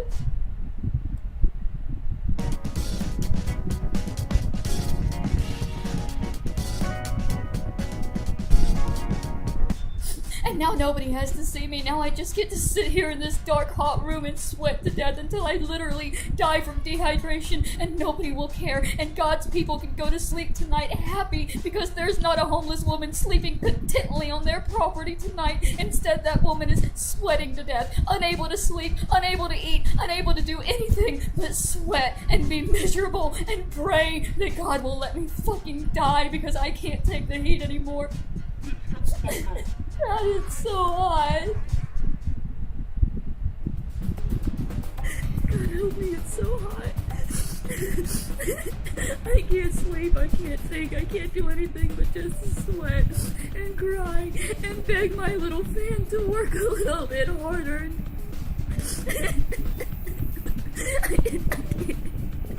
I can't live like this. God help me.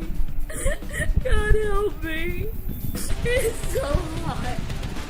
And the day is just beginning. God help me.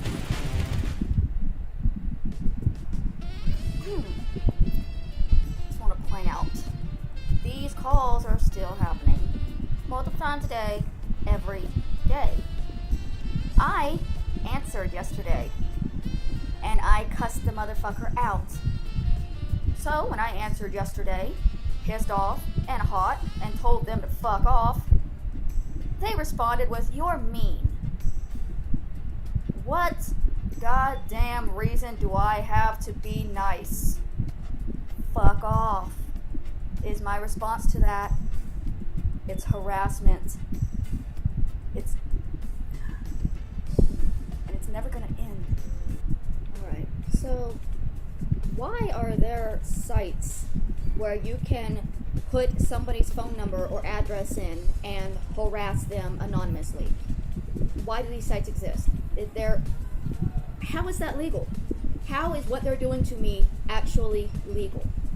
Alright, so I actually answered one of the calls today, right? And it was a man demanding money for a pizza. Ask her about lawyers, because I know that there are some lawyers that will help the homeless, just to help the homeless, just to help people. And I think that it's come to the point that I need help. And I know a lot of people are thinking, but it's just a prank phone call. Put yourself in my shoes for 1 minute. You're homeless. You're alone in life. You have no friends, no family, nobody calling to check on you. And then when your phone rings, it's an angry man demanding money for a pizza that you didn't order, and it's not going to be delivered to you. And it's... So she's new to me too, Jill. And her videos on her channel only go back 3 weeks. So this is Adonis Paul, and he did a 3-part series on her. This is the first part of it, and it goes into past years and her history and everything.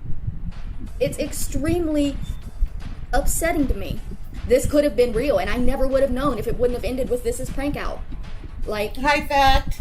There's no possible way that this is entirely legal. This is a harasser torturing a mentally unwell homeless person, using this site to stay anonymous and do it. Good night, Stephanie. Sweet dreams. No. And it's happening right now. There's another call coming in right now. They just called again. I'm going to try to call them back. They just called me, so how can I not call them back? How can they change it seconds after they call me? Because it's not a real phone number. Because this is what Prank Owl does. They use disposable numbers. The number literally isn't real, so there's no point, I can't just block it because it's not a real number. Hello? Hey. I was on my boyfriend's Facebook, and I saw all these trashy little messages you sent to him. You think my man wants you? Don't lie, you nasty little trailer trash. You think you're pretty or something? Girl, please. This is another one of those. It's not a real person. Listen, I know you don't want drama with me. My man doesn't want you. Get that through your head, okay? Do y'all understand how stressful this could be? Look, we can go all day about how fat and ugly you are, but I've got better things to do. Just wondering. Now I've been called fat and ugly. That's okay, Brandy, because normally I am. It's supposed to be just a prank. They're calling me fat and ugly. They're calling me fat and ugly and trailer trash, accusing me of trying to get with somebody, threatening me. This is not a prank, y'all. This is genuinely upsetting. This is genuinely upsetting. And there has to be something that can be done. This is not pranking somebody. This is harassment and torture. And if a lawyer won't help me, then there is no justice here. Use the only thing I have to torture me. How is this not illegal? How is this okay? How is everybody just okay with sites like this existing?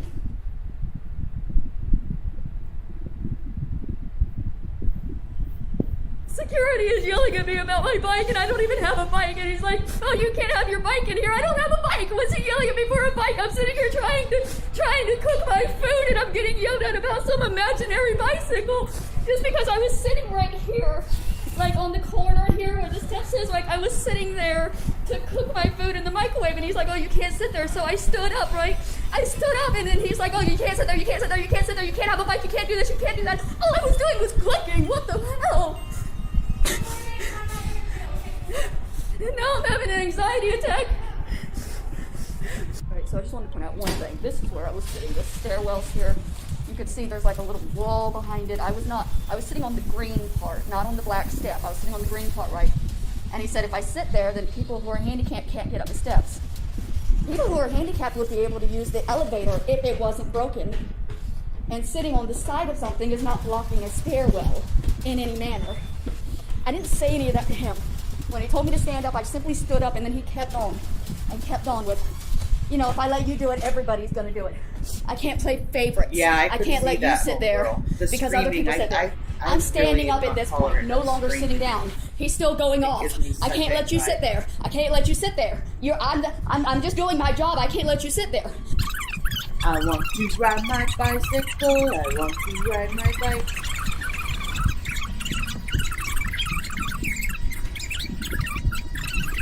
$415 speed. Okay.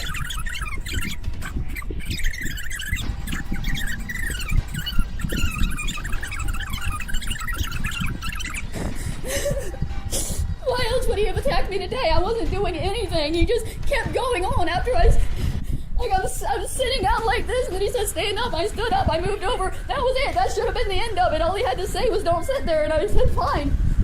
Instead of yelling at people for taking up a very minuscule little square that's not even covering anything. I have no idea of that. And nobody was trying to get up the stairs. There was no bikes blocking for him to start yelling at me about a bike. There was nothing. He was just yelling at me.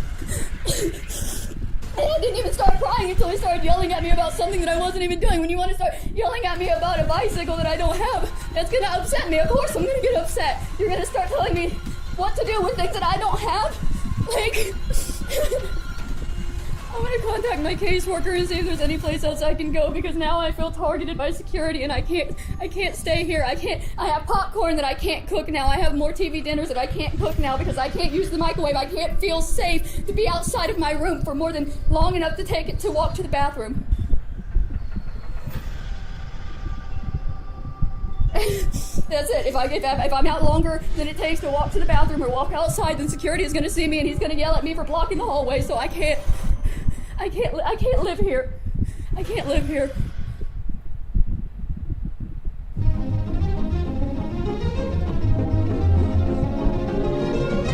Where was that? It looked like a hospital. So I'm having one of those days where I'm just gonna lose my mind. I started my period yesterday. I went to bed. Oh, are you serious? Yeah. I woke up and thought I was okay. Through this? I really don't want to. But then when I don't know what you're doing. You're trying to break into somebody's room. Call help. Calling help.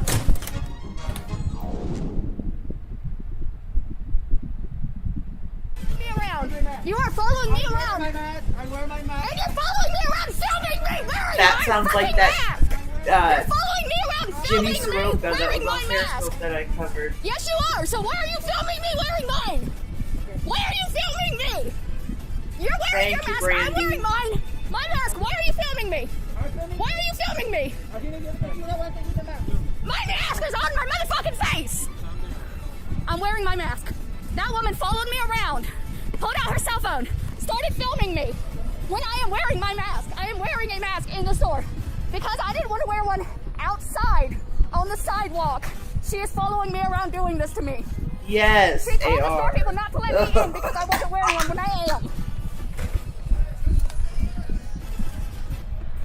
Fuck that bitch, dude. I am wearing a mask. She has no right to be following me around, filming me. See? Mask on. In the store, it is always on. I don't always wear it when I'm outside because you're outside in the freaking open. The video I made, it's over. I made back in March when the pandemic first first started and I was denied a shower at my doctor's office. And they've shared it on In the Now a couple of times. Look, it's my big face. Sorry, cracked lips and shit. Martin Binkovic. Keyword throughout this entire sob fest. Depends. She depends on the state. I'm with you, Brandy. From the moment you are born, you depend on someone. Usually, this dependence ends across the world at either age 18 or 21. Welcome back, Six. Welcome back, welcome back, welcome back. Absolutely. Tertiary education or some sort of qualification, also a yes. She looks way past 18 or 21 and is still dependent at the most basic of things such as a meal or shower. It's her own fault. Sorry, I had coughed up my mouth and it's making me too juicy to talk. Ew, What did she do every single year to ensure she doesn't get into that horrible position that looms over everyone if we were to decide to stop caring about our daily lives? And I'm not buying anxiety disorder as a legitimate reason to suffer to this extent.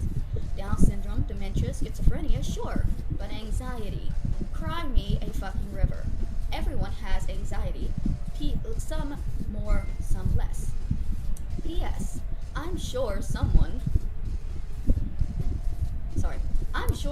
would happily take that phone off her hands and allow her to shower and get a free lunch every day for a month. Right under him is this person.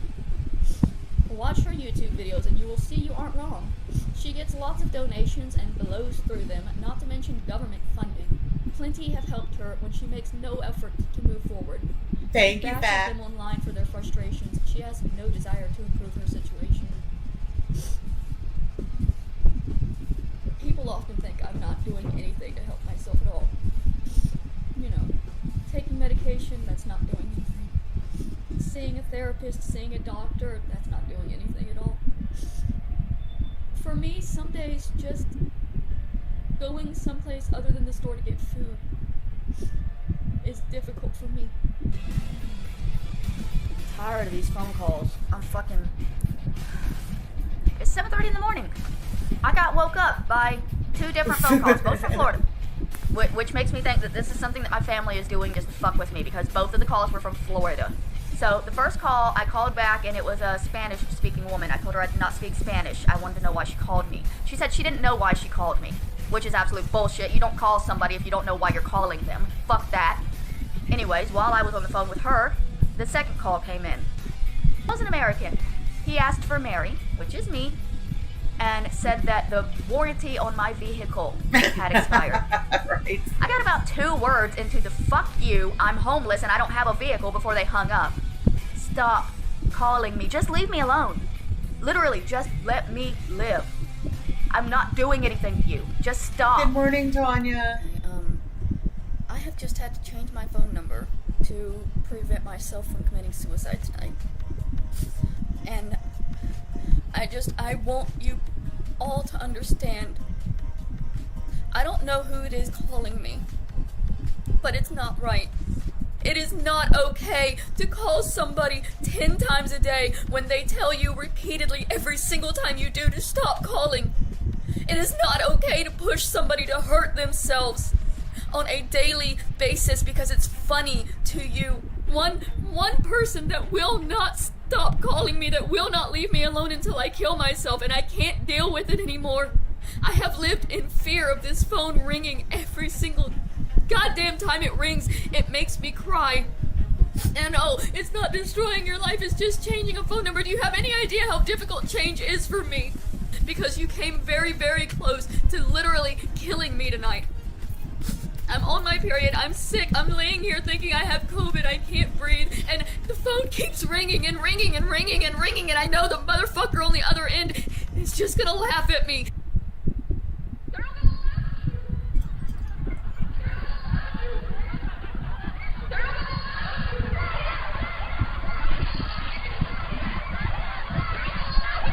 And to make me feel like hurting myself, you want to be famous by torturing a human being until they kill themselves.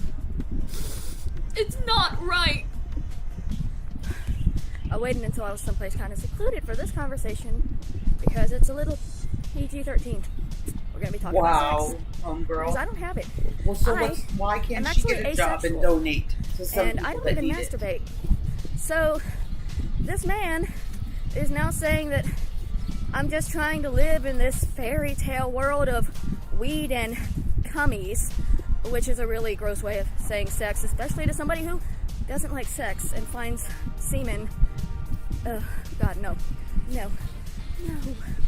And now I know he's going to be messaging, oh, well, you don't have sex because nobody will fuck you ugly. Right, no, it's because I turn people down. Yep, you got There are the gist of videos it. on here of me turning down men who think I'm a hooker. As I said, I don't even masturbate because I don't feel anything from it. Literally, nothing. I go numb because I have been raped so many times in my life that my brain's natural, defenses cause it to just kind of shut off. This guy, Latex Bread Machine, is saying that I'm just trying to live this existence of weed and sex. And that's just, he didn't say sex. I don't want to use the word that he used because it makes me gag. Cummies, I have that much of an aversion to cummies, sex, that the idea of cummies, what he probably thinks is an adorable, kinky thing, literally turns my stomach. And this is what he's pushing me to kill myself over. Cummies.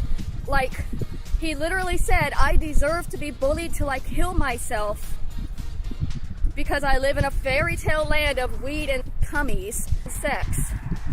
The only sex in my life is non-consensual. And I don't know what I've been posting to give people the idea that that's the kind of life that I'm into. But let me just make it loud and clear now that it is not.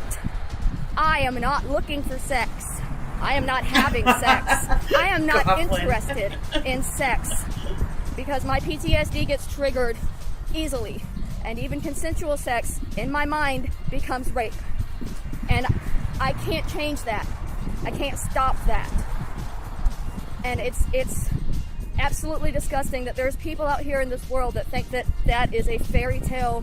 That's what they want. That's their fairy tale life, to just have men rape them on a regular basis. That's what they're looking for. That's what they think I'm looking for. Cummies.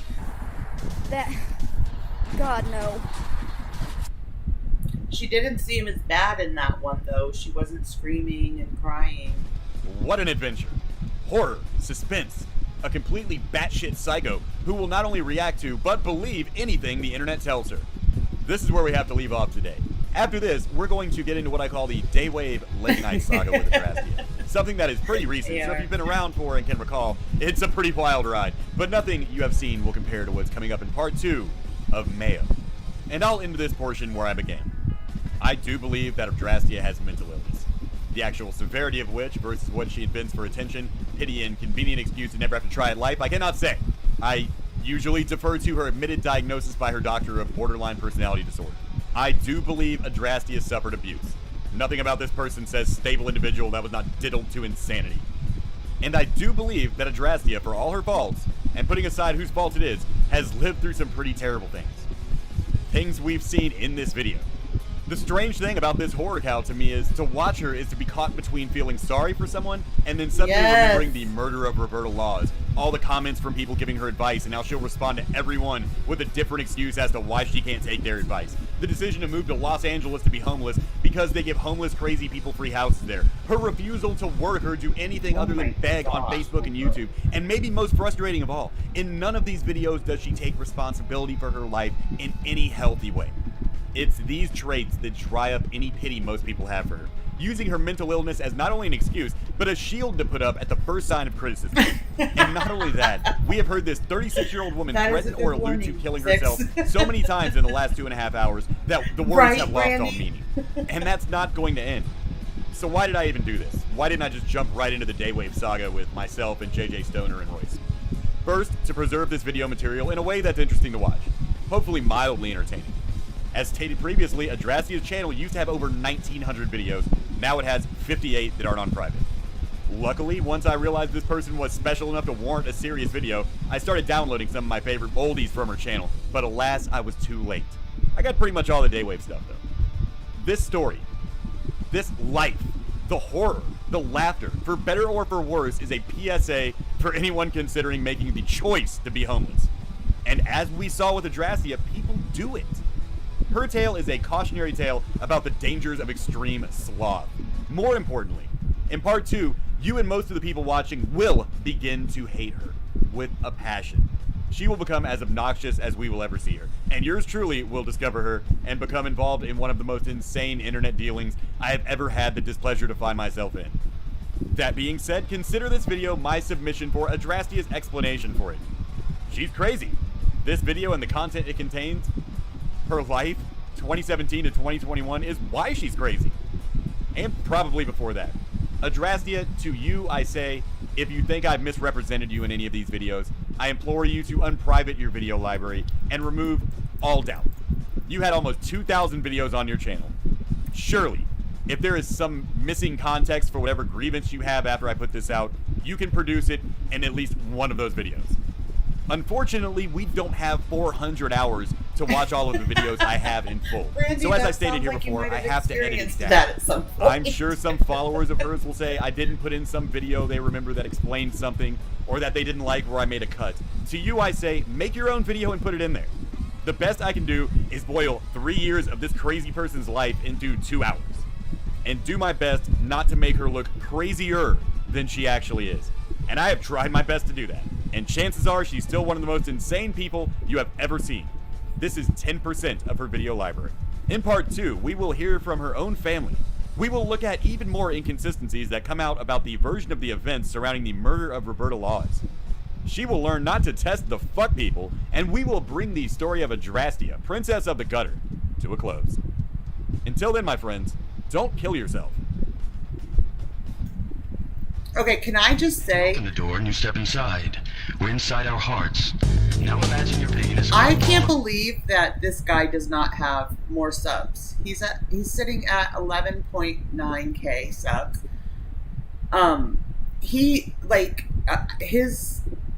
I don't know, I really like his channel and his delivery, and he has the perfect voice for it and everything. So anyway, here is his link if you guys want to give him a like on the video and subscribe to him. To be fair, Skid Row is a lesson on homelessness as a lifestyle people actually do choose to stay stuck in by refusing services. There are people who don't desire to exist in a traditional role. Yeah, I know. And it's sad, but you're right.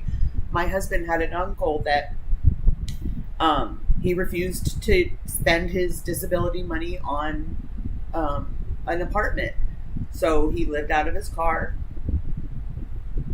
But he was an addict, which I think a lot of times is true, but not always. They say, we're all like one paycheck away from homelessness, Who knows what might happen that, would break you and have you down and out.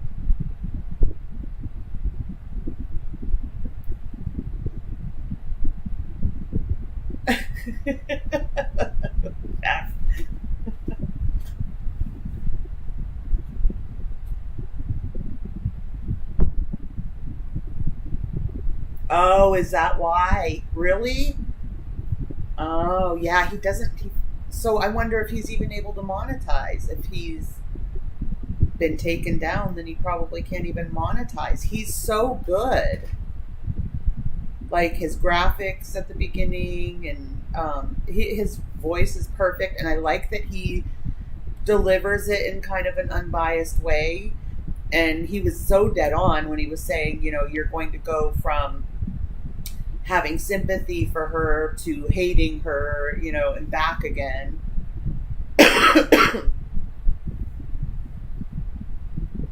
I was going to show one of her recent ones.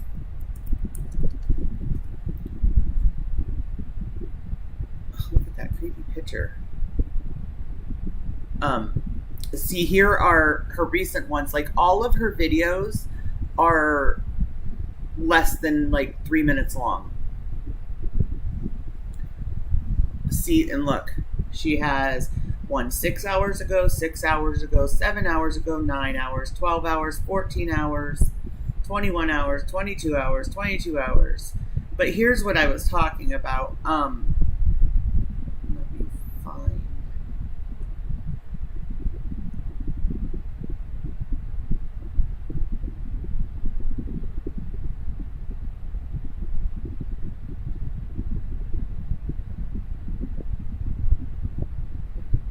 She deleted them. I was telling you guys there was a video of her asking for money, and then after that there was a video of her thanking people for sending money, and then within another hour or two she had another video up asking for money again. After she showed that she spent the first money on food, we don't know how much they sent, I guess, but she got like juice.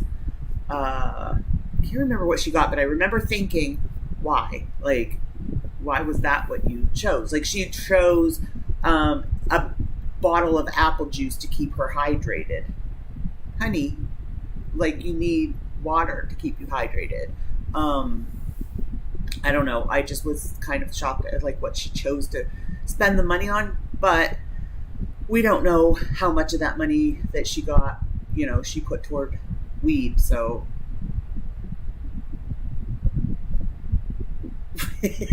yes, 6. That's why she gets a stack of 20s on payday, remember?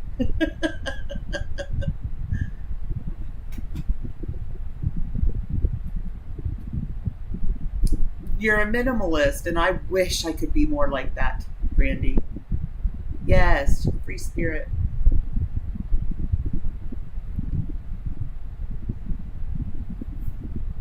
Right. Yeah, plug.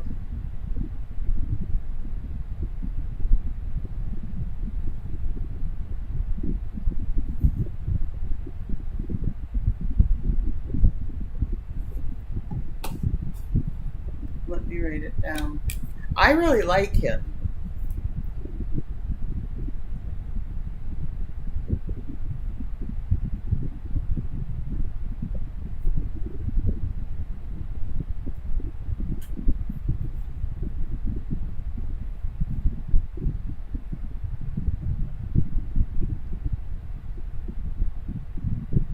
I know, Anna Lynn. I do, though, on and off. I go from literally from video to video. Like, one video she might, you know, really bother me, and then the next video I feel bad for her. I can't help but feel bad for people that are mentally ill, because it's not as easy for them to pick up and get their life in order the way it is for like your average person. And I think everybody's level of mental illness is different.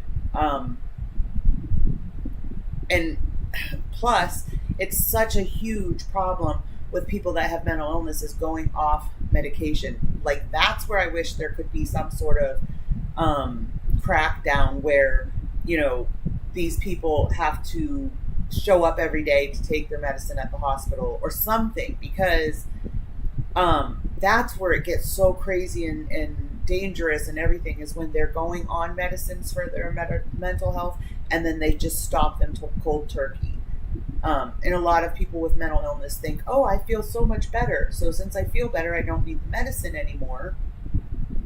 So they stop the medicine cold turkey, which that alone can put you into suicidal tendencies, unaliving tendencies.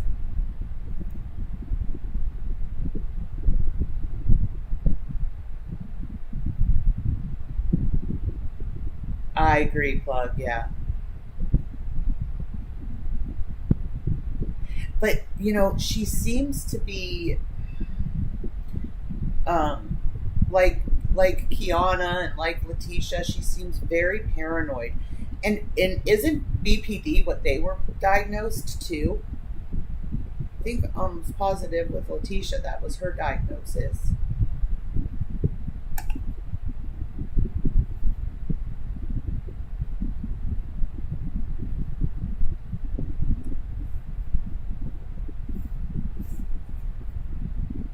Okay, so I'm not sure what one we should. We'll do these. We'll do these last few from the, because they're all. Yeah, see, they're all just a few minutes long. We'll start there and go back. They get so angry whenever anybody helps me. They get so angry. Oh, good, Stephanie. So they're threatening now. They're threatening they're going to report me to the government, and I hope they do. Because I'm tired of the threats. If you would actually just report what you say you're going to report, do it. Do it! Go to the police. Go to the government. Do whatever it is you're threatening to do. Just do it. Just do it. There is no reason to threaten. Just do it. So they're saying, well, you have to claim your donations. Everyone, you have to claim them. You have to claim them. I'm going to report them. You're going to lose your housing because I'm reporting it. It has already been reported. If you watched my videos, you would understand that just a couple of months ago, I made a video saying, I'm going to the bank right now to get bank statements to send to housing. Because every 6 months, I have to go and get bank statements, and I have to give them to housing. I have to let housing know exactly what is coming in and going out of my bank account. And I do, Brandy, successfully every 6 months. I have not failed to keep them informed of what I get. I just don't get what you think I'm receiving. You think I'm receiving hundreds or thousands of dollars a month. Last month, I brought in $200 in donations. All of it came from a single person. One single individual. This month, the last 4 days that I've been asking for money, I've brought in $20. And it came from 2 people that I flat out asked. It did not come from people wanting to help me. It came from friends that I flat out had to beg just to get myself some apple juice. And oh, they're denying that the phone is even off. I can prove that there's no food stamps here. Hold on, I can do that real quick. Now I have 2 phones. I can call on one and record it from this one, and you'll be able to hear them say there's no money in the account. Because they've been saying, no, she has food stamps, she has food stamps, she has food stamps. You may enter it at any time during this menu. Just listen, okay? Just listen. All PEBT benefits for the 2020 to 2020.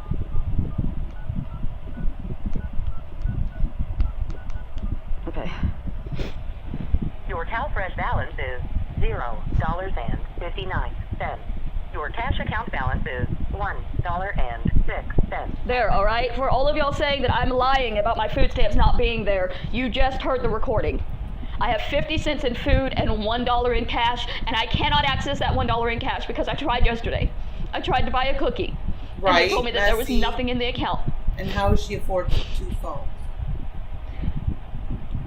My problem with them threatening in the comments is that other people see that and believe that I'm a bad person when I'm not. They say they're going to go to the government. Go to the government. Why aren't you doing that instead of putting it in my comments where other people who are not the government will see it and assume that I've done something to deserve to be reported to the government for? Every time anybody sends me any money at all, they get so mad. They get so angry, and they don't even know what I'm receiving. They have no idea. No clue. If somebody sends me $5, they assume it's 20 and they hurt me for it. I don't receive regular donations. I have one person who I beg every week to help keep me alive. Oh, okay. I received regular donations Homegirl, before they started doing this. Before Adonis Paul and Original Owl and all of these people came and started beating me down on a daily basis, people did help me. But now, I don't get anything at all. And they're still threatening to hurt me for things that I'm not even receiving. Oh, really? I do what I'm supposed to do. I report my earnings to the government every time I'm asked to do it. Every couple of months when it comes around, I'm able to successfully give them these reports. There's never been a fear that there would be too much money because I don't make too much money. I simply am not earning the thousands of dollars that Adonis Paul is earning on this platform. And they think I am. That's what makes them so angry. Every dollar I get, they think I'm taking from them. Every dollar somebody donates to me, they're not donating to Adonis Paul, so his fans have to hurt me for that dollar. Because they think he desperately needs it and nobody else is allowed to have that donation but him. Nobody else is allowed to struggle. Nobody else is allowed. I'm not allowed to get a donation without these people attacking me. And they won't do what they say they're going to do. They say they're going to go to the government with it. They never do. They say they're going to go to the police. They never do. They just keep saying it. Because they want people in the comments to believe that it's serious. And it's not. If you're going to report me to the government for my funds, then go ahead and do it. They will go into my account. They will look at it again. Yes, Juror. He started out on Periscope. I follow him. I didn't realize he was sketch, though. I kind of, because I don't, watch him regularly, so I kind of felt like he was getting bullied. But that's not the case. Just as they have before, just as they do every 6 months, they will do an audit. It'll be fine. Because I'm allowed to make about $1,000 a month. And I only make about $200. Understand that. I am allowed there is 3 to have money. Homegirl. We'll play the second one probably Monday morning. Because tomorrow I don't usually stream on Saturdays. Sunday we have our game night. For anybody that's new, on Sunday nights at 9 p.m. Eastern, we have game nights, which is always a lot of fun. And it's just like basically just hanging out, chit-chatting, and playing games. Even in a Section 8, on food stamps, on general relief, I am still allowed to earn money for myself. It just can't go over a certain limit. I'm only getting $200 a month. That's well below any limit. And the reason that they do that, the reason they allow people who are on assistance to earn money for themselves is because money is literally needed to exist in America. It's needed to exist. It's needed to survive. And they're aware that the amounts that they give are not enough for a human being to survive on. The money I get in my food stamps and my general relief is not meant for me to fully survive on. Any human being that's able to fully survive on $200 a month is not living a very good life. You try it. For 1 month, okay? Budget yourself. Your food is only $200 and everything extra is only $200. That's it. Clothes, Starbucks, anything extra. Unless you want to, use your food stamps and you put Starbucks on it and then you take it off, but you're gonna run out of money real fast doing that. Just try for 1 month. Stop. Happy birthday to you. Happy birthday to you. Happy birthday, dear Lilith. Happy birthday to you. Yay! Happy birthday, Lilith. I love you. You sneak. And tell me how easy it is to survive. $200 in food and $200 in cash, and that's it. And you got to pay your bills with that $200 in cash too. It's not just, because the housing is paid for, but the water and the electric is not. I'm supposed to be accountable for that. So, do it yourself and then tell me how easy it is. Or report it to the government, report it to the police, do whatever you're going to do, but stop threatening. Man up.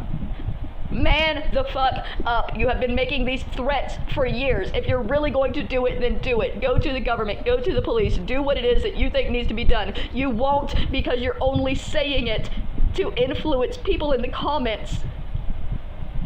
Oh, people that come to my comments every day just to reach. We have to do it all over again on Sunday, y'all. Sunday is Lil's birthday. I went backwards, highlighting the comments. Well, pre-happy birthday, Lilith. My life story in a way that's not accurate. They're only doing it to change people's opinions of me, to make people wonder what's true and what's not. I've told the truth. I've been honest. I've done what I'm supposed to do. And they want me dead. Adonis Paul's fans want me dead, and they will follow me, and they will attack me, and they will lie about me in every video I make for the rest of my life because they want me dead. And it doesn't matter how little I need to survive. It doesn't matter that I'm doing everything right. I'm doing everything right. I take my medication, I see my doctors, I'm doing what I'm supposed to be doing. Why can't that ever be enough? Why can't doing what you're supposed to be doing ever lead to somebody being supportive of me? Why is that such a big ask? Why? Doesn't everybody deserve to have a little bit of kindness and support shown to them, especially when they're working hard on themselves? Nobody even understands what it is to truly be dealing with what I'm dealing with, to work on it, to spend years taking medications that you hate, not knowing whether it's actually going to work. Just to be threatened every day with things that they're never going to actually do. Tell the government what you think is happening. They will investigate it. You don't need to threaten me with it every single day just to make the people in my comments hate me. Which is what you're doing.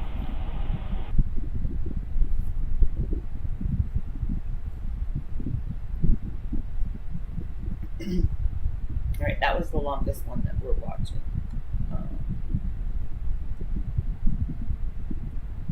They are lying. It matters. It matters that they are lying because it's my life that they are lying about. It's my life. Hi, Fiend. Me. It's my life. It's me that they're trying to kill. And nobody's asking them the right questions. Nobody's telling them they have to show proof. They can just say whatever they want to say and everybody believes them. I can show proof of what I've said. And I'm still not believed. Because they want me to kill myself. They want me to feel hopeless. They want me to feel like I have no power. They want me to feel like no matter how much I speak out and tell the truth, nobody's ever gonna believe me because I'm surrounded by them and they want me dead. And they're not gonna stop until they have killed me. I have not done what they are accusing me of doing. They will not show proof that I have, and I have already showed evidence that I have not. And they still won't leave me alone or stop lying about me. And yes, it matters that they are lying. Every lie they tell about me matters. It matters because it's a lie. I'm not lying, so why should they be allowed to lie about me every day? It matters. It fucking matters. The truth matters. The truth is important. I know since Donald Trump was in office, it became less important. Nobody cared about the truth. It was what was interesting but the truth is important in my life, and it's my life that they're messing with. It's me that they're trying to kill with their lies. The truth matters.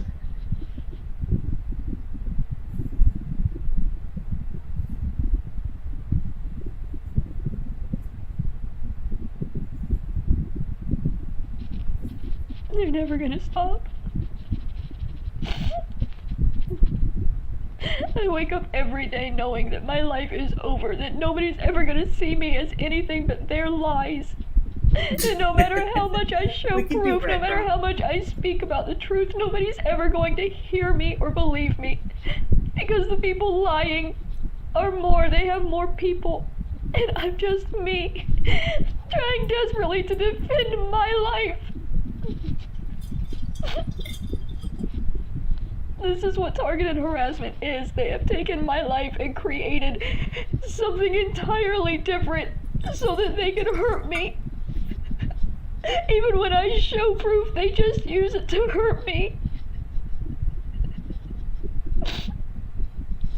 And they make big money doing it. And that's a big part of why it won't end. Because they make so much money tearing down my life. They would not have lives if they stopped. They wouldn't make their money anymore. And they don't care what it does to me. But it's literally destroying me. Because the truth is so important to me. And I've told the truth. And nobody believes me. And nobody's ever going to believe me. I didn't lie. For 2 years. Adonis Paul We're and still his going, followers Willie. have made my life a living nightmare. And they will not stop until it kills me. They will not stop until it kills me. And I am pleading out and begging for people to hear me. That I am not the person that they claim I am. I don't do the things they claim I do. I am literally just trying to survive. And these other YouTubers want me dead. I'm not doing this to them. I'm not in their comments. I'm not doing this to them. But they have been doing this to me for years, and it's never going to end. Until I'm dead, it won't stop. This is what targeted harassment is. This is what it is meant to do to the victim.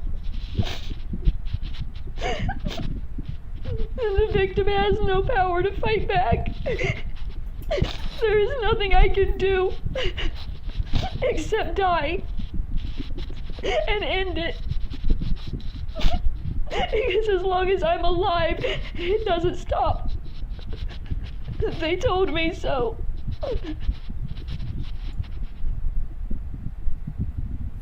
So, Willie, this is a new one I was going to start to cover.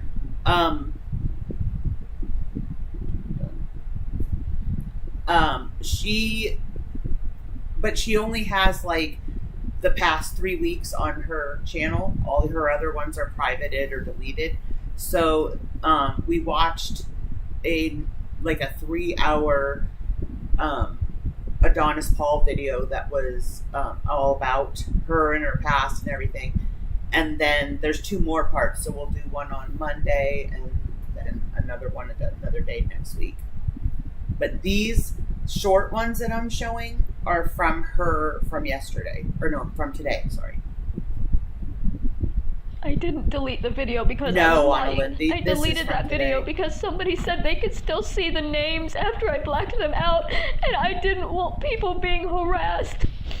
And so now they're saying, see, you lied, you deleted the video because you lied, and we've already downloaded it, and so now they're going to terrorize the few people that actually do talk to me because they found a way to see the names through the blackout that I tried to do. She's severely ill, Willie. She was homeless. She's in Section 8 now, so she has a place now. But kind of like Letitia, like TLC, she's paranoid. She thinks, everybody's after her. Most of her videos are like this. Like she comes on and cries and stuff, but she's also continually asking for money for weed, which is another thing that Letitia always did. I didn't delete it because I lied. I deleted it because I was scared of what was going to happen to my friends. And now they've made it clear that what's going to happen is going to happen regardless because they've saved the video and they're going to look at the names and they're going to hurt people. Right, Tina. I'm sorry. I'm sorry. I didn't want anybody to get hurt. I'm sorry. I didn't want anybody to get hurt. I was trying to protect them. I'm sorry. And now it's my fault they're going to be attacked. Now it's my fault they're going to be harassed and hurt. Now it's my fault they might be killed. So one of the videos, she was crying hysterically, and you could tell she was crying hysterically because she was doing that hyperventilating thing, so you knew that it was real. If she is this upset, she would be doing that in this one too. And all this time, so for the past minute and 37 seconds, she's been crying hysterically, but there's 2 tears. Why am I so stupid? Now people are in danger because of me, and I tried to take it away. I tried to delete it, and it's too late. It's too late. It's too late. It's too late. Yes, AR. Never, never do that. That's so dangerous. I didn't delete the video because I was lying. I deleted that video because somebody said they could still see the names after I blacked them out. Well, and I didn't want people being harassed. The so more now you they're watch, saying, see, you lied, you deleted the video because you lied, and we've already downloaded it, and so now they're going to terrorize the few people that And so apparently, Willie, in 2009, her boyfriend red rummed her or his live-in girlfriend, and she helped clean it up. So it starts like way back then, but yeah, I get where you would, because I'm kind of torn on it too. Sometimes I'm like, you're full of it, and sometimes I'm like, oh, I feel bad for her. So actually do talk but she to is me off because the they street found now, a way which to is see good. the names through the blackout that I tried to do. I didn't delete it because I lied. I deleted it because I was scared of what was going to happen to my friends. And now they've made it clear that what's going to happen is going to happen regardless, because they've saved the video and they're going to look at the names and they're going to hurt people. I'm sorry. I'm sorry. I didn't want anybody to get hurt. I'm sorry. I didn't want anybody to get hurt. I was trying to protect them. I'm sorry. Now it's my fault they're going to be attacked. Yes, now it's my fault they're going to be arrested. Now it's my fault they might be killed. Yes, Willie. Fuck. Why am I so stupid? Now people are in danger because of me, and I tried to take it away. I tried to delete it, and it's too late. It's too late. It's too late. It's too late. I guess just because she's unstable, so they can't like rely on her account of things. I'm not real sure. She's new to me too. We're learning about her together today. I just don't know what I'm going to do. Oh, there you go. Thank you, Fiend. So what happened was, this morning they were lying about me. They said that I had messaged everybody on my Facebook asking for money. I was trying to prove I didn't do that. So I showed my chat log, which shows that I've only spoken to 5 people since October 22nd. And then cleaned up. And none of those were a mass I thought it said something about her cleaning up blood and stuff. I didn't realize it was a fire. I thought there was something about her cleaning up the blood. I guess I really didn't know how she had passed. Message to multiple people. It was 5 singular people. I tried to black out the names so that those people would be safe. Oh, Ashley, I'm sorry you're not feeling well. I hope you feel better. And I saw in the comments that she is the one that I was talking about yesterday about starting to cover, but she always takes her videos down. In fact, 2 of the ones that I was going to play that she had posted yesterday, she took down. So all that is on her channel is like the past 3 weeks, and only the ones that she didn't, like I said, delete or private. So we watched a 3-hour part 1 from Adonis Paul all about her and her past, and then we'll watch the second video and the third video next week. Still read the names, and I realized that was putting my friends in danger, so I took down the video. And then they told me that they re-uploaded it, and they could read the names, and that meant that my friends were in danger because they had their names, and that's all they need. They pretty much ignore all these people calls. need is your name, and they can destroy your life. They can destroy your mental state. They can make you kill yourself. They will work on you and wear you down over time. They have been trying to kill me for 2 years now. It escalates slowly. And now they have my friends' names, and I don't know what they're going to do to them. And I didn't want anybody to get hurt. And now they're going...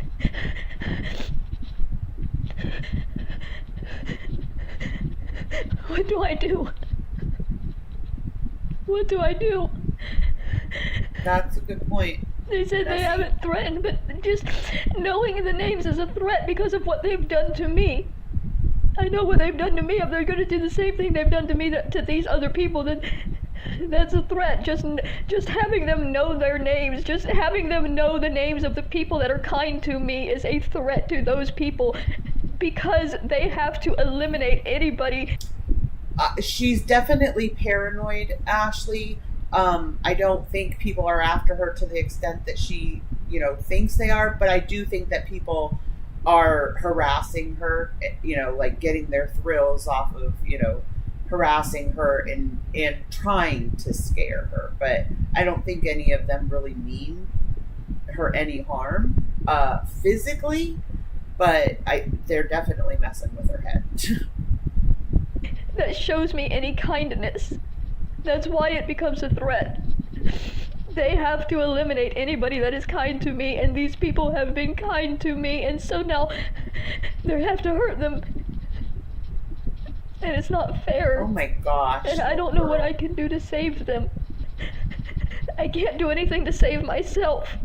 Once we're in this, it's that's it. Once they've decided that you're their victim. They, like I said, Tina, they kind of don't take her reports seriously anymore, kind of how it was with TLC and how it was with Kiana Clark. She calls for so much that there was a police call on the video from Adonis Paul that we watched, and she calls so often that they don't take her seriously. That's it. They never stop.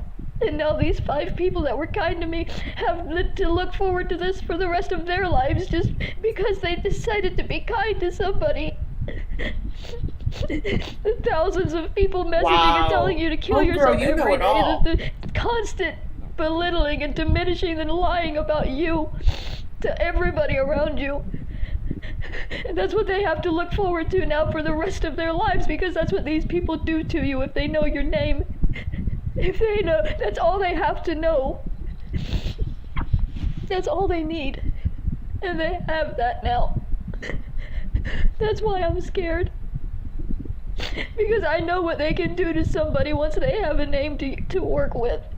They've done it to me. For 2 years now they've been doing this to me. And every time somebody helps me, they do it to them until they go away.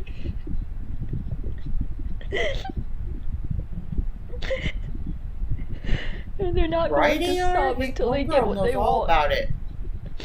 And what they want is for me to die. Right, Willie. That's, yeah. See, there's a lot of, contradictions.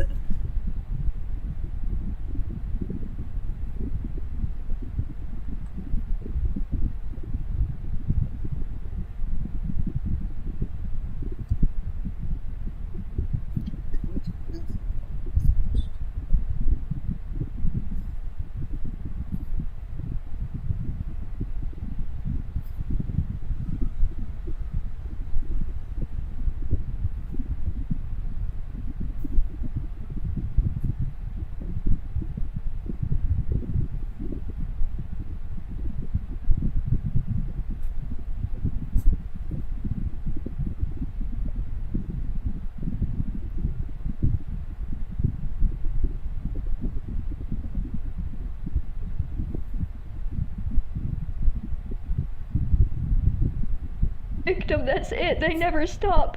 And now these 5 people that were kind to me have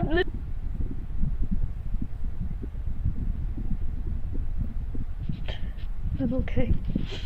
I just don't know what I'm gonna do. So what happened was,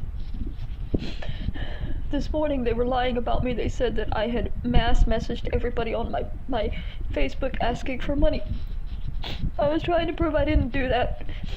So I showed my chat log, which shows that I've only spoken to 5 people since October 22nd. And none of those were a mass message to multiple people. It was 5 singular people. I tried to black out the names so that those people would be safe. And I saw in the comments that they could still read the names. And I realized that that was putting my friends in danger. So I took down the video. And then they told me that they re-uploaded it. And they could read the names, and that meant that my friends were in danger because they had their names, and that's all they need. All these people need is your name. And they can destroy your life, they can destroy your mental state, they can make you kill yourself, they will work on you and wear you down over time. They have been trying to kill me for 2 years now. It escalates slowly. And now they have my friends' names, and I don't know what they're going to do to them. And I didn't want anybody to get hurt. And now they're going...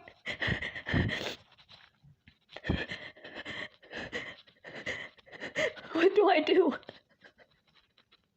What do I do? They said they haven't threatened, but just knowing the names is a threat because of what they've done to me. I know what they've done to me. If they're going to do the same thing they've done to me to these other people, then that's a threat. Just having them know their names, just having them know the names of the people that are kind to me is a threat to those people, because they have to eliminate anybody that shows me any kindness. That's why it becomes a threat. They have to eliminate anybody that is kind to me, and these people have been kind to me, and so now they have to hurt them. How come my puppy won't make a disgusted And it's not when I'm fair. disgusted? Sorry. I don't know what I can do to save them. I can't do anything to save myself. Once we're in this, it's that's it. Once they've decided that you're their victim, that's it. They never stop. And now these 5 people that were kind to me have to look forward to this for the rest of their lives just because they decided to be kind to somebody. The thousands of people messaging and telling you to kill yourself every day, the constant belittling and diminishing the life. I don't agree with any of that stuff, you guys. Please never, ever, ever go after and harass and bully and threaten anybody that is covered on this channel. Never go real life. This is the internet. If it triggers you, if it upsets you, if it ticks you off, walk away until you're in a better headspace. Lying about you to everybody around you. That's what they have to look forward to now for the rest of their lives, because that's what these people do to you if they know your name. If they know, that's all they have to know. That's all they need. And they have that now. That's why I'm scared. Because I know what they can do to somebody once they have a name to work with. Willie. They've done it to me. For 2 years now they've been doing this to me.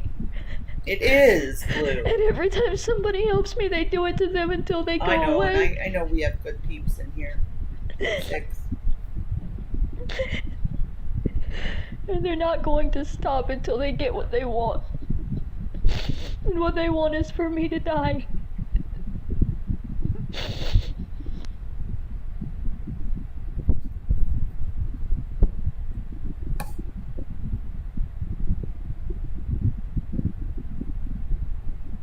Someone was saying it doesn't matter because my friends list is already open for anybody to see. The difference is that, okay, last year or the year before that when all of this began, everybody on my friends list received messages about me. My actual friends received threats if they continued being my friends. That's horrible. They did this in an attempt to isolate me from the very beginning. There was a group effort they went through, and they messaged everybody on my list. And I lost a lot of friends, and I didn't even know what they were telling them. So now, they don't need to message everybody on my friends list again because they know that they've already done this. But they don't know who is still speaking to me, who is still actively being kind to me and wanting me alive. And now they do know. because they saw the names of people that actually still talk to me. And that's why I'm so afraid. Yes, the names have always been out there, and they've all already received messages about me. But when people find out that somebody is actively supporting me, by being kind, by talking to me, by trying to help me, they attack that person. And they don't stop attacking that person until that person leaves me alone. And now all of the people that actually speak to me are in danger of that. And I tried to black out the names I really thought that I had. I tried blacking out everything so that, because I was just trying to prove that I didn't send a mass message to everybody on my Facebook like they were saying. They said I was mass messaging everybody on my Facebook, and if that had happened, it would come up as a mass message. It would come up and say 1 plus like 75 or something, and there were no chat heads that said that, and I was just trying to show that I wasn't doing what they were saying I was doing. I asked the 4 or 5 people that I talked to, that's not mass messaging my entire Facebook. It's asking 4 or 5 people. And now those 4 and 5 people are in danger because I didn't black their names out well enough. They're in danger of going through the same kind of mental torment that I've been going through for the past 2 years. Because the group that is doing this does not stop. They do not stop. They didn't even break when my mother passed away. They do not stop until the victim is dead. And now everybody who actively talks to me is in danger of becoming one of their victims for the rest of their lives. Right. I agree with that. And I am so scared for them. Because this is a torment I would not wish on anybody. Not anybody. They tried so hard to isolate me, and then I finally get a few people that I feel comfortable talking to, and now those people are in danger. Because these people are dangerous. And nobody seems to care. Nobody seems to actually care that these people are doing this. That they're not going to stop. That for 2 years they have been pushing me to take my own life for their entertainment. And now they have 5 new victims that they're going to push to take their own lives. Just because they said hello to Hello, me. Melon. Just because Hello, honey. To be a kind soul.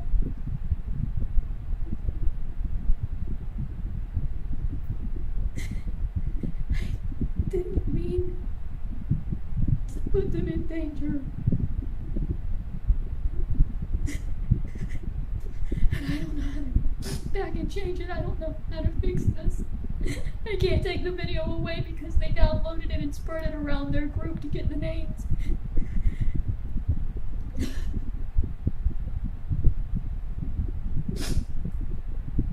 I've torn it on his paw already. He's won. I don't know what he wants.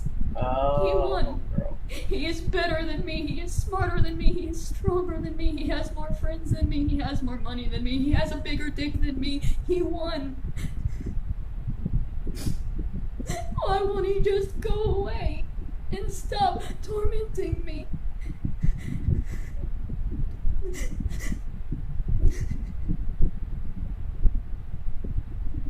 Now he's gonna torment my friends. And if I ever make a new friend, they'll torment that person too. This is what my life has become. I'm not even allowed to have a friend without being afraid. She only does like videos, very short videos. Like this is long for her. Her videos are usually like under 3 minutes. Their name so it's been a bunch we've watched.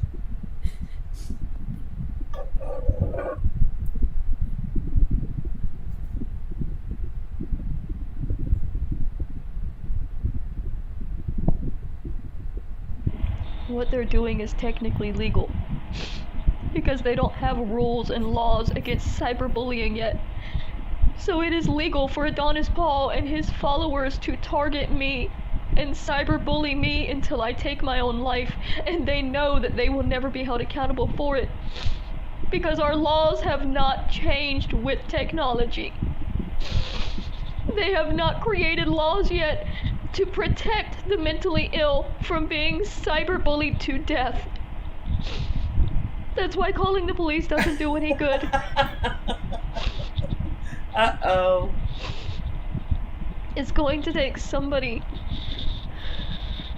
killing themselves in a very, very high-profile way in order for these laws to change to protect people like me. And I'm not high-profile enough. They're gonna kill me and move on to somebody else, and nobody's ever gonna bat an eye. That's why they go after people who have nothing. That's why they go after people they know nobody is looking at. They can kill as many people like me as they want without ever having to face justice. And they know it. That's why they brag about it. That's why they're so proud of it. They've spent 2 years pushing me to break me down. They've taken friends from me. And it doesn't go away if I go offline. I stopped posting for about 2 weeks and they didn't stop. I've stopped posting for a month and straight and they didn't stop. It will never stop. People tell me, well, if you just take a break, they'll go away, but they don't. The continued, constant bullying is necessary to make the victim feel entirely hopeless so that they will take their life. That's why they won't ever stop. It's a lie when they tell you that if you go offline it will end. It is a lie because they follow. They mailed me things. They mailed me shovels. They broke my mailbox and put things in my mailbox when I was offline. Going offline will not stop them. Creating a new persona will not stop them. They will not stop until I am dead. And nobody is ever going to believe that until it's true, and even then it'll just be swept under the rug because nobody knows me.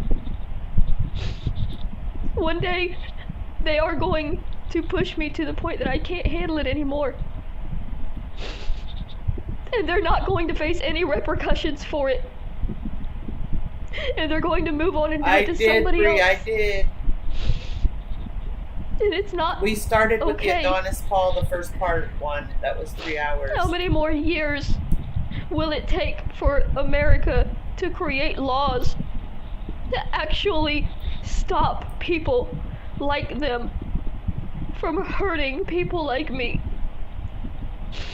How many will have to die? How many will have to go completely insane? How many lives are these people going to be allowed to end before the laws change to make it a crime to gang up on one person and relentlessly attack that one person for years on end?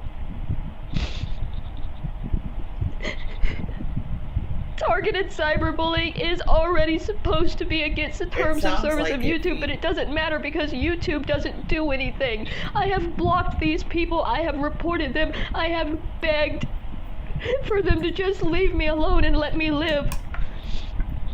I have begged YouTube to do something so that I can have my life back. There is nothing YouTube will do. There is nothing the police will do. The only escape for me is death. And I'm documenting all of it so that people know.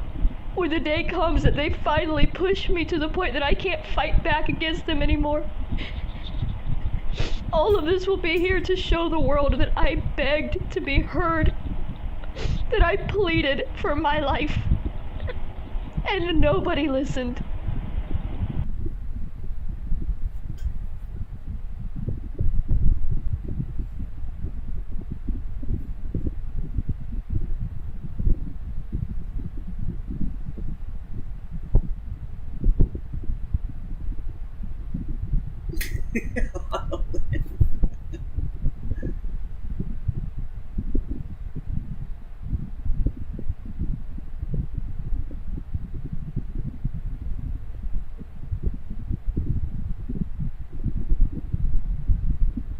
Okay, Arrow. Sure. So I'm looking through the transcript here of one of my. What do you want me to play?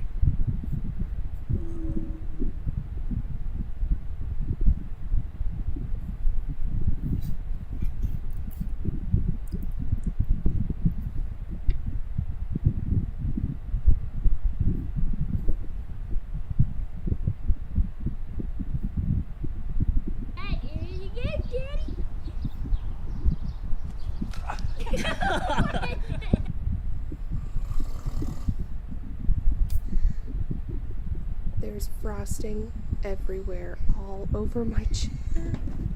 It's been heavy, Bree. Go. I want to try. Careful, that one's.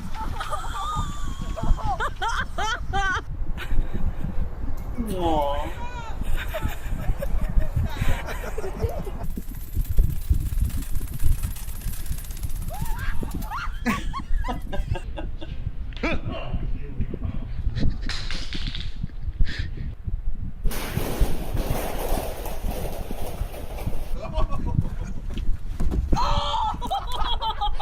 You did like the split.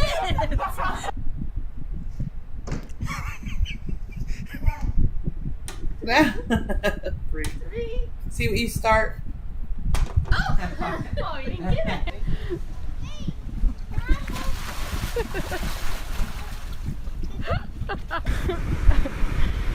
Yeah, girl! Okay, you're going backward. Oh, no! No! Yes! Yes!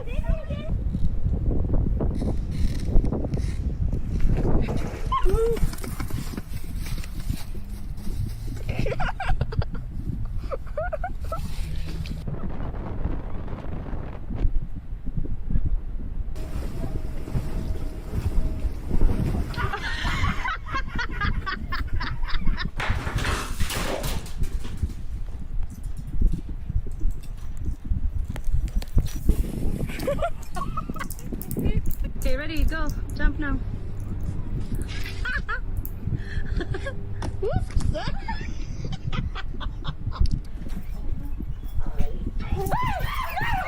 Oh my gosh. That would have freaked me out too.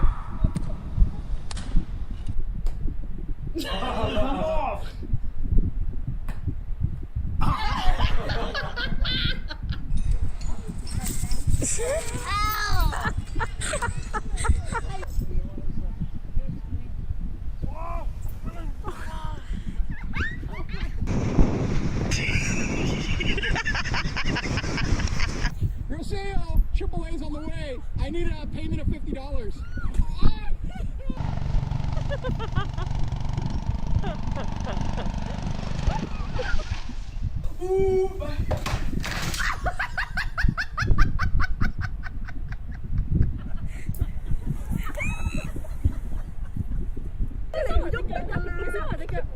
Oh no, we know. Oh, I was gonna say we know where this is going. I didn't expect that. I expected the whole swing to happen.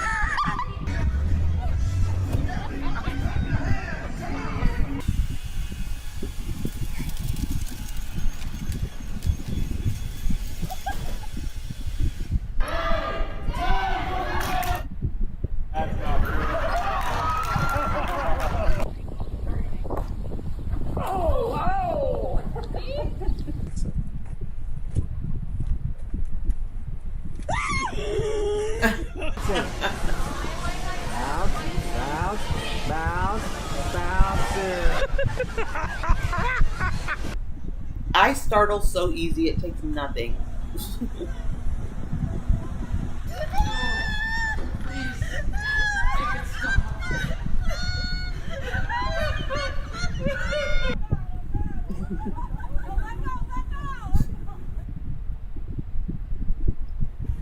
Oh, wow.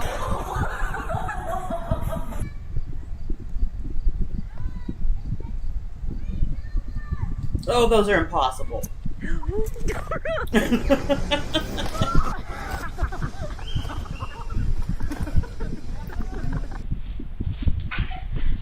Oh, somebody's gonna clunk their head. Oh.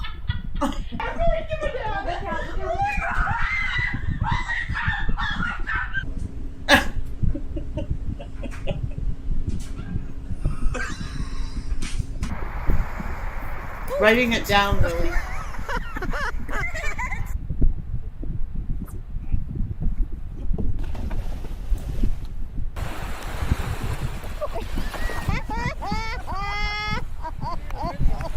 Get it, 22,000 miles. That was a good one. I've seen a lot of those cheese videos.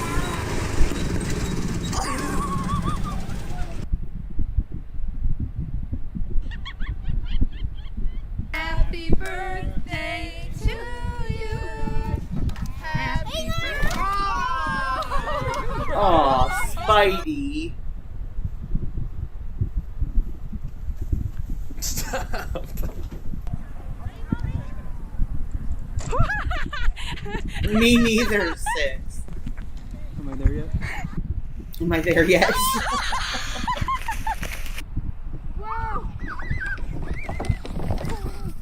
Ooh. Again.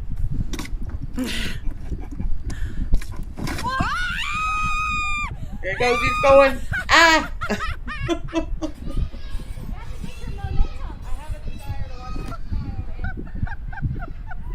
You got it. It's easy. It's easy. Slow.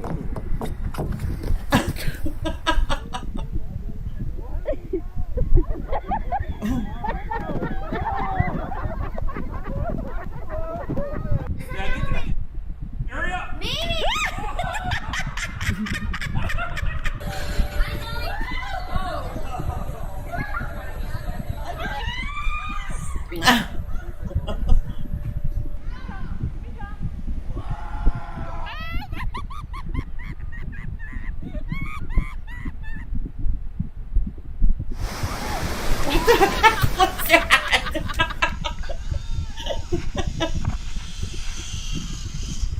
Oh! Splash down! This has been a horrible, horrible couple months, you guys all did. Watch yourself. 1, 2. People that have passed.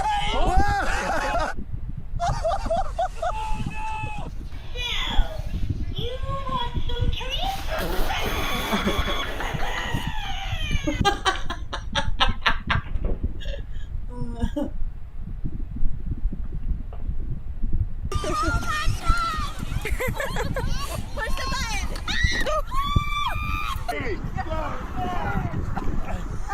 Swing your leg.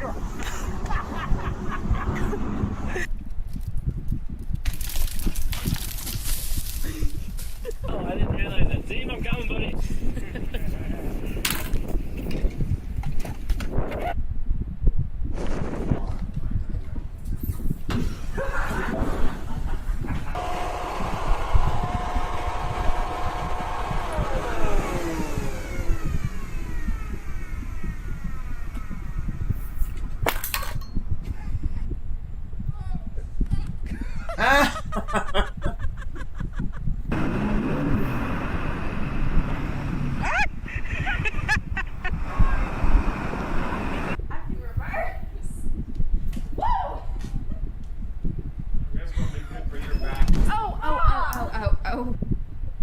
Ouch.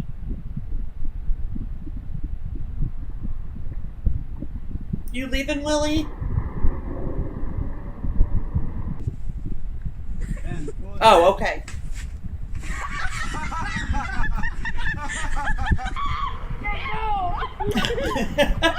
Home girl.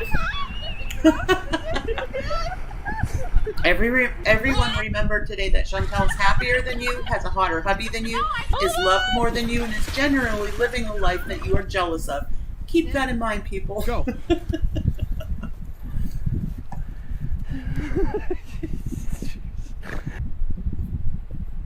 Alright, we are going to finish up with these last couple of her, and then I'm gonna say goodbye. Aunt's for the videos, day. which is the video is it's the first one here. The promise continues, and she says, let's see here.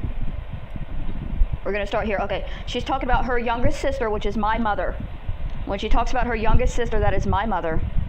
And she says, my youngest sister, you know, she loved her husband, that's my father, and she loved him up to the day she died. And regardless, you know, what I might think or anything else that was important to her is to have that marriage lasted, you know. And it could be because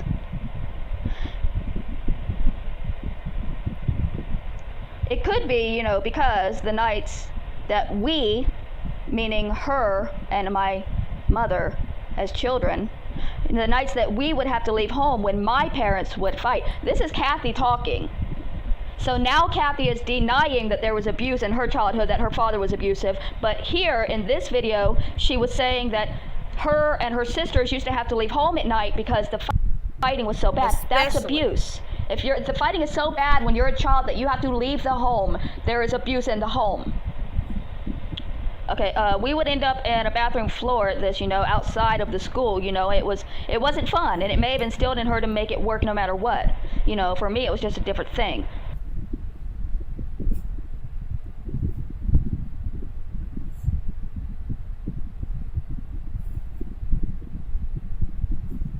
They inadvertently have told me that they're in my group on Facebook, in my social circle,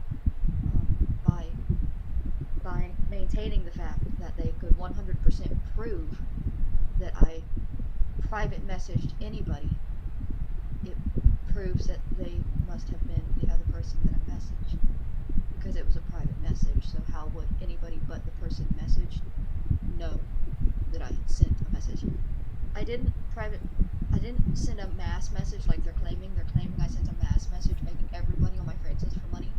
What I did do was ask about 5 friends who I talked to regularly for a couple of dollars over the last 4 days. Not all at once. It was every day I would have to ask another friend to help me get by to get some food, because food stamps are off, and they're going to be off until at least next week when the offices are open again, because normally it only takes 2 or 3 days. But Okay. because of Veterans Day. I have a question for everybody. So everybody in the U.S. today is Veterans Day, which means that the banks are closed. But she is insisting that the banks are closed Friday and Monday, and so she will not get her stamps until, at the earliest, Tuesday. I checked, and our banks are open on Monday, and so are our credit unions. So I just wondered if that's a thing anywhere else, that your banks are reserved, or are observing that as a bank holiday on Monday as well as today. They close on Friday and Monday. It's not going to be until Tuesday or Wednesday that they're back on. But my point is, He's a floozy. cyberbullying groups, gang stalking groups, targeted individual, the people that go after people like me, they befriend you on Facebook. Oh using no, fake Brandy. accounts and pretending to actually care about you, so that they can get the most personal, private information out of you that they can then take back to a group that they can then use to hurt you. That's how they easily push people to commit suicide, because they literally become their friend and then stab them in the back. And it's the most personal, brutal type of cyberbullying that a person can endure, especially a person who doesn't have very many friends and is stupidly trusting. And I don't know why I'm trusting. I am. And now I'm having to question, is it just one of them that is a part of the group, or is it all of the 5 people that I regularly talk to, are they a part of the group? Am I literally only speaking with people who are trying to get information out of me? You guys see those decorations that she has hanging on the wall? It was kind of sweet the other day. She was carrying a bag back from Dollar Tree or something, and she's like, I should be able to decorate for the next 3 holidays, because she bought a big pack of construction paper and stuff like that. So at least she did something, kind of light to, you know, keep herself busy for a little bit. Used to kill. I don't know, but I know at least one of them is a part of. Right? Yeah, Brandy, I didn't think so. That they have 100% evidence because that's something that they could not have unless one of them was a part of the group. That's just, unless one of them was the one being messaged, they would have absolutely no evidence at all of who I was messaging on Facebook. It proves that Are you able to film Gulen? And they are trying to make me kill myself. They are trying to get information out of me that's private and personal and for friends. And he's really proud of it, Ghoul. Everything with me is open. Thank God. Really, Bella? There is nothing else private and personal for them to obtain from me that they can use against me.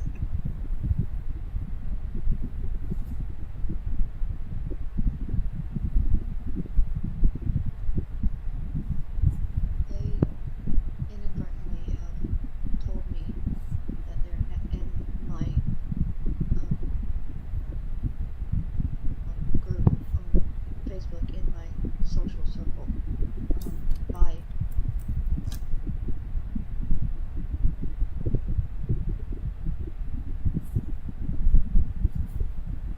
by maintaining the fact that they could 100% prove that I private messaged anybody. It proves that they must have been the other person that I messaged, because it was a private message. So how would anybody but the person messaged know that I had sent a message? I didn't send a mass message like they're claiming. They're claiming I sent a mass message making everybody on my friends list for money.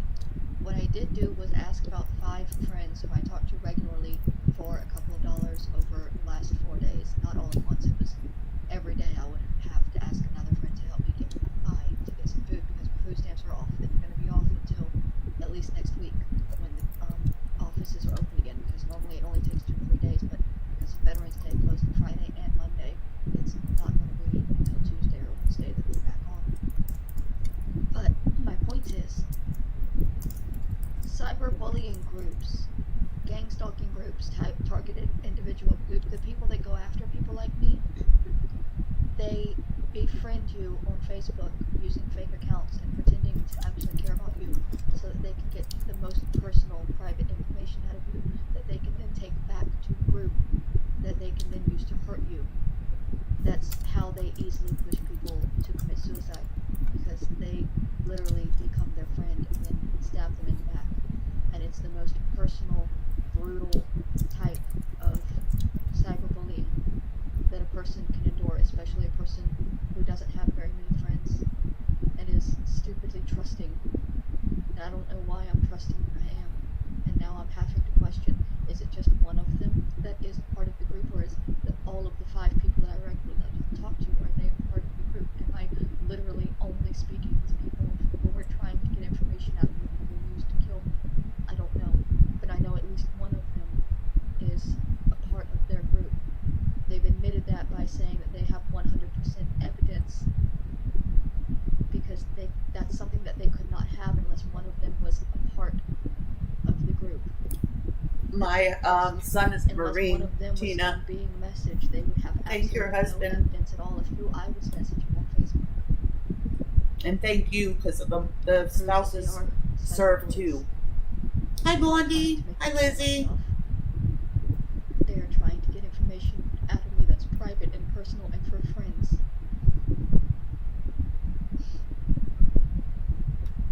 Everything with me is open. Thank God.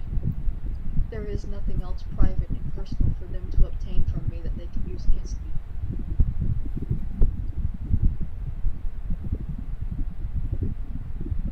I think there's one left.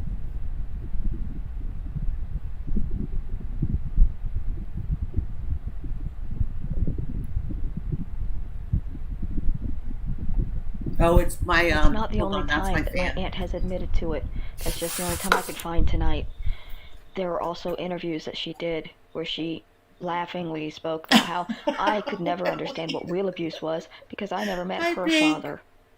She spoke about her abusive childhood, and she denies it today because she forgot that she already admitted to it. I'm not making things Yeah, up. it was that one video. I would not Pink. have said it if I had not heard it from her and from my grandmother. She does this, and it's the most infuriating gaslighting. Because she's admitted in the past that she knew my father was abusive, and then came back and said, oh, I never knew anything. He wasn't abusive. You're a liar. She does this. She has admitted she knew about the abuse. She has admitted there was abuse in her own life. She denies both of those statements now. It does not mean that it never happened. My aunt flip-flops on her opinion on basically everything, depending on what pills are in her system at that moment.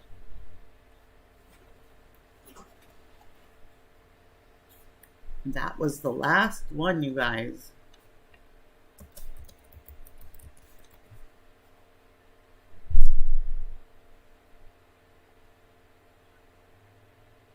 Hold on a moment. I have something I want to show y'all.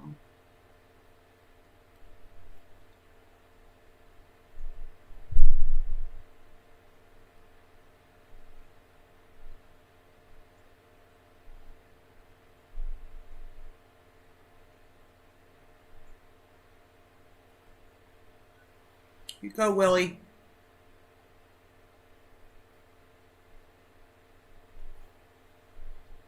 There's your reward.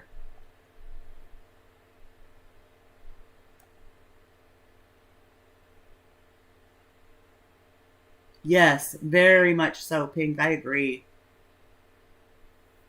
Oh, you're fine, Messy. I appreciate it.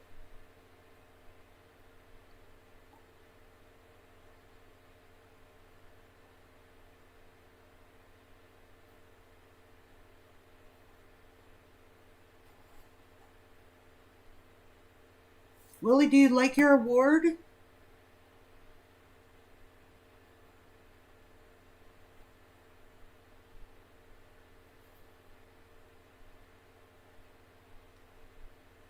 Willie, Willie.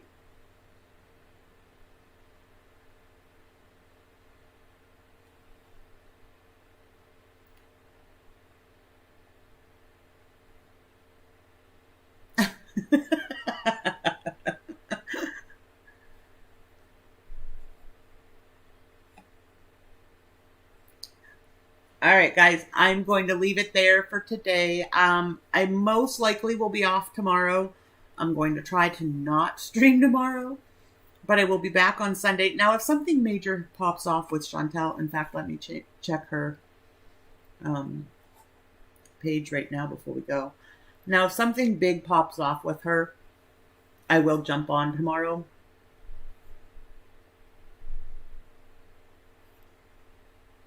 Nope, it's just still the scales, the 100 pounds thing. So, anyway, yeah, I will jump on tomorrow if anything big happens. Or if, you know, we get a raid or anything like that. Thank you guys so much. This was a long one, 6 hours. Thank you guys for hanging out with me and watching with me.